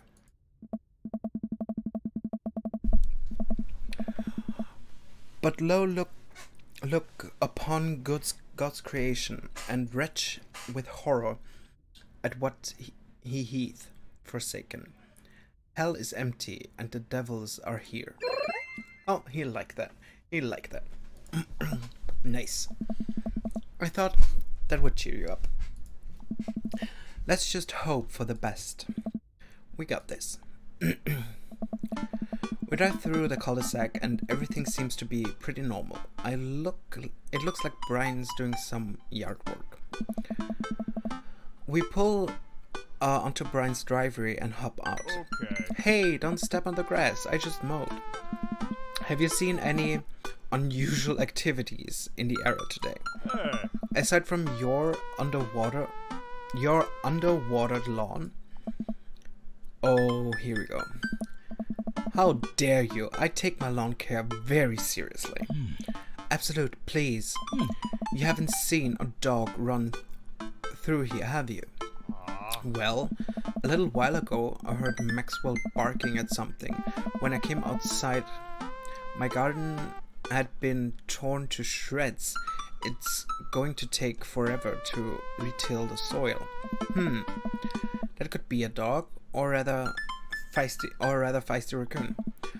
Whatever it was, it must have been hungry, ate all of my tomatoes. I'm very sorry to hear about your garden. If you need assistance restoring it to its former glory, please don't hesitate to contact me. Will do, buddy. Good luck finding that dog. She's probably still hungry. I wonder if she's looking for more food elsewhere. Well then, let's go to the coffee spoon and get that bread. We parked in front of Matt's coffee shop and walk inside. It seems like a slow day. Matt sits behind the counter reading his book. Hey Matt. Hey. Didn't expect to see you today. What's up? Have you seen any stray dogs around? Actually, yeah. I caught one digging through the trash earlier. It ran away when I tried to get closer though.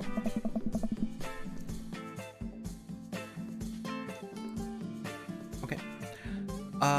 Did you see what direction it ran in? Matt thinks for a second. Hey, yeah. Might have been running east, I think. That pup tore through 3 pans of old banana bread, Kennedy's. Wanna take some for the road, just in case? Sure thing. Matt packs up a slice. Thanks for the slice. The road slice. This banana bread is gonna be so good. I think he meant to give it to you for the dog. Dog. Right, I meant it's gonna be so good for the dog to eat. Sure. I feel like we're on the right track. You think? If we keep this up, we'll find the Duchess in no time. Hey, if you like dogs so much, why don't you have any? Lucian is severely allergic. I wouldn't put him through that. But there are still dogs in my life, so for that I'm grateful. There's about to become one more dog in your life, buddy. Splendid attitude. Let us not waste any more time. Fairly. Okay, let's go back to the cul-de-sac. We arrive at the cul-de-sac to find everything looking normal except, oh no, Hugo's front door is wide open. She can't open doors. This is classic Duchess Cordelia.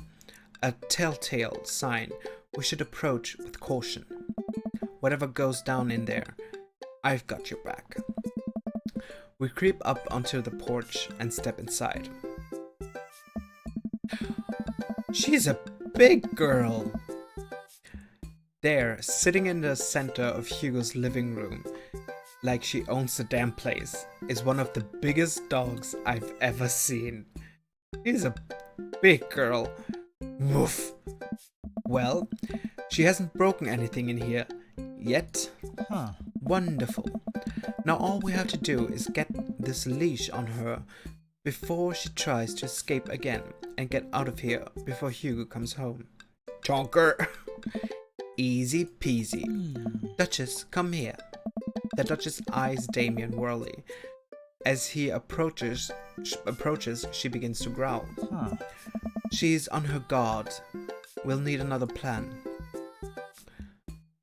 Give her the banana bread, Kennedys.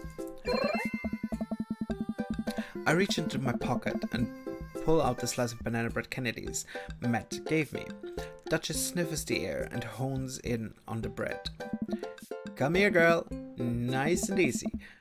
I've got some yummy homemade vegan and possibly gluten-free banana bread, if that's what you're into.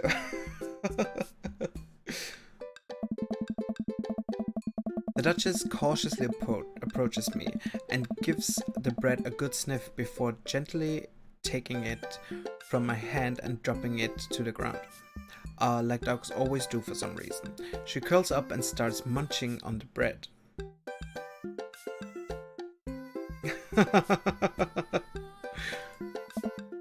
Success! Damien walks up behind the Duchess and attaches the leash to her collar. She doesn't wear a collar though in the artwork. She immediately notices and starts whining. It's time to go home now, Duchess. Damien gives a tug on the leash. She won't move. Huh. Duchess, what happened to your report? You and I used to be bosom buddies. Oh, the collar is underneath her neck folds. Okay. She still doesn't move. She's huge. There's no way we could even try to lift her. Well, this is a weird situation to be in. I think we're literally trespassing in our friend's house with this large dog. What are you nerds doing? Ernest stands in the doorway with a plate of pizza rolls.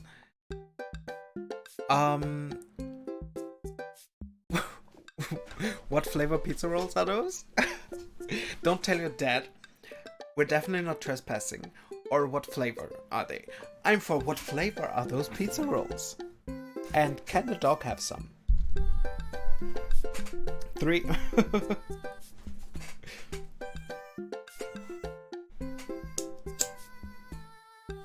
Also, I'm hungry. Oh god, I just realized we're almost at 5 hours streaming now. What flavor pizza rolls? Pepperoni blast. Nice. The Duchess notices Ernest and starts pulling against the leash. Why is this dog in my house? It's along. The Duchess suddenly breaks free from Damien's grip and hurtles towards Ernest. Oh. Ah! Ernest and the Duchess fall to the ground. Pizza rolls fly everywhere. This is bad. Ernest, are you okay? Ernest feeds the Duchess a pizza roll. Hey, she likes pizza rolls.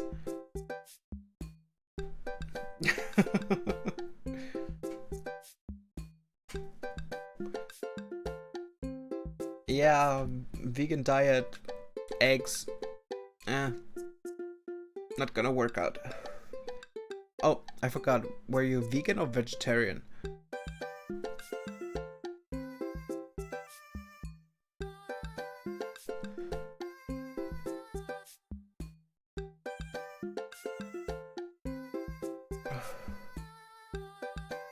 She likes pizza rolls.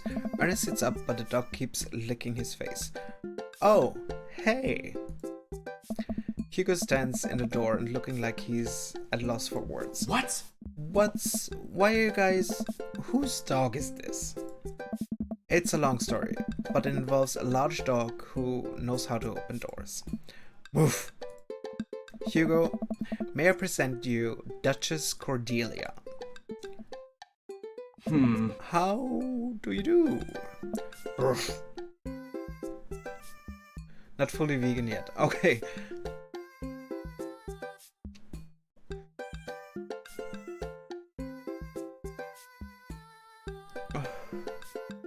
On very rare occasions. Okay.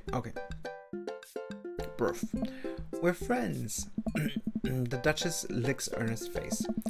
She's from the local animal shelter.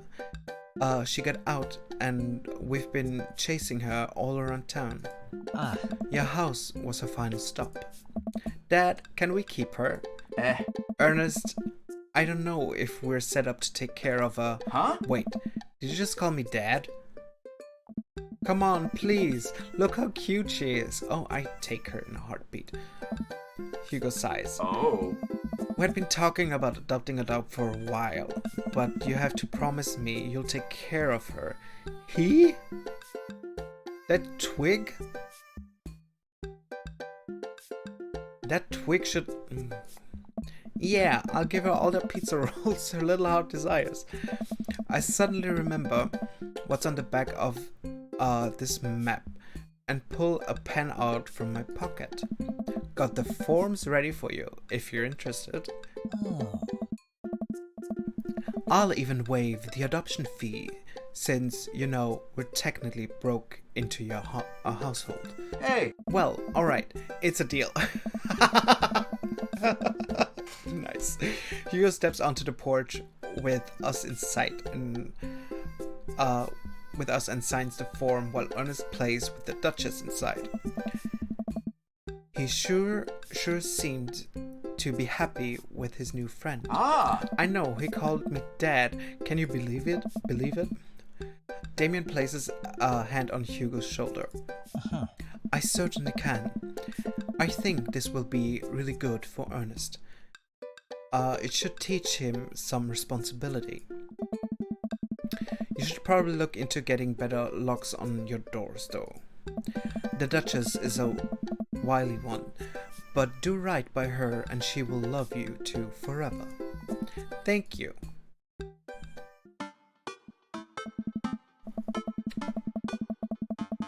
And long story short, the Duchess now lives in a happy home and neither of us were charged for breaking and entering. Sweet. So all in all, I think it was a fine day's work. Nice work. Nice work, you two. Absolute, you could be a valuable asset to a team of volunteers. You know, if you ever feel like petting some puppies, hit me up. Ugh. Mary, I always feel like petting puppies. Ah. Good to know. Well, I'll catch you fellas later. Mary starts to leave. And one last thing. Ah. Damien's been telling me about you. Glad he finally brought you around. Oh, yeah. Come on. Damien's my special boy.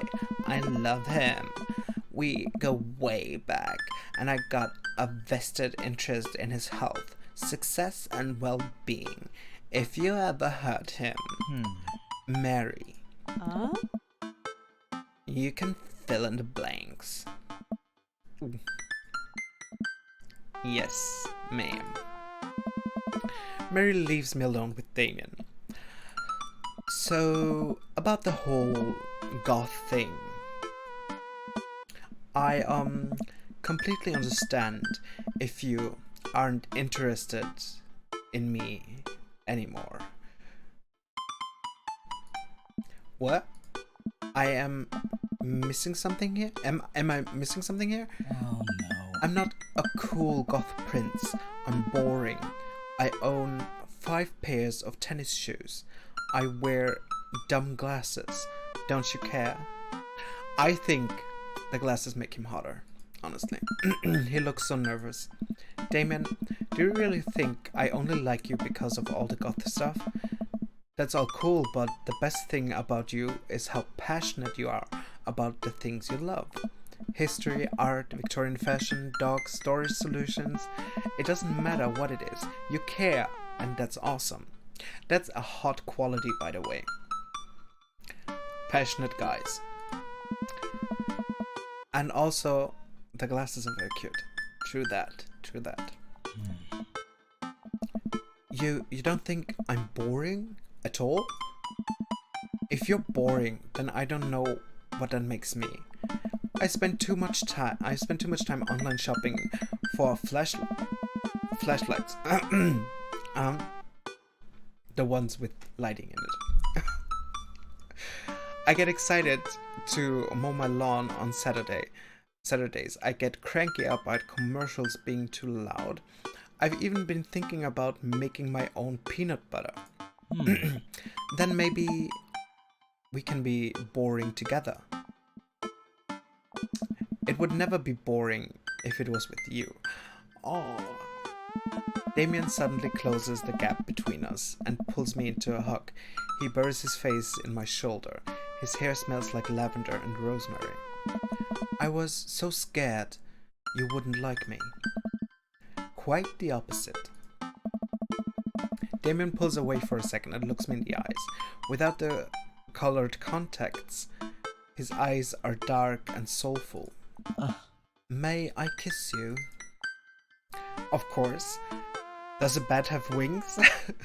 Thou art welcome. Oh.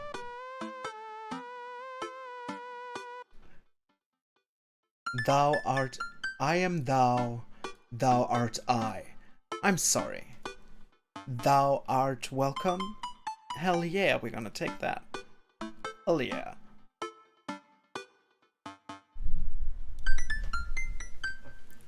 Anyone ever played Persona, any Persona game? Because I have. And I am for thou art welcome. Verily, you may take upon yourself thee.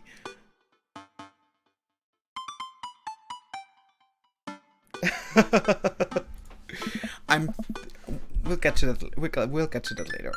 Now what? Just kiss me. He smiles slightly and leans in, giving me a gentle kiss. Damien pulls away and gives me an intense look. Do you want to...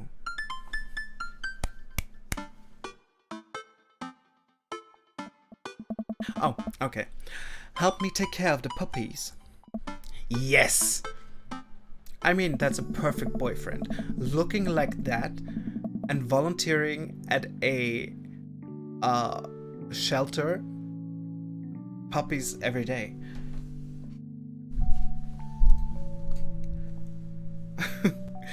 Damien and I arrive back at the cul-de-sac, our fingers intertwined. Like a proper gentleman, he walks me to my doorstep. This was lovely.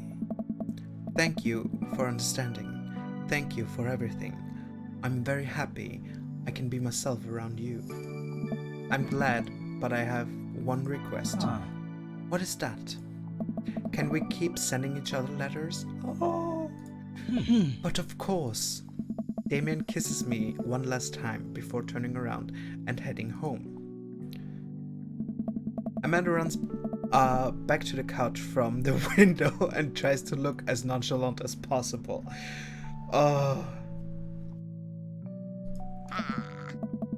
Hello, Father. I was sitting here on the couch this entire time. Hi, Amanda. So, are you guys like starting a vampire coven together? Oh, hell yeah. Oh, plot twist. Mothman. Damien's actually Mothman.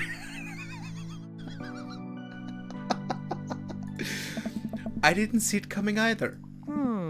Genius. Well, whatever's happening, I'm ready. I'm really glad you two are happy. You deserve it, Dad. Aw, shucks. I'm gonna head to bed. Catch you in the morning? Sure thing. I make my way to my room and fall into my bed with my heart full, excited for the days to come. Damien is...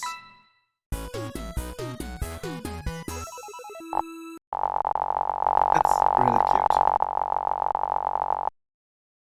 S. Are you familiar with the works of Corey Feldman? He simply slayed in The Lost Boys. Okay. We have the achievement Dreamiest Daddy. Because we dated all dads. Phew, I think... Okay, that's again Amanda's farewell party. You ask too many questions. This should be an artwork. Pablo, Hey. Mary. I don't know. Oh.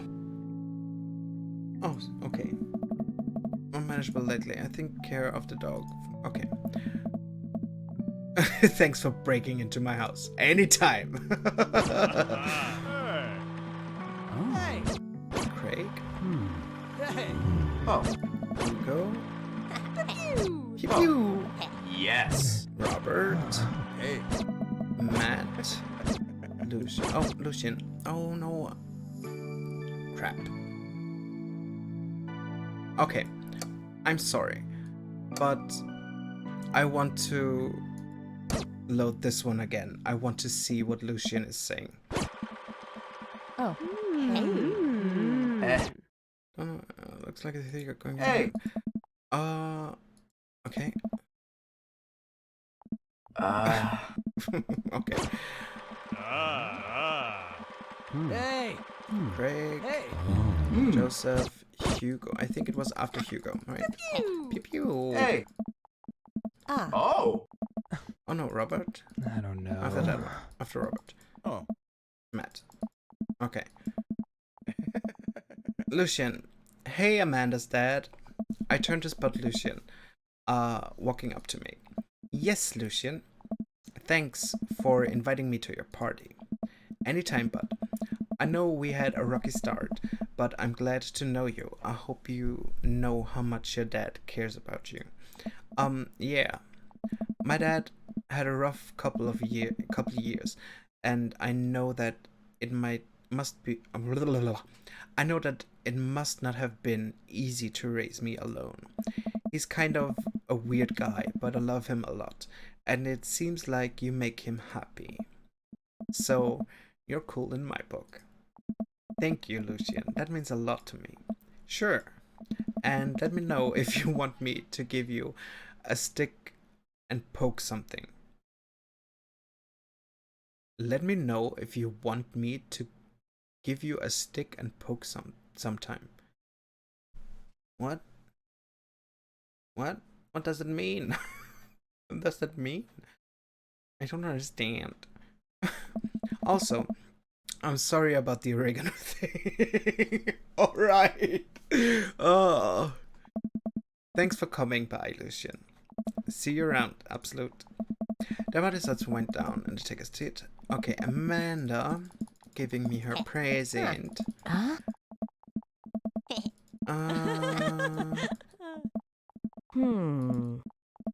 Knock 'em dead. Share a hug.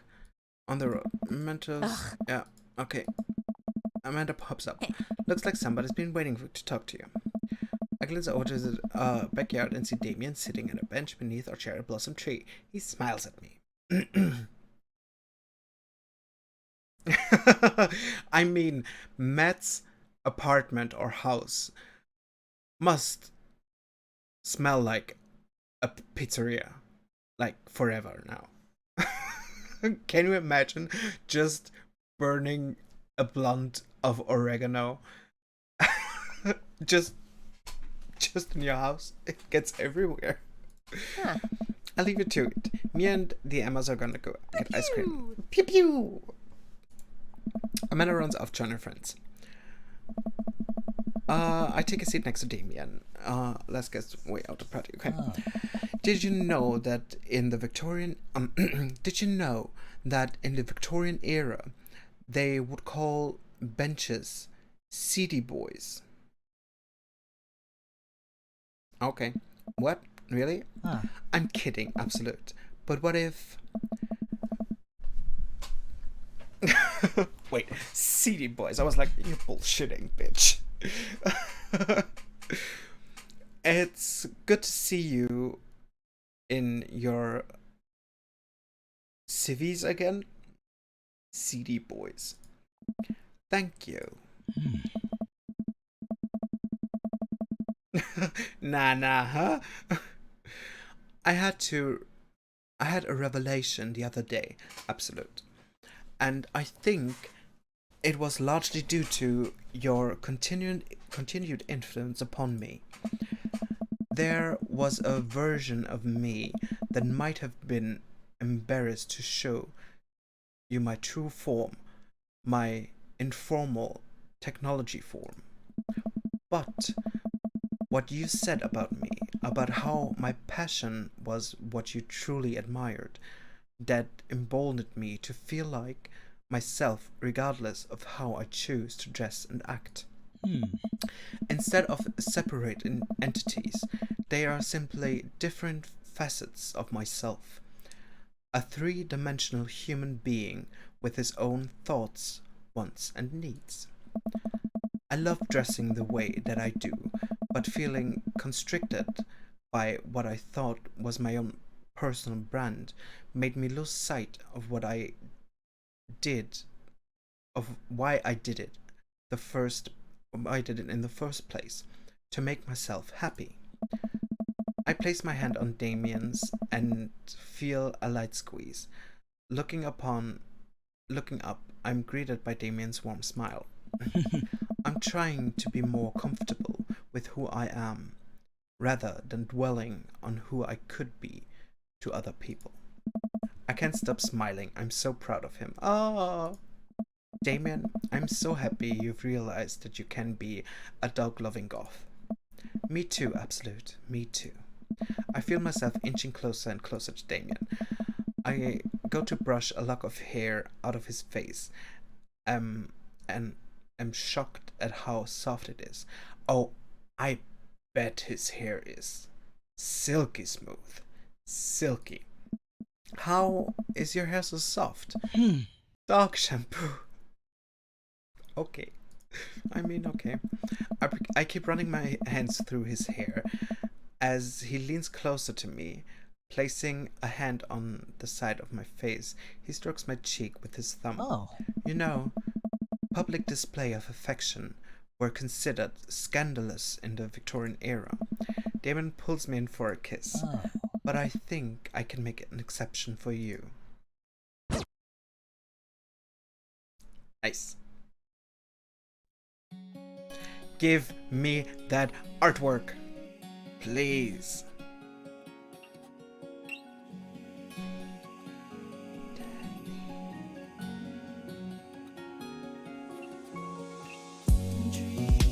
I'm so ugly.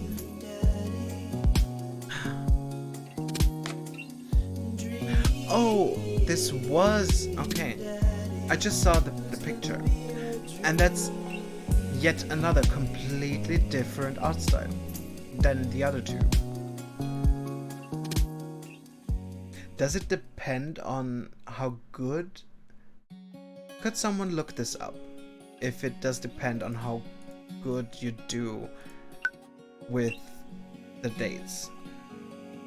How and what kind of Welcome. artworks you You've get got from them. dads. But I think we did pretty good with Hugo. I think. Okay, just Craig left.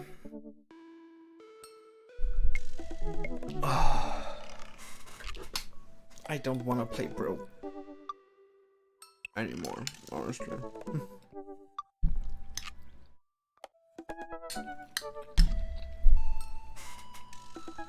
The secret in Craig's date? What secret?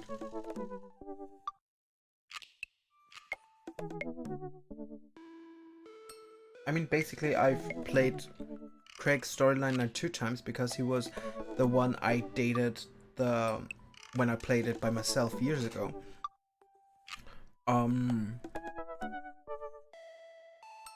And now this time I don't know what secret.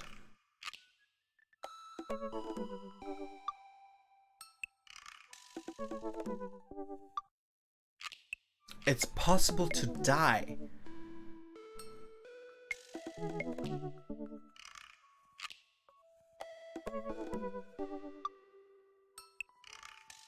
It's possible to die. Like running up the hill or what?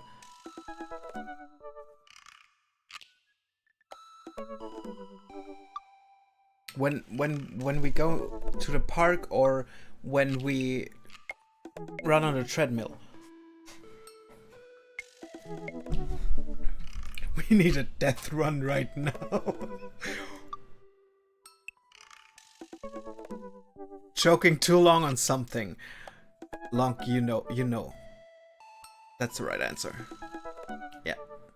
Or maybe get shivved by the moms, the soccer moms. Like, there. You just standing between them and she's like, go away, we want Craig.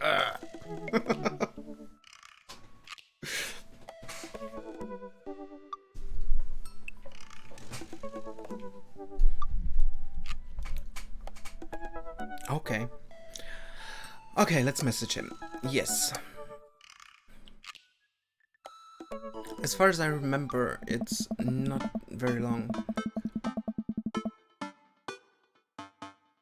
I mean, the only thing I'm gonna do... or ignore it, it's good too. The only thing I'm gonna do is look up why the hell we're getting different art styles. If it's to do, if we play a perfect score, we get the beautiful cel-shaded stuff. Or, but that's all. It's different artists. But why? Why though? Why? It doesn't make sense. Because, Craig, Brian, Matt, and... yeah, they are all drawn in the same style.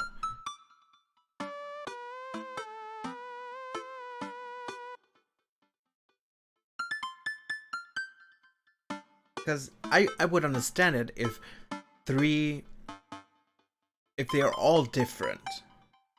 If every single dad had a different style, I wouldn't understand that. But Craig, Brian, and Matt are literally drawn in the same style. Or am I stupid? Am I just stupid?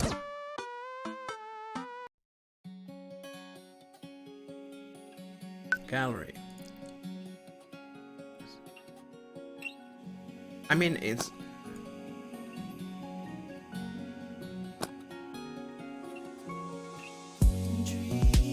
no outlines. Okay, no, they're not the same style.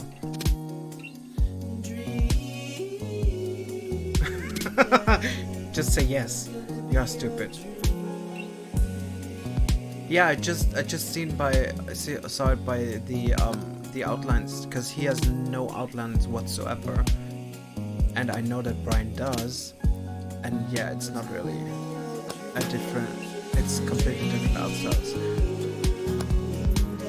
But having Craig, then this one, and this one, and then it jumps to this.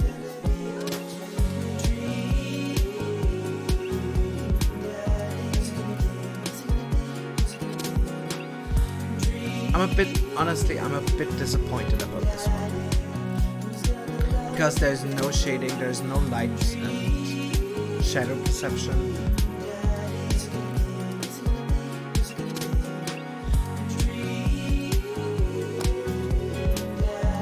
And this looks like a concept art, just colored. The game... how old is the game? No, it's older than 2018.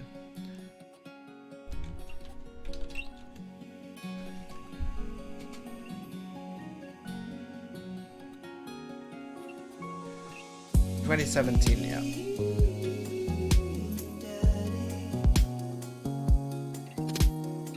Okay.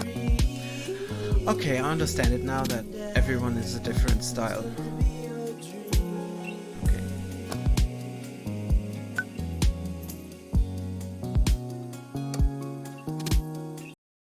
Welcome. You've got dads. Okay. I'm gonna go get me 1 or 2 cigarettes to get through Craig, and then I'll be right back.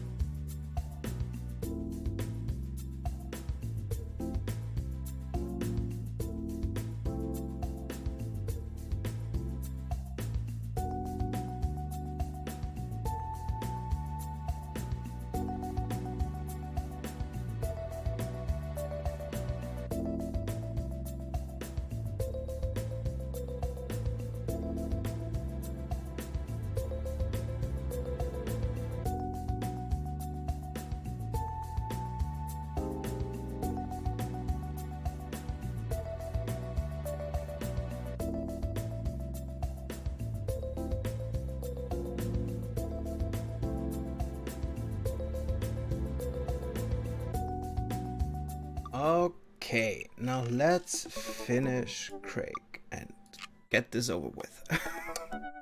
Yes.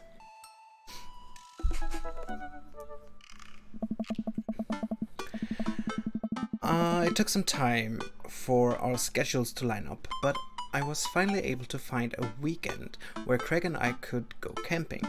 He always stays so busy with work and the kids, but it's good to know that we'll just be able to spend some time relaxing together in nature. Since our first run, I've managed to go on regular runs with Craig. I mostly do them because it seems like the only time we get to hang out. But the added benefit is that I've seen a lot of improvement in my health. I was able to sift through the attic and find my old camping gear from college.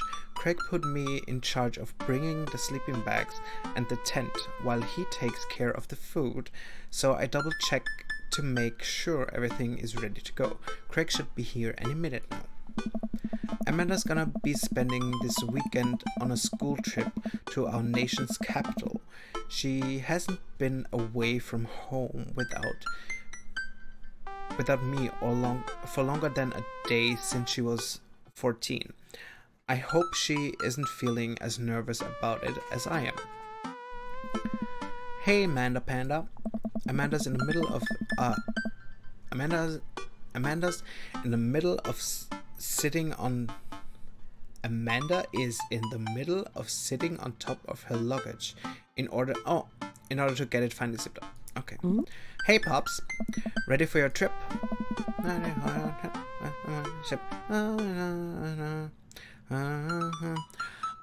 Once I get this bad boy all zipped up, I'm good to go. How much did you pack? That seems like a lot for 2 days. Oh, it's all of my camera equipment, lenses, tripods, flash, all that. Are you even gonna have time to take pictures? I'll find a way. I need to get some good shots for my series on national monuments. Oh, what's the series about?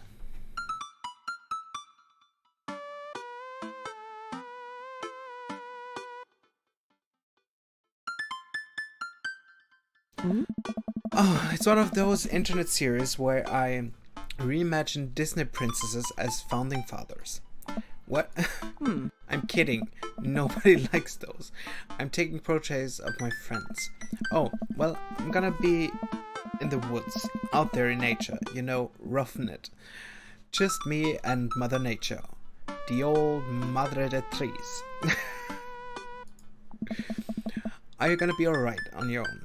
Mm-hmm. I'm not gonna have any signal out there. I won't be able to text or call you at all. Oh, it's alright. I'll be able to survive a couple of days without constant updates on who just got voted off of International Haunted Ghost Hunters. Well, I'll miss you. And for record, Bradley was pushed down a flight of ornate stairs by a ghost. They were really beautiful stairs. Amanda finishes zipping up the big suitcase and lugs it next to the door of her bedroom. She turns around and gives me a big hug. Yeah. Relax, Dad John. I'm a big kid now. I can take care of myself. Besides, I gotta share my room with Monica Sanders, and 2 mom chaperones. The most trouble I could possibly get into is falling asleep with a tub of ice cream on me.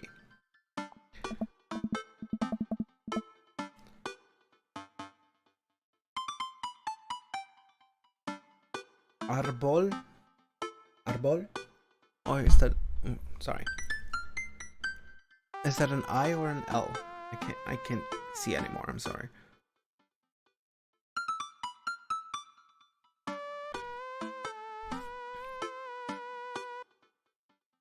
Oh well, don't steal anything. It's an L, so Arbol. Madre de Arbol. Madre de Arbol. Di or de? Di Madre de... I think Di Madre de Arbol. I think. I'm not good in Spanish. Oh well. Alright, don't steal anything, okay? Since you asked nicely, fine, promise. I step outside, hauling my bags behind me. Craig's already strapped some camping gear on top of my modest but stylish car. He notices me carrying my equipment and hurries over to take it from me. Plural would be arboreles. Okay. Arboreles. I got it. Don't you dare. Such a gentleman. Such a gentleman. Oh. Ooh. Oh. What's it gonna be? 1, 2, 3.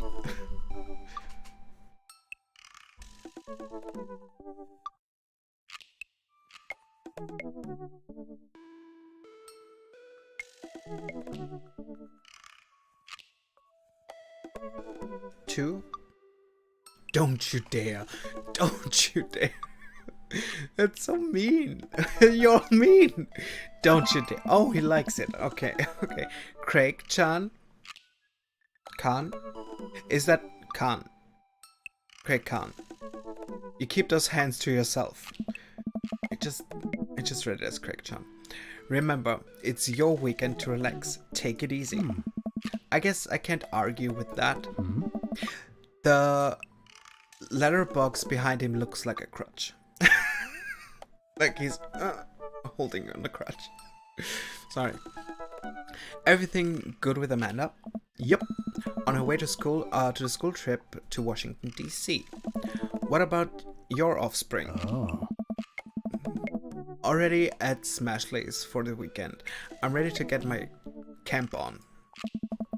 I load the rest of my stuff into Craig's car and we get in. Didn't we say it's my car? Wasn't it just my car that he strapped his stuff on? Okay. Whatever.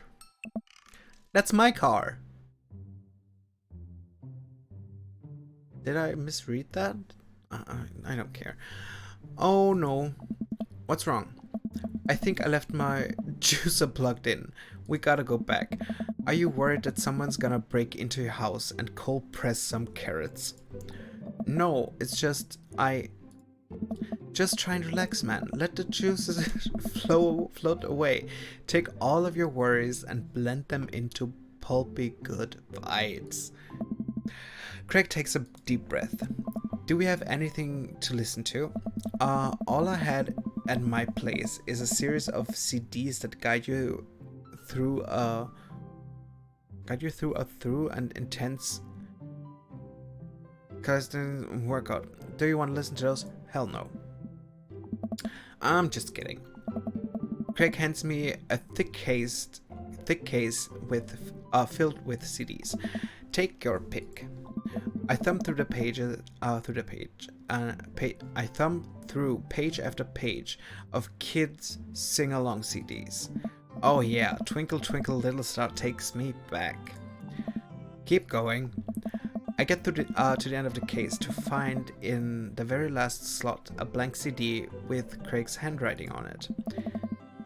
DJ Kegstand's Mega Mix Volume 1. Made it just for the trip. I think you'll like it. I pop the CD into the car stereo, and it's like I'm immediately transported to our old dorm room. Hit after hit plays soon enough we're both happily screaming, singing the lyrics to each song as we fly down the highway. This song was Carl's favorite. Carl, the third roommate. You brought that dog home one night, and I couldn't pry you two apart. So I spent an entire semester fabricating a story about our foreign exchange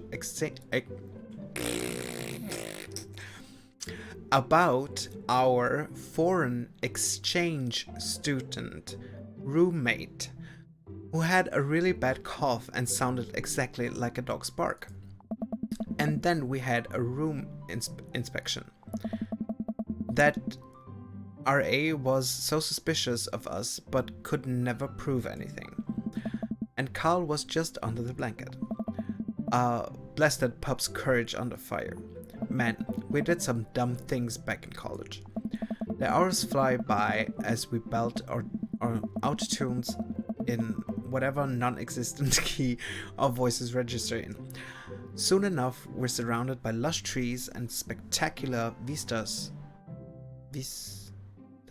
Spectacular vistas of everything amazing that nature has to offer. It feels good to be back out here. Really good.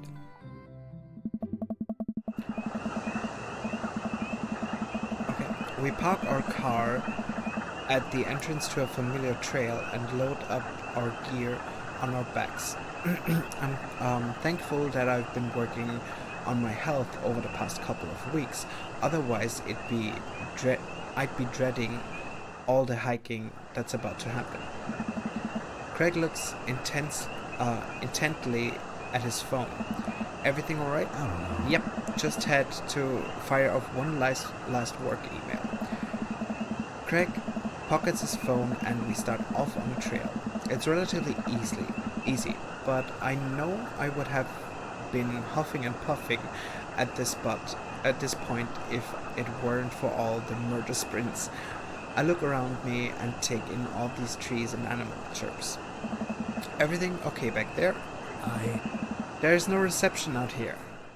Oh yeah, being out in the middle of nowhere will do that. I recognize the look of anxiety on Craig's face. But what if there's a problem? Yeah. And I can't go to the options. 2. You've trained for this.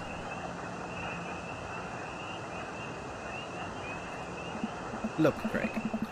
We all know that if you really wanted, you could flex your calf muscles and fly out of here in a rocket ship all the way back to Maple Bay. You're gonna be fine. You're gonna be fine. We're gonna be fine. This is our weekend. Nice. We keep marching down the trail, but it seems like Craig is still worried. After a bit, he stops in his tracks. Maybe we should go back. We could find another camping ground that gets good cell phone reception. Craig, seriously, what's wrong? I mean, I'm just really nervous. My dad instinct is kicking in, and my mind keeps conjuring up all sorts of worst-case scenarios. What if something happens to the girls? I don't have a signal. I have no way of knowing. So? You're hours away from the city anyway. If something would happen, you would have to spend hours to get to your kids.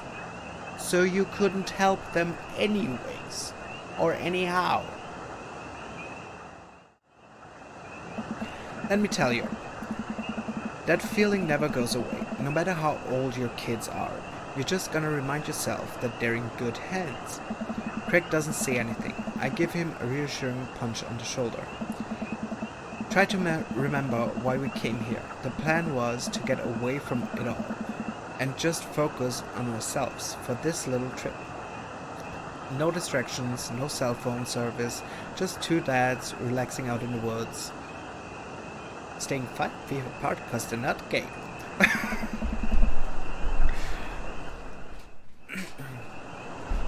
Craig looks me directly in the eyes. No distractions, no cell phone service, just 2 dads relaxing out here in the woods. We're gonna have some fun this weekend. Craig and I get back to marching. It's not too long of a hike before we get to the campsite, and we're both glad to see that we're the only people there. I can't believe you still have this tent. Found it in my attic, and already checked if it for holes. It's seen better days, sure, but I think we'll be able to survive. I dump the bag of fabric and poles onto the ground. We unfold the tent in the desired spot.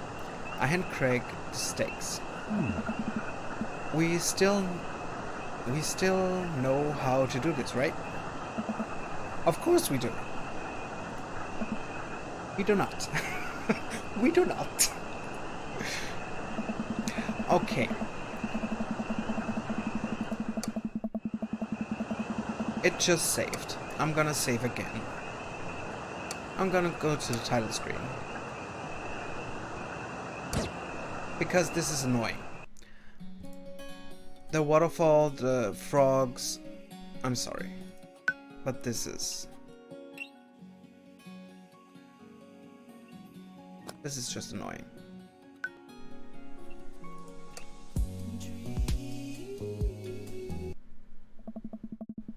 After 20 minutes... Okay, it's better. After 20 minutes of struggling like people in bad infomercials, we somehow... Yeah. Yeah. It's...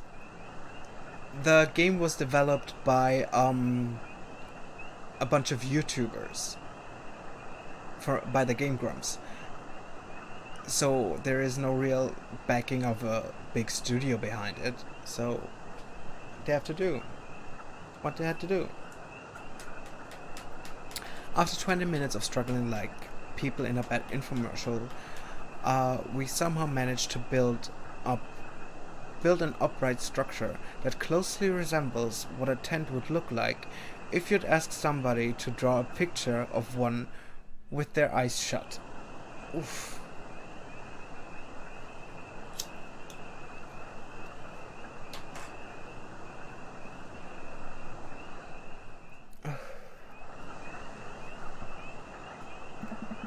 I wouldn't put this up against a storm, but I think we'll be able to survive for the night.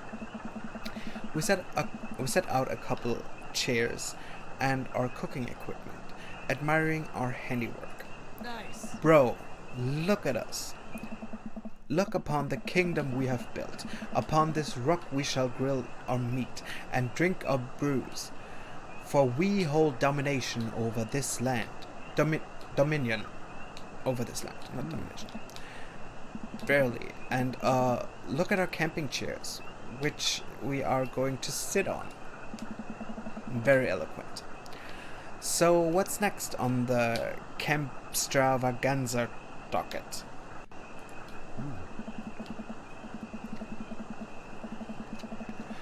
Well, now that we have shelter settled, I think it's time for us to do some exploring. There's a waterfall a little bit up the way that I'm sure we could hike to. I remember we're gonna not say anything. Let's get hiking. Craig and I venture into the woods. We amble along, taking our time to chat and admire the wildlife. Craig reaches out an arm and stops me. Dude! Does that look like what I think it looks like? I look over where he's pointing. Oh my god, it does. That tree looks like a butt.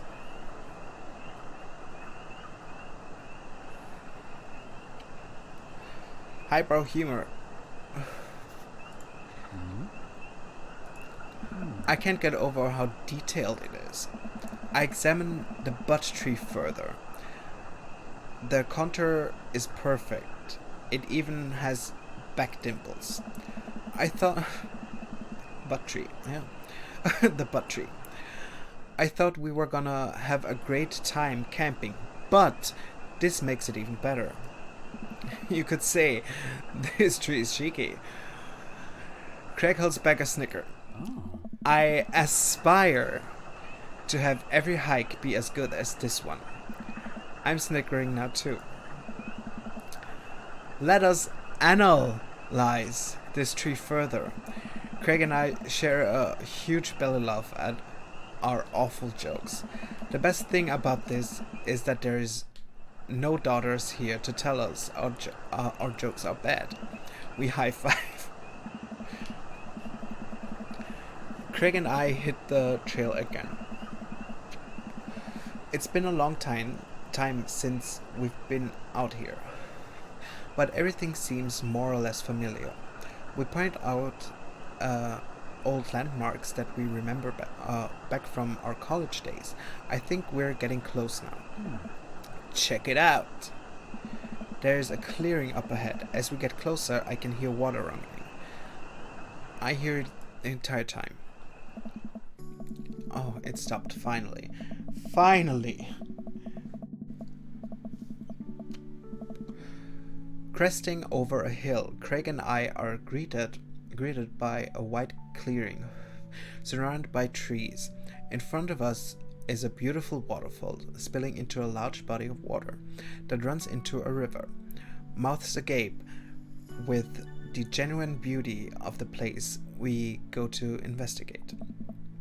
The old waterfall. Hey. It's gorgeous.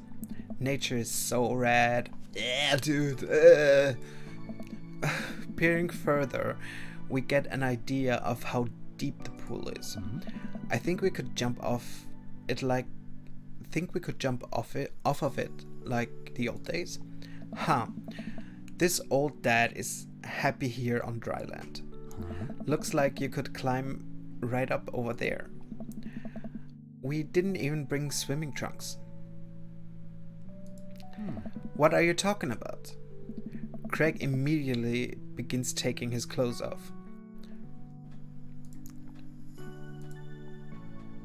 Look at Craig's butt. Don't look. Please look at Craig's butt. Please, guys. Please.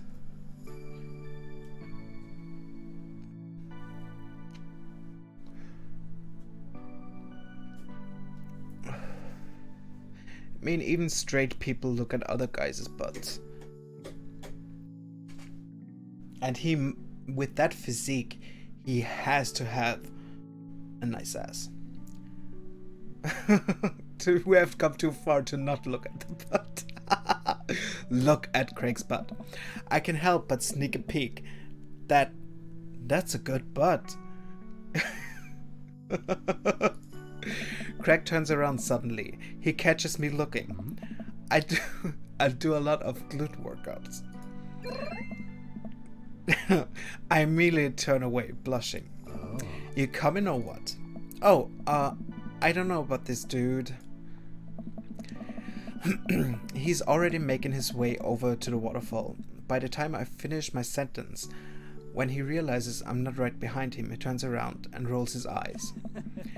We lived together for years, and I've seen your ass more times than I can count. It's no big deal. You got this, Chief. Let's put on a show. Who needs pants anyways? Okay, can we skinny dip?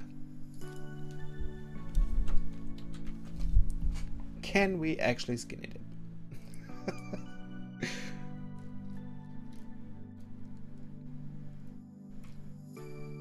Date 3. No, that's not. That's Damien's date. Damien? Why did I write Craig wrong? Oh. Why can't I find it? Oh. I'm stupid. I googled Dream Daddy Damien answers, and instead of double clicking on Damien, I double clicked on Daddy and wrote Dream Craig Damien answer. Just stupid. No, not this page. This one, yes. Such a gentleman, blah blah blah. Please don't worry. Look at Craig's butt. Okay.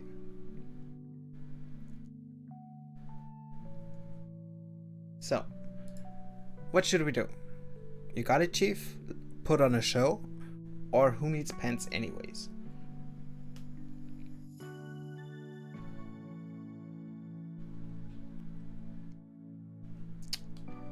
Why? Either 2 or 3 has my attention. I mean, the funny thing is, there's only one good option. The other one are just neutral. This is neutral. This gives hearts. And this is neutral. I thought this would give dicks, at least. I guess 2? To get some hearts? I don't know how we performed in his dating anymore. Can't remember.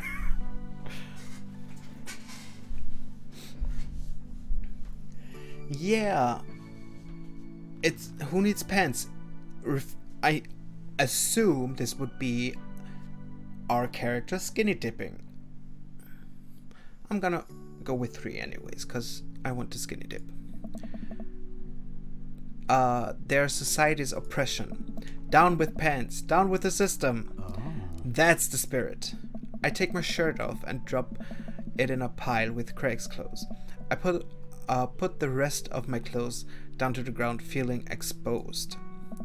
Craig and I climb up the top of the waterfall, making sure not to slip on any wet rocks.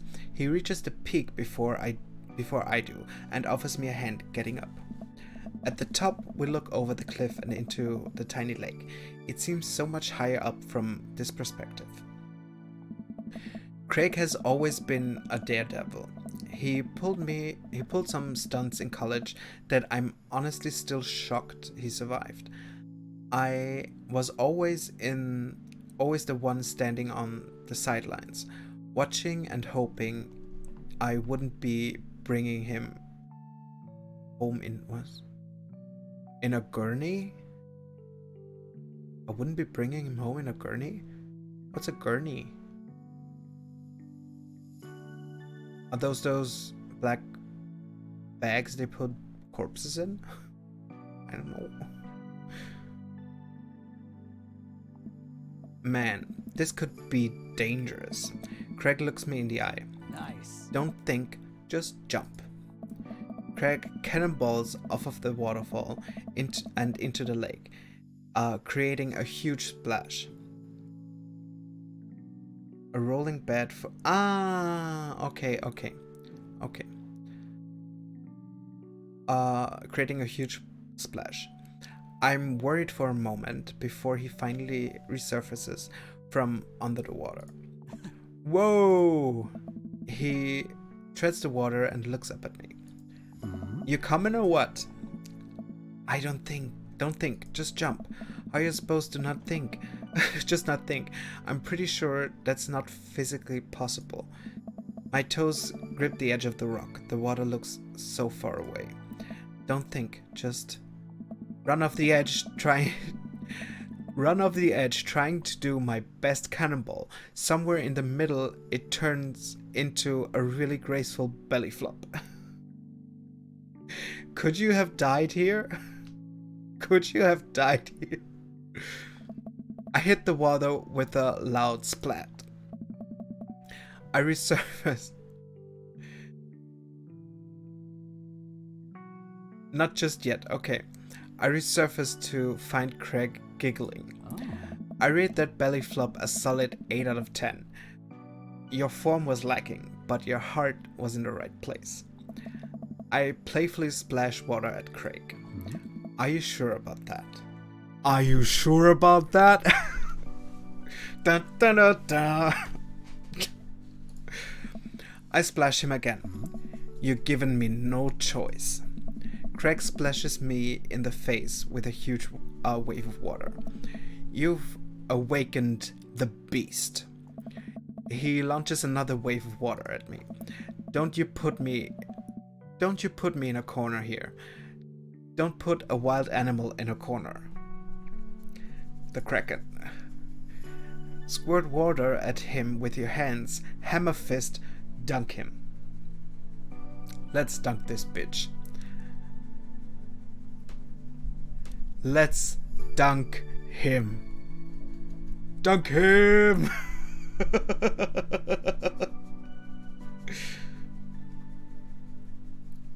Just Just do it. I'm not even waiting for you anymore. I'm sorry. I'm sorry. I lunged for Craig and managed to get him in an arm lock. Time for the finishing move. I summon all of my dead strength to lift Craig out of the water. Hey! And I drop him down from the splash. For the splash. Craig bounces back out of the water. My turn. Oh no, it seems like Craig was simply allowing me to pick him up and dunk him. He grapples me with his clearly superior muscles and quite literally tosses me across the water. I emerge from the water devastated. You think I did all those pull-ups just so I could look good with my shirt off? Nah, bro. These arm cannons are dead launchers. Oh, nice. Craig does a playful flex for me. Damn. Craig, truce, please. Craig thinks about it. Oh. Yeah, sure. We shake hands. Okay, yeah, sure. We shake hands. There's peace. Man, that jump was such an adrenaline rush. Oh. Not so scary now, huh? I'll race you to the top. I've had enough exercise. Oh.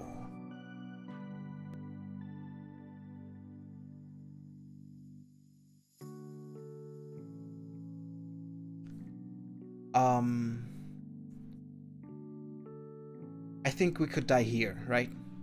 I think we could die here. Because we're wet. The stones are wet. Keep going. I'll race you to the top. Oh, I don't want to die. I don't want to die. We run all the way up to the slick rocks and cannonball off of the waterfall. Again, what a rush. Okay, good form on that one. Wanna go again? No. No, don't. We're gonna die. True. True though.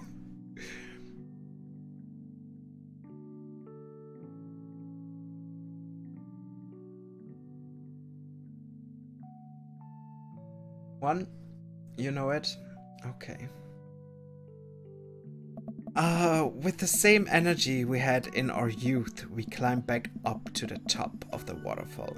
I'm brave enough to try a flip, which I'm sure looks incredibly graceful as I belly flop onto the water. Okay.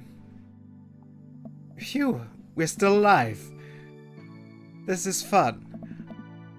Got one more in you? No. No. Please throw the towel.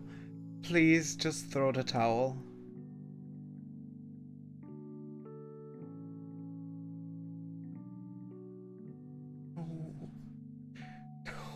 You wanna kill me? You wanna kill me? Oh no. I live for danger, I guess. It takes us a little more time. You saved recently. I should have saved before I took this on.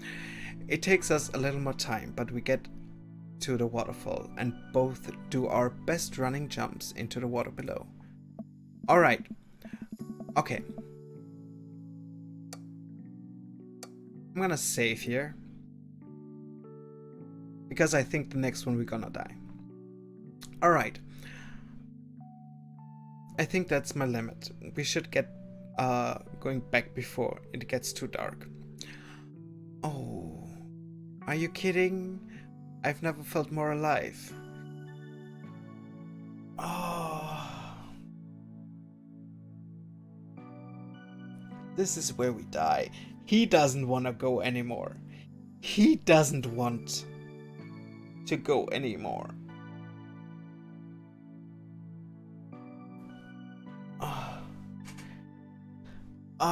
Are you kidding? I've never felt more alive. Daunting. Alright, bro. You sure? This is my time to jump. It's my time to jump. I scurry up the rock once more and do another classic cannonball. Wow. This is so fun. Okay, we survived. I'm getting kind of cold. Wanna go back to the camp now? No.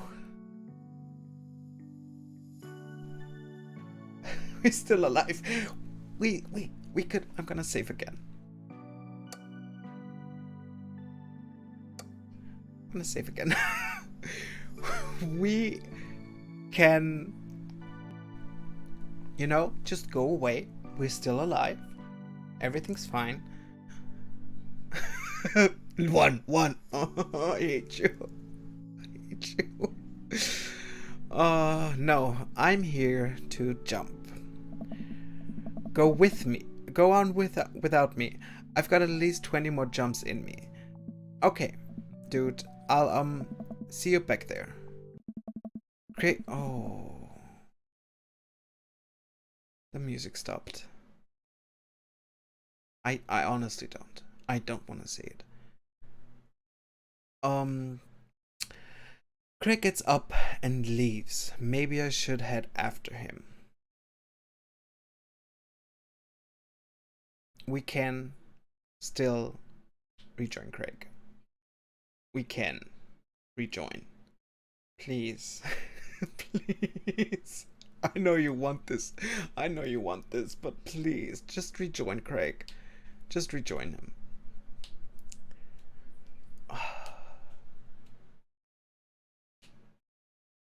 Okay, I'm gonna save again. There is nothing but the waterfall. Why? Just reading that one sentence, there is nothing but the waterfall, just remembered me of something that is weirdly familiar. Don't go chasing waterfalls. Please stick to the rivers and the lakes that you're used to. I'm not stalling. I'm just singing TLC. Finally. Oh, he's literally chasing waterfalls. Literally. I finally some peace and quiet so that I can work on my form. Oh, I don't like this.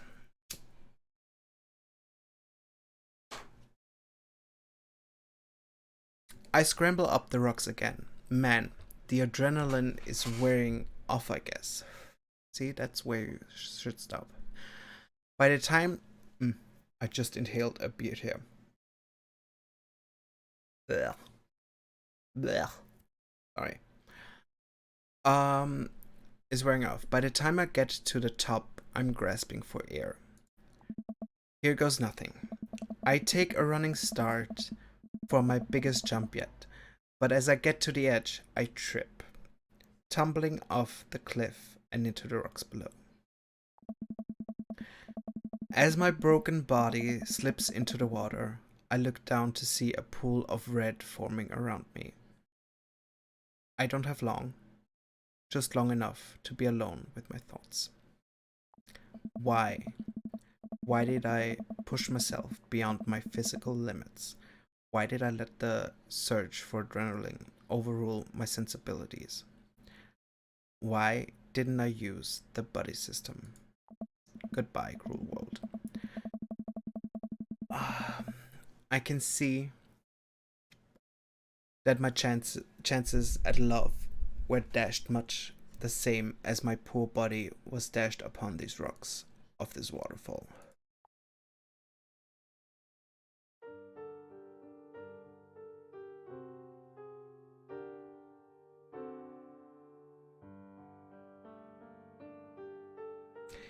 Your water fell to your death. Wow.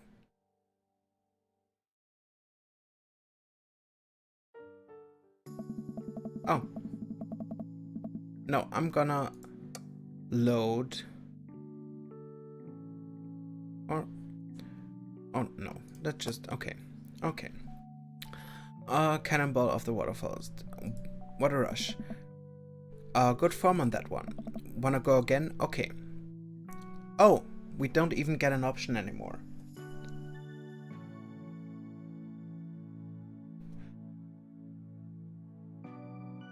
Yeah, it literally drops you off and you can't kill yourself.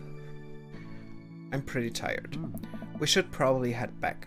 I honestly would have taken one step further where he actually wants to go. But okay. But what if I don't want it again? You have to play it entirely new. You have to play again.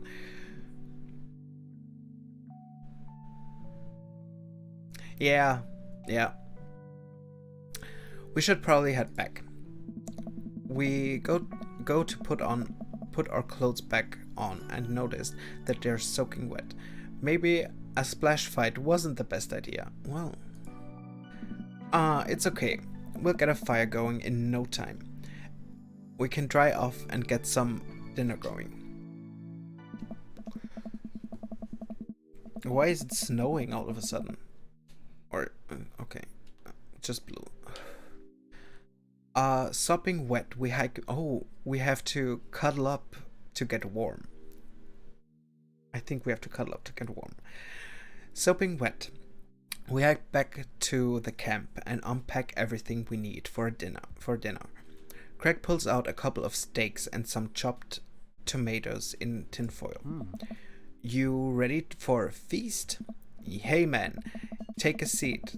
The Craig train is pulling into the relaxation station. Relaxation station is cool. And I'm your conductor. Let me cook for you. Absolutely not. Cooking is the thing that relaxes me the most. I'll take it from here. Craig cooks now? I remember how his entire sophomore year diet consisted of microwavable mac and cheese, but not microwaved, and have trouble believing the thing he just said. At least let me start the fire. We didn't start the fire. Sure, let me just grab my matches. Craig reaches into his backpack. He rummages around in his bag, pulling things out and checking every pocket. Uh-oh. I don't know. I know I packed it. Craig checks another bag and still can't find it. My stomach grumbles, and now I'm more actually aware of how cold and wet I am. We really need to get a fire started. Okay, well, this is not the end of the world. Uh-oh, Stinky! Gosh, I'm so stupid. I could have sworn I packed it. I'm sorry, dude. Don't be. We can figure this out. We can start a fire. We're smart guys. Debatable. I mean, how hard could it be? I've watched plenty of survival programs on TV. Half naked. If a naked reality TV star can do it, so can we. Well, we'll need some wood. I gesture to the trees around. Hi. There's no shortage of that. And some tinder. We can make that work. And then I think some ancient aliens are then supposed to come by and give us advanced technology or renovate our house. Depends on the show. Craig and I gather a variety of wood, bark, and moss until we have all of the materials that could conceptually make a passable looking campfire. Just add fire, right? Yeah. Poof. Fire. That's the fun part. The sun is just now setting, and a cold breeze rustles the leaves of the trees around us. We have to work quick. I've done this in the past and now I can't figure it out. Just give me a second. Any way I can help? Give me some moral support. Lift my spirits and we'll make this fire happen. You can do it. Never knew a better Craig. Go overboard with compliments. Go overboard with compliments. Please. You're so handsome. You're so muscular. I love your ass.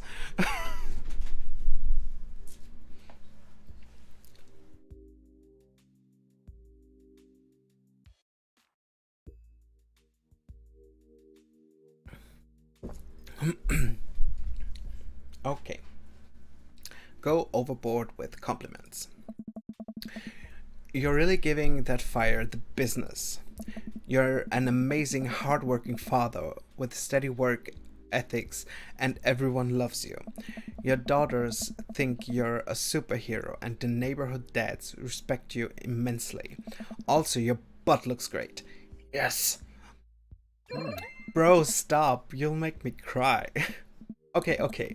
Don't want your tears putting out the fire. Eventually, okay. Craig is miraculously able to get something going. He blows on the ember and gently places the glowing moss into the base of the pit. Soon enough, we have a nice little fire going. Way to go, man. We're regular old outdoorsy fellas. Hooray for not dying. Yeah, hooray for that. I take a seat in one of the lawn chairs Craig brought and cozy up to the fire, warming up my hands.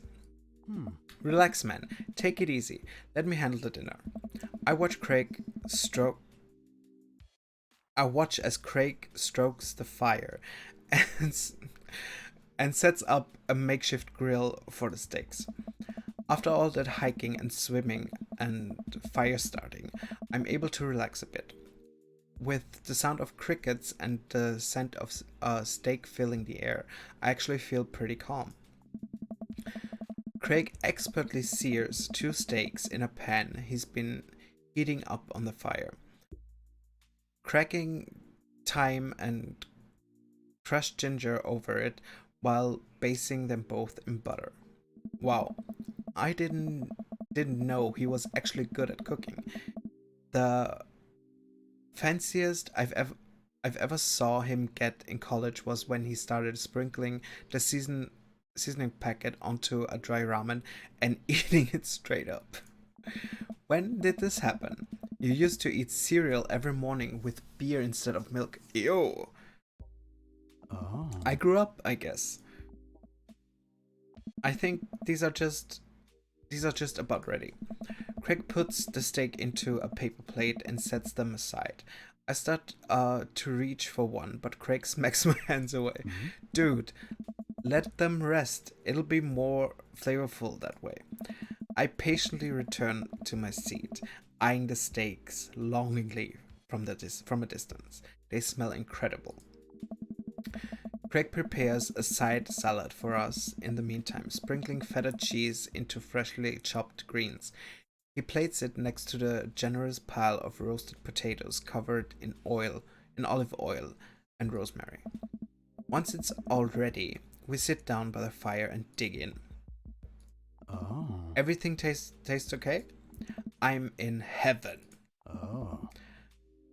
That's what I like to hear. Oh. Remember how for an entire semester we would eat burritos for breakfast, lunch, and dinner? Oh. It's so hard to not go back to that. Look at you now, man. You have kids, a great job, and now you can cook like a vengeful wizard whose arch nemesis is microwavable food. I'm really impressed with how much you've gotten your life together. Craig laughs, but there's no humor in it. Oh. I'm glad you think that. I glance at Craig while he picks at his salad. He really grew out of his baby face, but there's something about his expression that makes him seem so much older than he is. A sense of maturity he didn't have in college. He looks exhausted. You okay? Oh. Yeah. Come on, dude. I've known you for long enough to see when you're down. I don't know. I don't know. I'm tired, bro. I think being out here is making me realize just how drained I feel. You work really hard, Craig.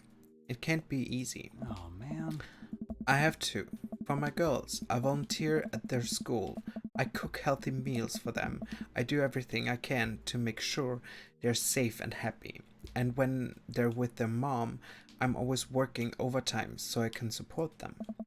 And then you work out a lot so you can crush anyone who stands in their way. Huh. That, and I don't want to fall into my old habits. I need to set a good example for my girls. Oh, Jesus. Everything I do is for them, and I wouldn't have it any other way.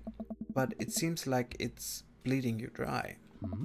If that's what it takes to raise them well, then it's worth it. Craig, buddy, I know where you're coming from here, but you gotta take care of yourself too. I do though. I eat right and exercise, and that's not what I mean. You're too little butter on too much toast, you know? Hey! What? There is no butter in this body. There is absolutely not 1 ounce of butter in this body. What? You're spreading yourself too thin. Life needs balance. Balance. It's great that you care this much about your kids, but you can't neglect your own needs because you're too busy taking care of everyone else's. You matter too. I don't know. I know I can't provide for my family. I know I can provide for my family. And if I take a step back and look at everything objectively, I know I'm doing right by them. Oh. But I can't explain it, man. There's always that voice in the back of my head telling me that I need to do more. It's like it's never enough for me. Every time I try to relax, that voice keeps telling me I don't deserve it. To be honest, I even feel guilty about being out here. Oh. Craig, you're trying your best and you're doing an amazing job. That's a fact. But even if you weren't, you would still deserve happiness. I don't know. Do I though? Oh, hell yeah or hell yeah, bro.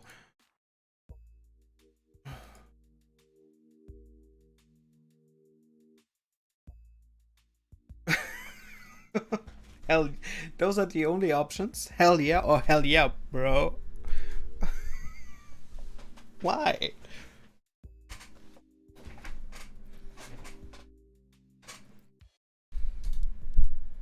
Two? Okay. Hell yeah, bruh.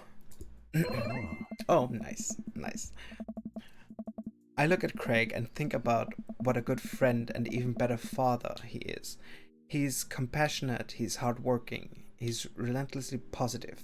He encourages everyone to be the best version of themselves. He makes me want to be a better person. If you could only see yourself the way I see you. Craig beams. He gets up and walks over to his supplies. Oh. Come on, I brought desserts. Oh, are you gonna use the campfire to torch the tops of some creme brulee? What? I know little to nothing about cooking. Craig pulls out marshmallows. Well, you still know how to make s'mores, right? I think the more important question is, do you know how to make s'mores? As I recall, you used to just completely blacken the marshmallows. Oh, I stand by that. It's charred on the outside, but its gooey center is preserved. Brutish? Craig throws a marshmallow at me and I catch it in my mouth. Pro moves. We used to be able to do that at a great distance against a wind disadvantage. Give me a week of practice and I'll become competitive again. Craig and I sit in the warm glow of the campfire, watching embers float up towards the sky. The stars are so much brighter out here. Yeah, I miss this, Absolute. Me too. We stay here until it gets late, half remembering stories from college. We watch as the fire dies and eventually clamber into the tent.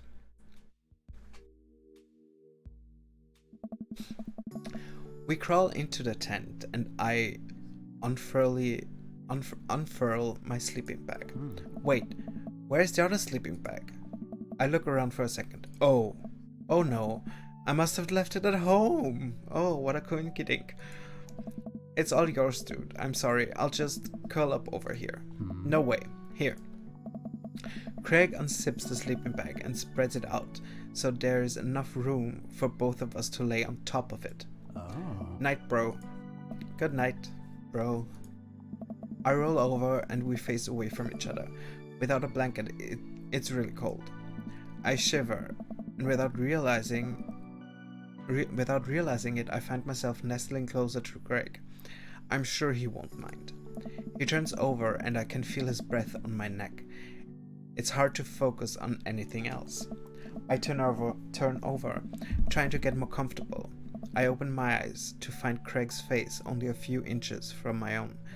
For once, he looks at peace. His eyes flutter open. His hands find a place on my waist. I'm not sure who leans in first, but suddenly we're kissing. We look at each other. Again. My heart racing. Craig. Oh. I got strong feelings for you, bro. Feelings I can't deny anymore. Bro. Ugh. Bro, me too.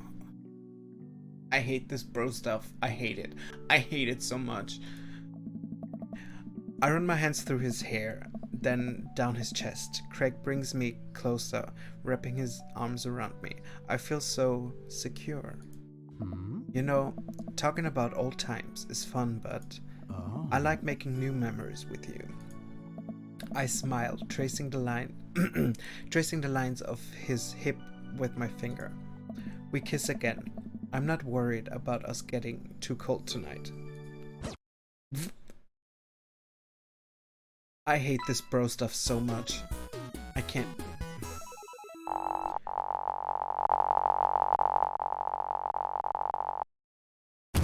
Man, that was amazing. Man, that was Like amazing. back in college. I've missed you, dude. I missed you, dude. Okay. You probably couldn't hear that at all.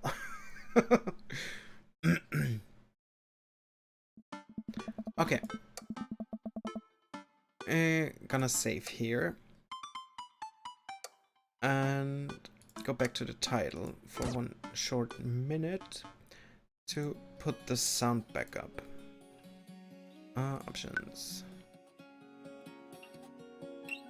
I think it was like this. I think. Is that too loud? Or is it okay? No, that's way too loud.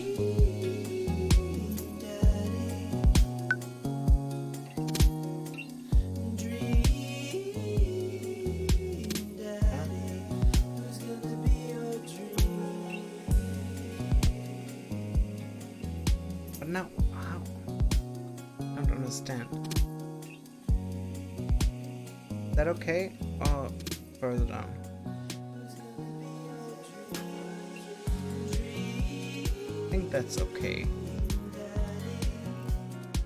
Is that okay?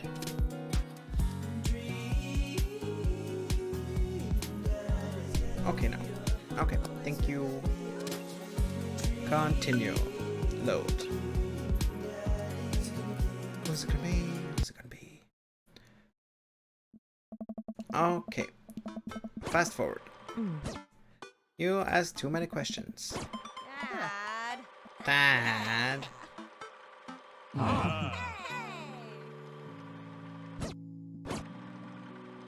Pablo, Brian, Hey. Joseph, teacher, Yes. Robert. No, should Matt? Yes. Oh, Damien. Hey, looks like Amanda's hanging out with Brer and Hazel. Let's see what they're up to. Yeah. Okay, Brer, think of a shape. Hazel, what is she thinking? Square. Brer, star. We'll get it next time. Amanda leans in close to Brer and Hazel, lowering her voice. Listen, you guys can be real with me. If you're downplaying your psychic abilities, I want you to know that you can trust me. Heck, even think of me as the third twin. Amanda, that's a triplet. You know, Dad, by the time I'm done with these kids, we're gonna be finishing each other's... What? You didn't finish your sentence. What are we gonna be finishing? Each other's sentences. See? Third twin. Nah. I have to go. All the starts to wind down. Amanda wanders over next to me. Killer party pops. Okay. Is this her present? It's us. Okay, blah blah blah. Memories. Stuff to break. Hops up. Looks like somebody's been waiting for you. Console your yard. Craig is sitting on the bench beneath the cherry blossom tree. He smiles at me. I'll leave you to it be. Emma, ice cream. Okay. Pew pew. Runs off to go with her runs. Yeah. I take a seat next to Craig, and as the last guest makes their way out of the party. Bro. This reminds me of the parties we used to throw. Fewer keg stands, of course. Probably for the best. I don't want to get my hip replaced after a party trick goes wrong. We can leave keg stands in the past. I am taking this weekend to relax. This party was my first stop out of the express train from relaxation station. Next stop is Napville. Pull into the absolute concourse. I'd like to book a ticket to Napville as well. I might have to meet you halfway at eating food directly out of your own stomach tone. We both giggle, but man, I do wanna just pour some chips on my belly while I hang out in a hammock. Craig, I'm glad you're making time for yourself. Me too. Stress is a funny thing, dude. I didn't realize how overworked I was until we got away from the city. It's honestly just as destructive as binge drinking every night and eating burritos off of the floor. I guess we need to get out of the city more often then. Craig kicks his leg over the side of the bench and leans into me, lying down on my lap. I run my fingers through his hair. You're looking for balance. I admire that. I'm trying to not feel guilty about doing things for myself.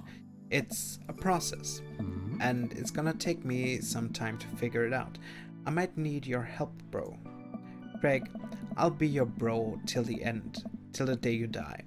And if being your bro means forcing you to take care of yourself, then I'll happily oblige. Craig looks up at me, smiling. Bro, that means so much to me. Craig sits up and pulls me into a kiss. Bro, we both laugh. You and me, we're gonna be alright. Bro. Ugh. Okay. We finally finished Dream Daddy. It's been 6 hours. Jesus Christ. Daddy. Yeah, I already have that one. Oh, Jesus Christ. Okay.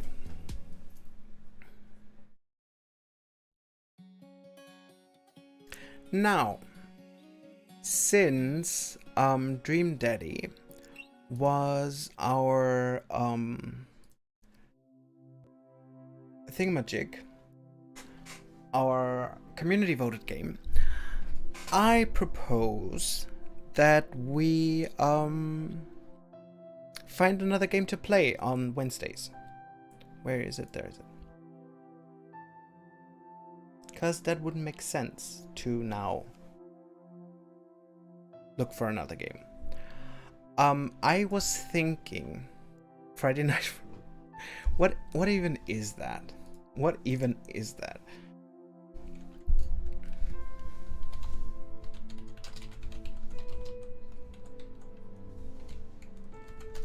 What is that?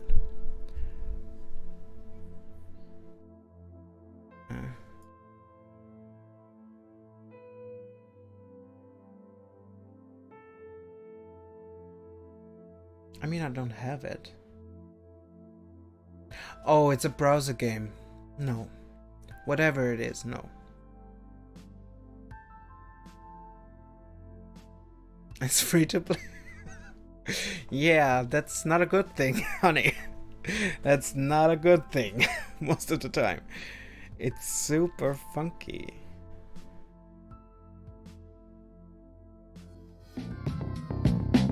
Okay.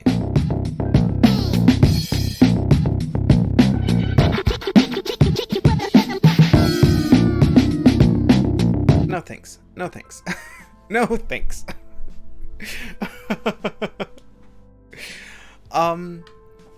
I was thinking,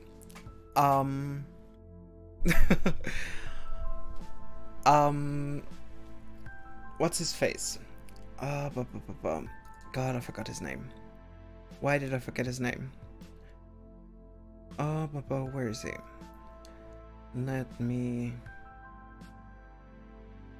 No. Was it? No, it wasn't. Yeah. Yesterday evening, I was watching a streamer. And I kind of fell in love with him and his community. That's where I got Ghosty from. Korvac. I think it's Korvac. And he was playing Persona 4. And I honestly love Persona. He's awesome. I chatted with him for, I don't know, I think 2 or 3 hours before anyone else came in. And we were just happily talking. And he played Persona. And it made me want to play Persona 5 again. I want to play Persona 5 again. So, we could go through my list of games again. And I don't know if anything sparks joy in you, in anyone. Write it down or anything. I don't know. How do you wanna do it? Do you want me to take like 3 games and we vote on them, or do you wanna go through my list? Or any other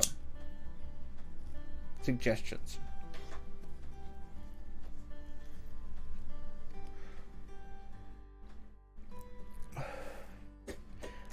And by the way, you should honestly, everyone, go subscribe to Ghost and go subscribe to Korvac. Five Nights at Freddy. Say pick 3 and we vote. Okay.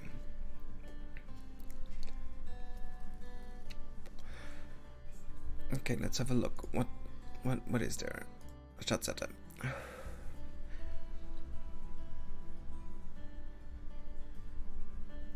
Oh.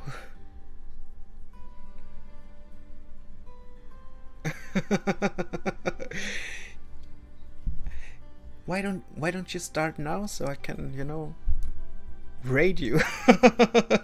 Just kidding.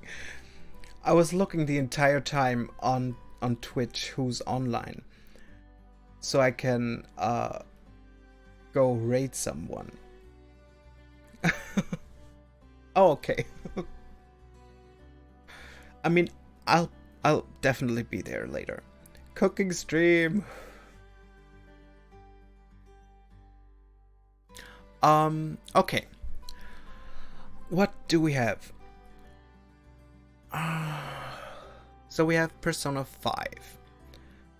We finished Portia, we finished Ori. Are we playing Hades at the moment? Banished is my off-time game. We can't play the Tomb Raiders.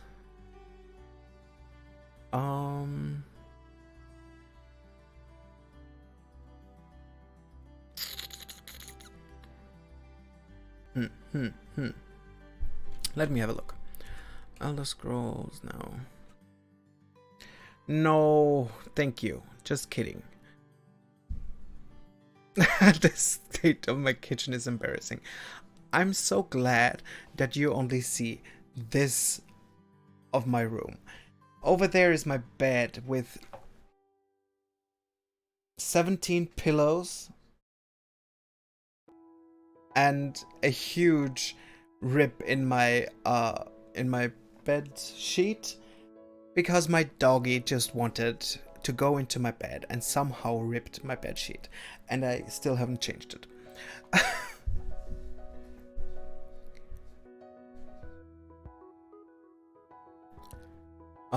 Where we are? Grim Dawn.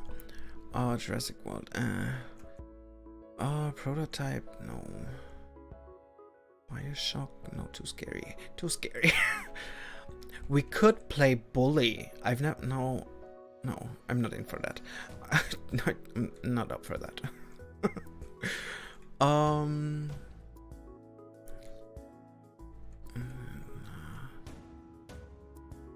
Dungeon, Dying Light,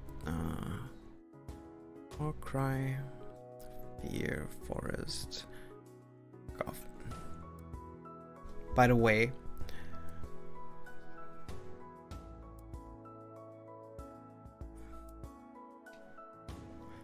oh sure. Can I just put it down, or does it have to be? Can I just put it here? I thought you liked that. Can I just put it here? Is that fine? Or do you want me to put it like here? Let's just put me here.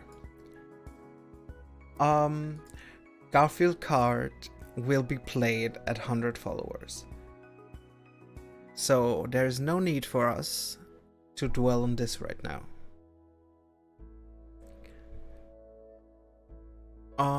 Gary's mod. Jesus. What else? We could also play Persona. We could do whatchamacallit? What's it called now? Why did I forget?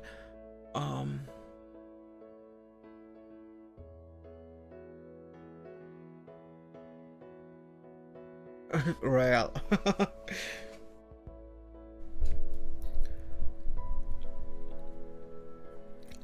Persona 5. I wanted to play Persona 5 again. I mean, we could do what's the other one? 1 second. 1 second. I need a good look. You get down here. You can fall off if you want to. You get down. I have to put so many knickknacks out of the way just to see my games. I'm sorry. You get down. And you get down. Okay. We could... Okay. Now, here are the options. Persona 5.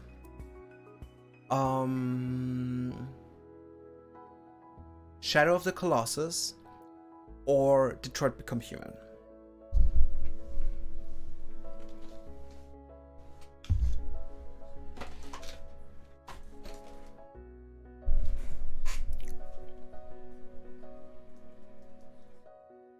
Gary's... No, I don't want to play Gary's mod.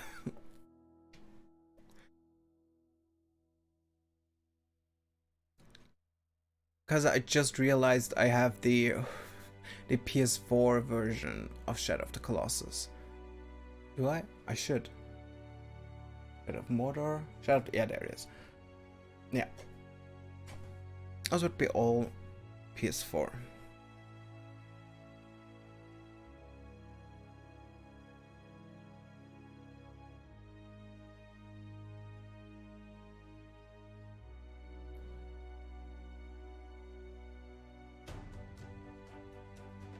You have the super pretty one. Ah.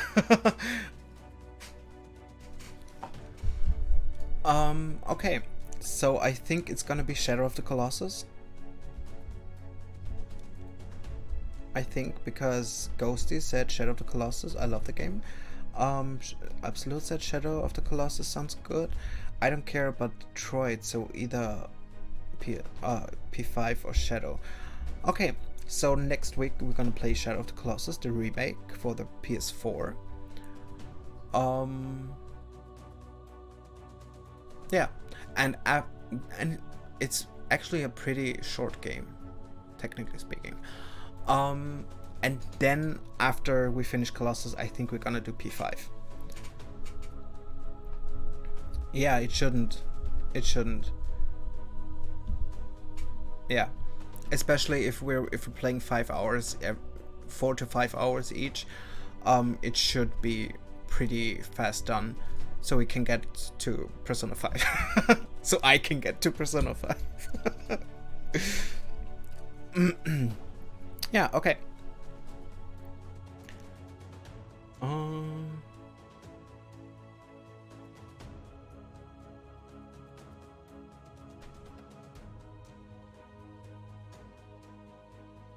Dun, dun, dun, dun, dun.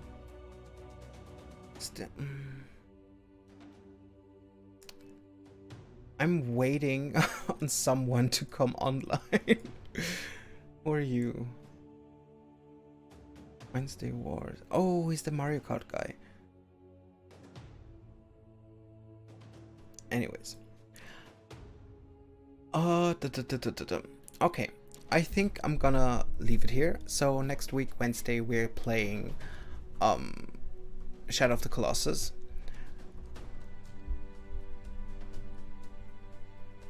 Just wait 30 more minutes until Ghostly comes online.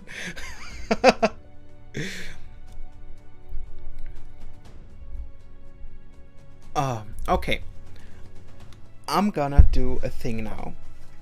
I'm gonna go to the toilet because I need to pee. And then we can just chat. Would that be okay? For half an hour until Ghostly is online? Would that be okay? Okies. Okay. Then I'll be right back.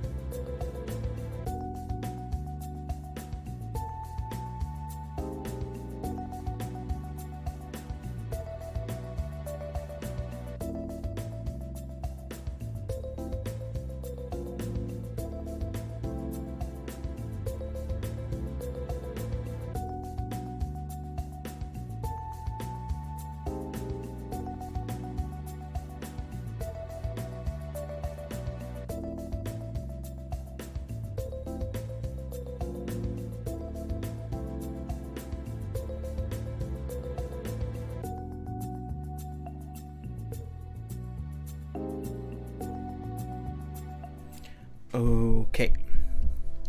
Good. I can close this one. Go away. Go away. And let's make this a bit bigger. I'm sorry I don't have a thing up. Why aren't you getting rid of the Steam? Okay. There we go. Oh, so I'll put you here so I can look somewhat directly into the camera. I have a question though for everyone in chat, because the last few days we've been almost exclusively talking in English most of the time.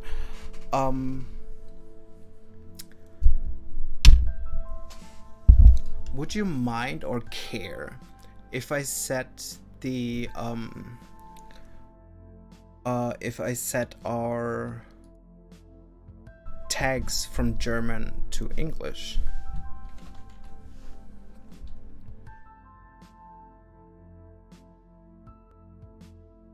No, not at all. Okay.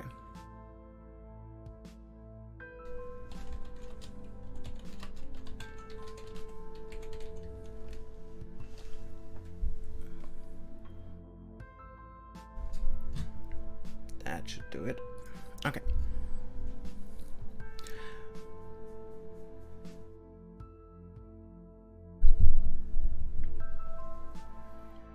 Not at all. No. Okay. Okay. Any other suggestions I could intake? Because while we're here and just talking, I'd like to have your opinions, especially Lonk and Sadman. You've been there from the beginning, and I'd like some input from you.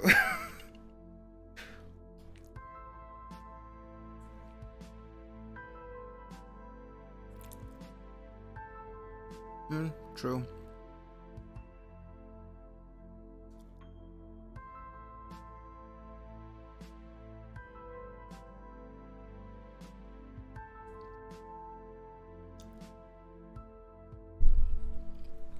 Is that something, or is it just a hair? It's just a hair. Everything's going pretty well. I don't want to hear that.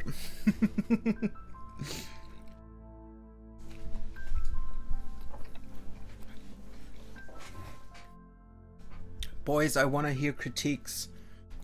Give me something I can work on.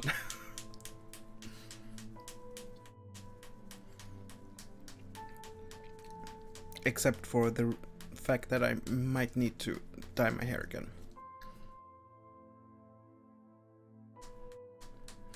It should be more than just one song though. It should be. Can we vote on the hair color? Let me check that.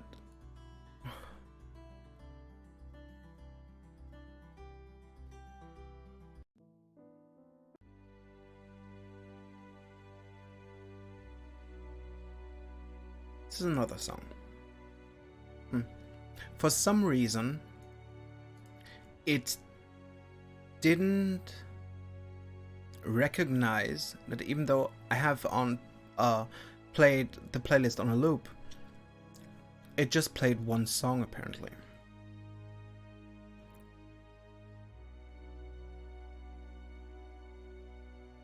Weird. Anyhow, I was thinking a few days ago that I might give Alpha Gaming Heller, what's his first name? Harris Heller, I think, a chance with his royalty-free music. But I have to Harris Heller, yeah. But I have to do some research before that.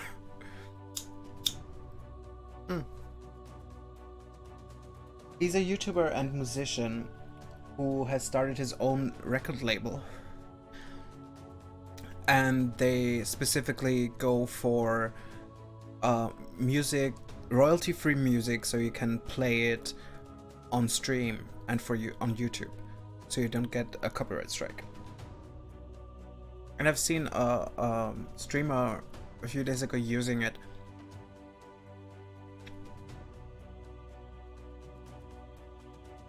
"8-bit universe." Okay, I'd rather go with the streamer.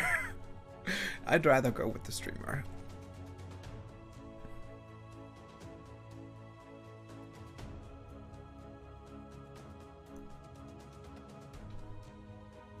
Pretzel Rocks, because I'm never heard of them.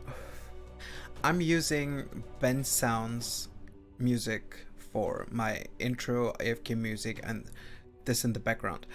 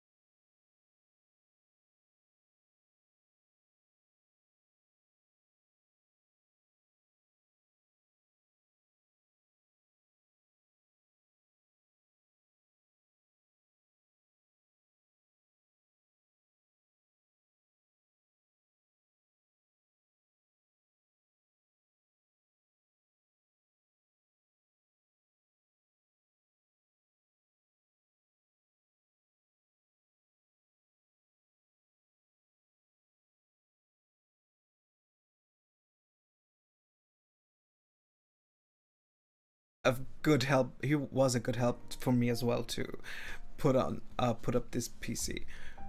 I bothered him for, I don't know, a few weeks on, hey, what do you think of this one? What do you think? What should I take there? Yeah, finding any PC component, especially GPUs at the moment, is just not possible. I think during quarantine, a lot of people started streaming and just bled the market dry. I'm so happy I got my computer just before the pandemic hit. I'm so happy. Of the chip manufacturing, okay. Do they have so much trouble? Oh, okay. Okay. Tea's empty. Ow. That was my knee. Even car manufacturers have problems getting the right chips for their cars. Well, who needs a car anyways these days? Where are you going? It's a global chip shortage. A global chip shortage. Honestly, at this moment, car manufacturers should just stop everything and just give PC component workers and manufacturers everything they have, because they're much more needed than cars. Yeah, the funny thing is, I don't even have a driver's license. And I don't need one.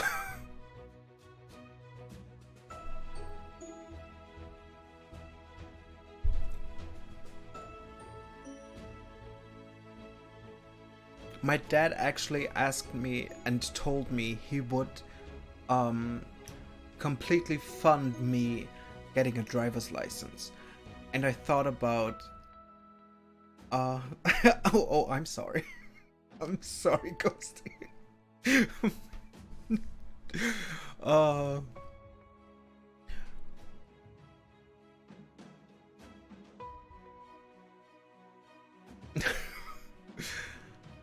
Yeah, my dad wanted me to get a driver's license, and I thought about getting a license for a bike. But then a Vespa kind of stuff, not an actual bike. But then again, moped, yeah. Is it called moped in English as well? Is it not Vespa? I think so, okay. Yeah. Vespa is the brand, okay.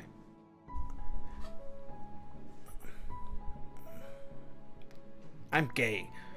I'm gay. I don't know anything about cars, about mopeds, about anything.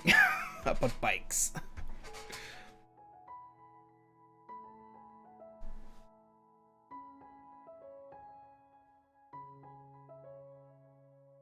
What? Kanye? What's with Kanye? Yeah. Oh, Jesus. Jesus Christ.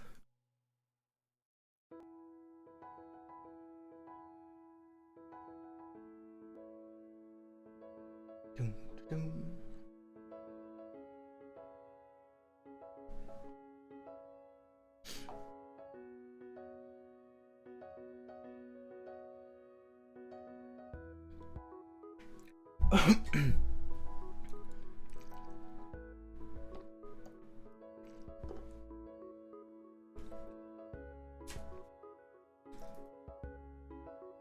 I was wondering if, I mean, the way we've been playing Dream Daddy by letting you choose the way, the answers and everything most of the time.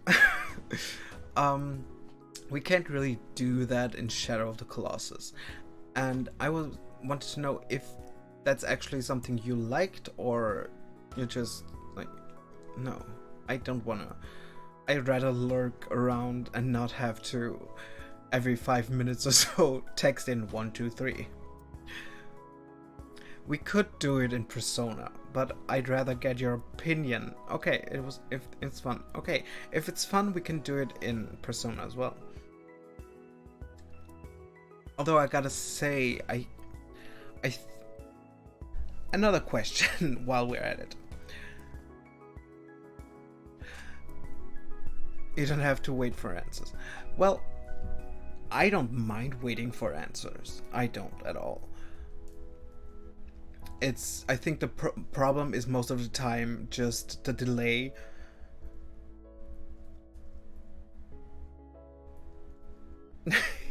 I never know if it's the delay because you're not because it takes so long for any answers, or if you're just like, I'm just sitting here relaxing, let me be.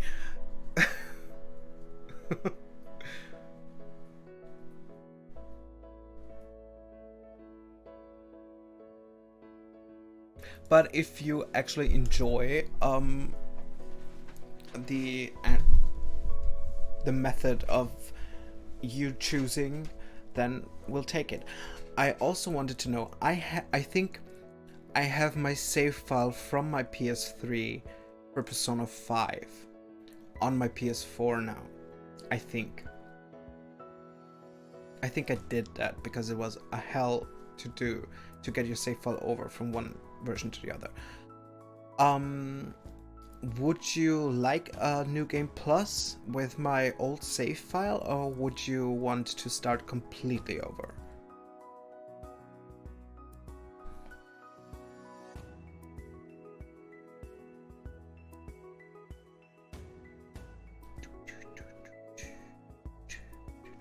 Completely new game. Okay. The thing with New Game Plus in Persona, sorry, you have your 5 attributes that you need to level up during your gameplay, and those attributes help you rank up the friendship with the people, and the friendship with the people actually increases your strength, your gameplay. It puts a lot of things into the gameplay. So basically, if we do a new game, we're probably not gonna be as strong, which could be helpful, which could be fun, seeing me die over and over again. So I think, yeah, I think we're gonna do the new game. Because I don't mind either way. I actually never... I wanted to play New Game Plus because I wanted to get everything. But I think the other way would be more fun for you. And me. And me not so much. But anyways.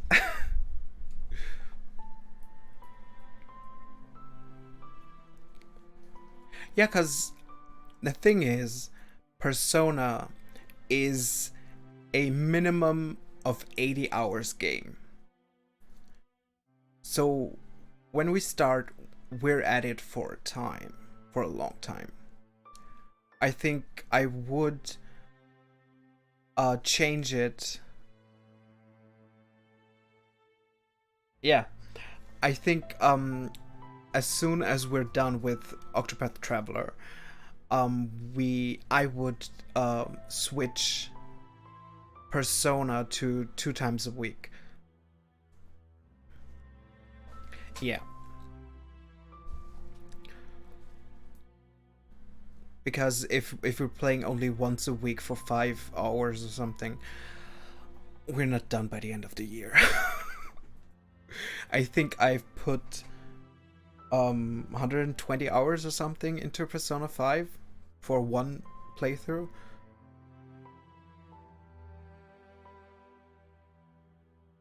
You're supposed to be able to go through within 80 hours, but I'm not that person.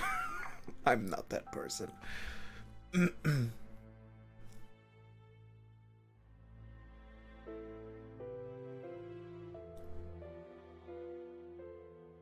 And I think this month, shouldn't this month Thingamajig come out?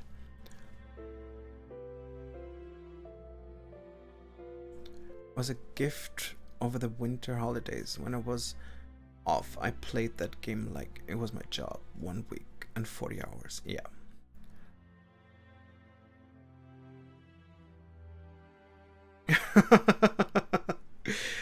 Yeah.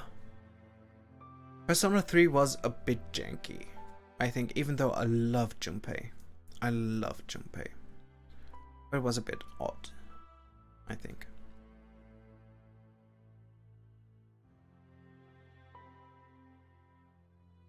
What did I write in the middle? Couldn't care anymore and discontinued my playthrough. Leveling... I don't know who that character is.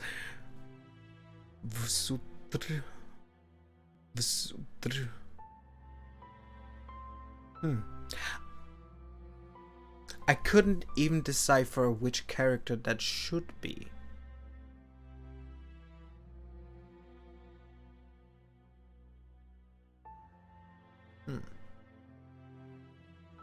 Weird. Weird. Let me get the characters up. I think I want to spell out cause. Okay. Cause I couldn't care anymore. Okay. Okay, that makes sense.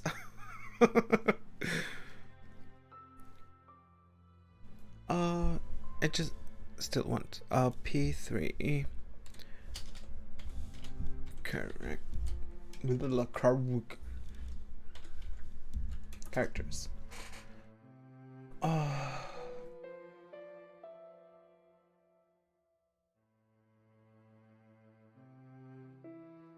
There's the trip. Eh. Why do you have to be so stickly about this? I want... I need pictures. Okay. Okay. And we're gonna finish off here soon enough. And thank you for watching. And we're gonna all be in your chat for a while, I think. And thank you again. And also, I don't know if you're still here. Thank you for the sub yesterday. I completely forgot. Yeah. Anything else? Did I forget something? Let me check. Let me check about the Zeitplan. Hey, he's live. Okay. You can host now.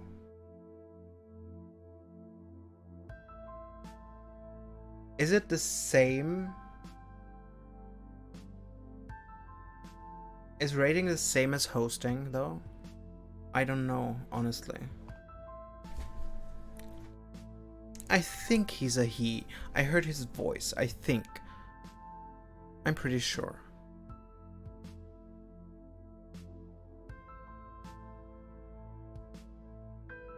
Day, by the way. Thank you. Day. Okay.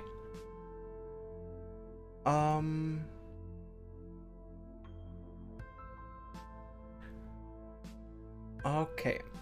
Then how are we gonna do this now? I'll just... Yeah, but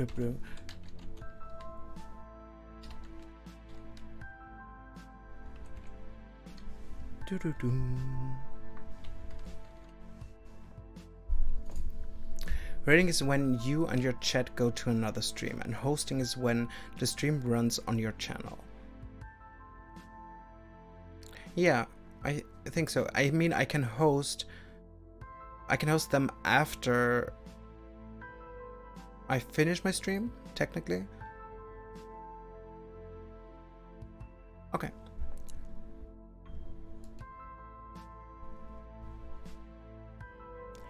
So, thank you for watching today, and hope to see you tomorrow, everyone. And I'm gonna put you all off to Ghosty now. Have a great night. Goodbye. Ciao, ciao.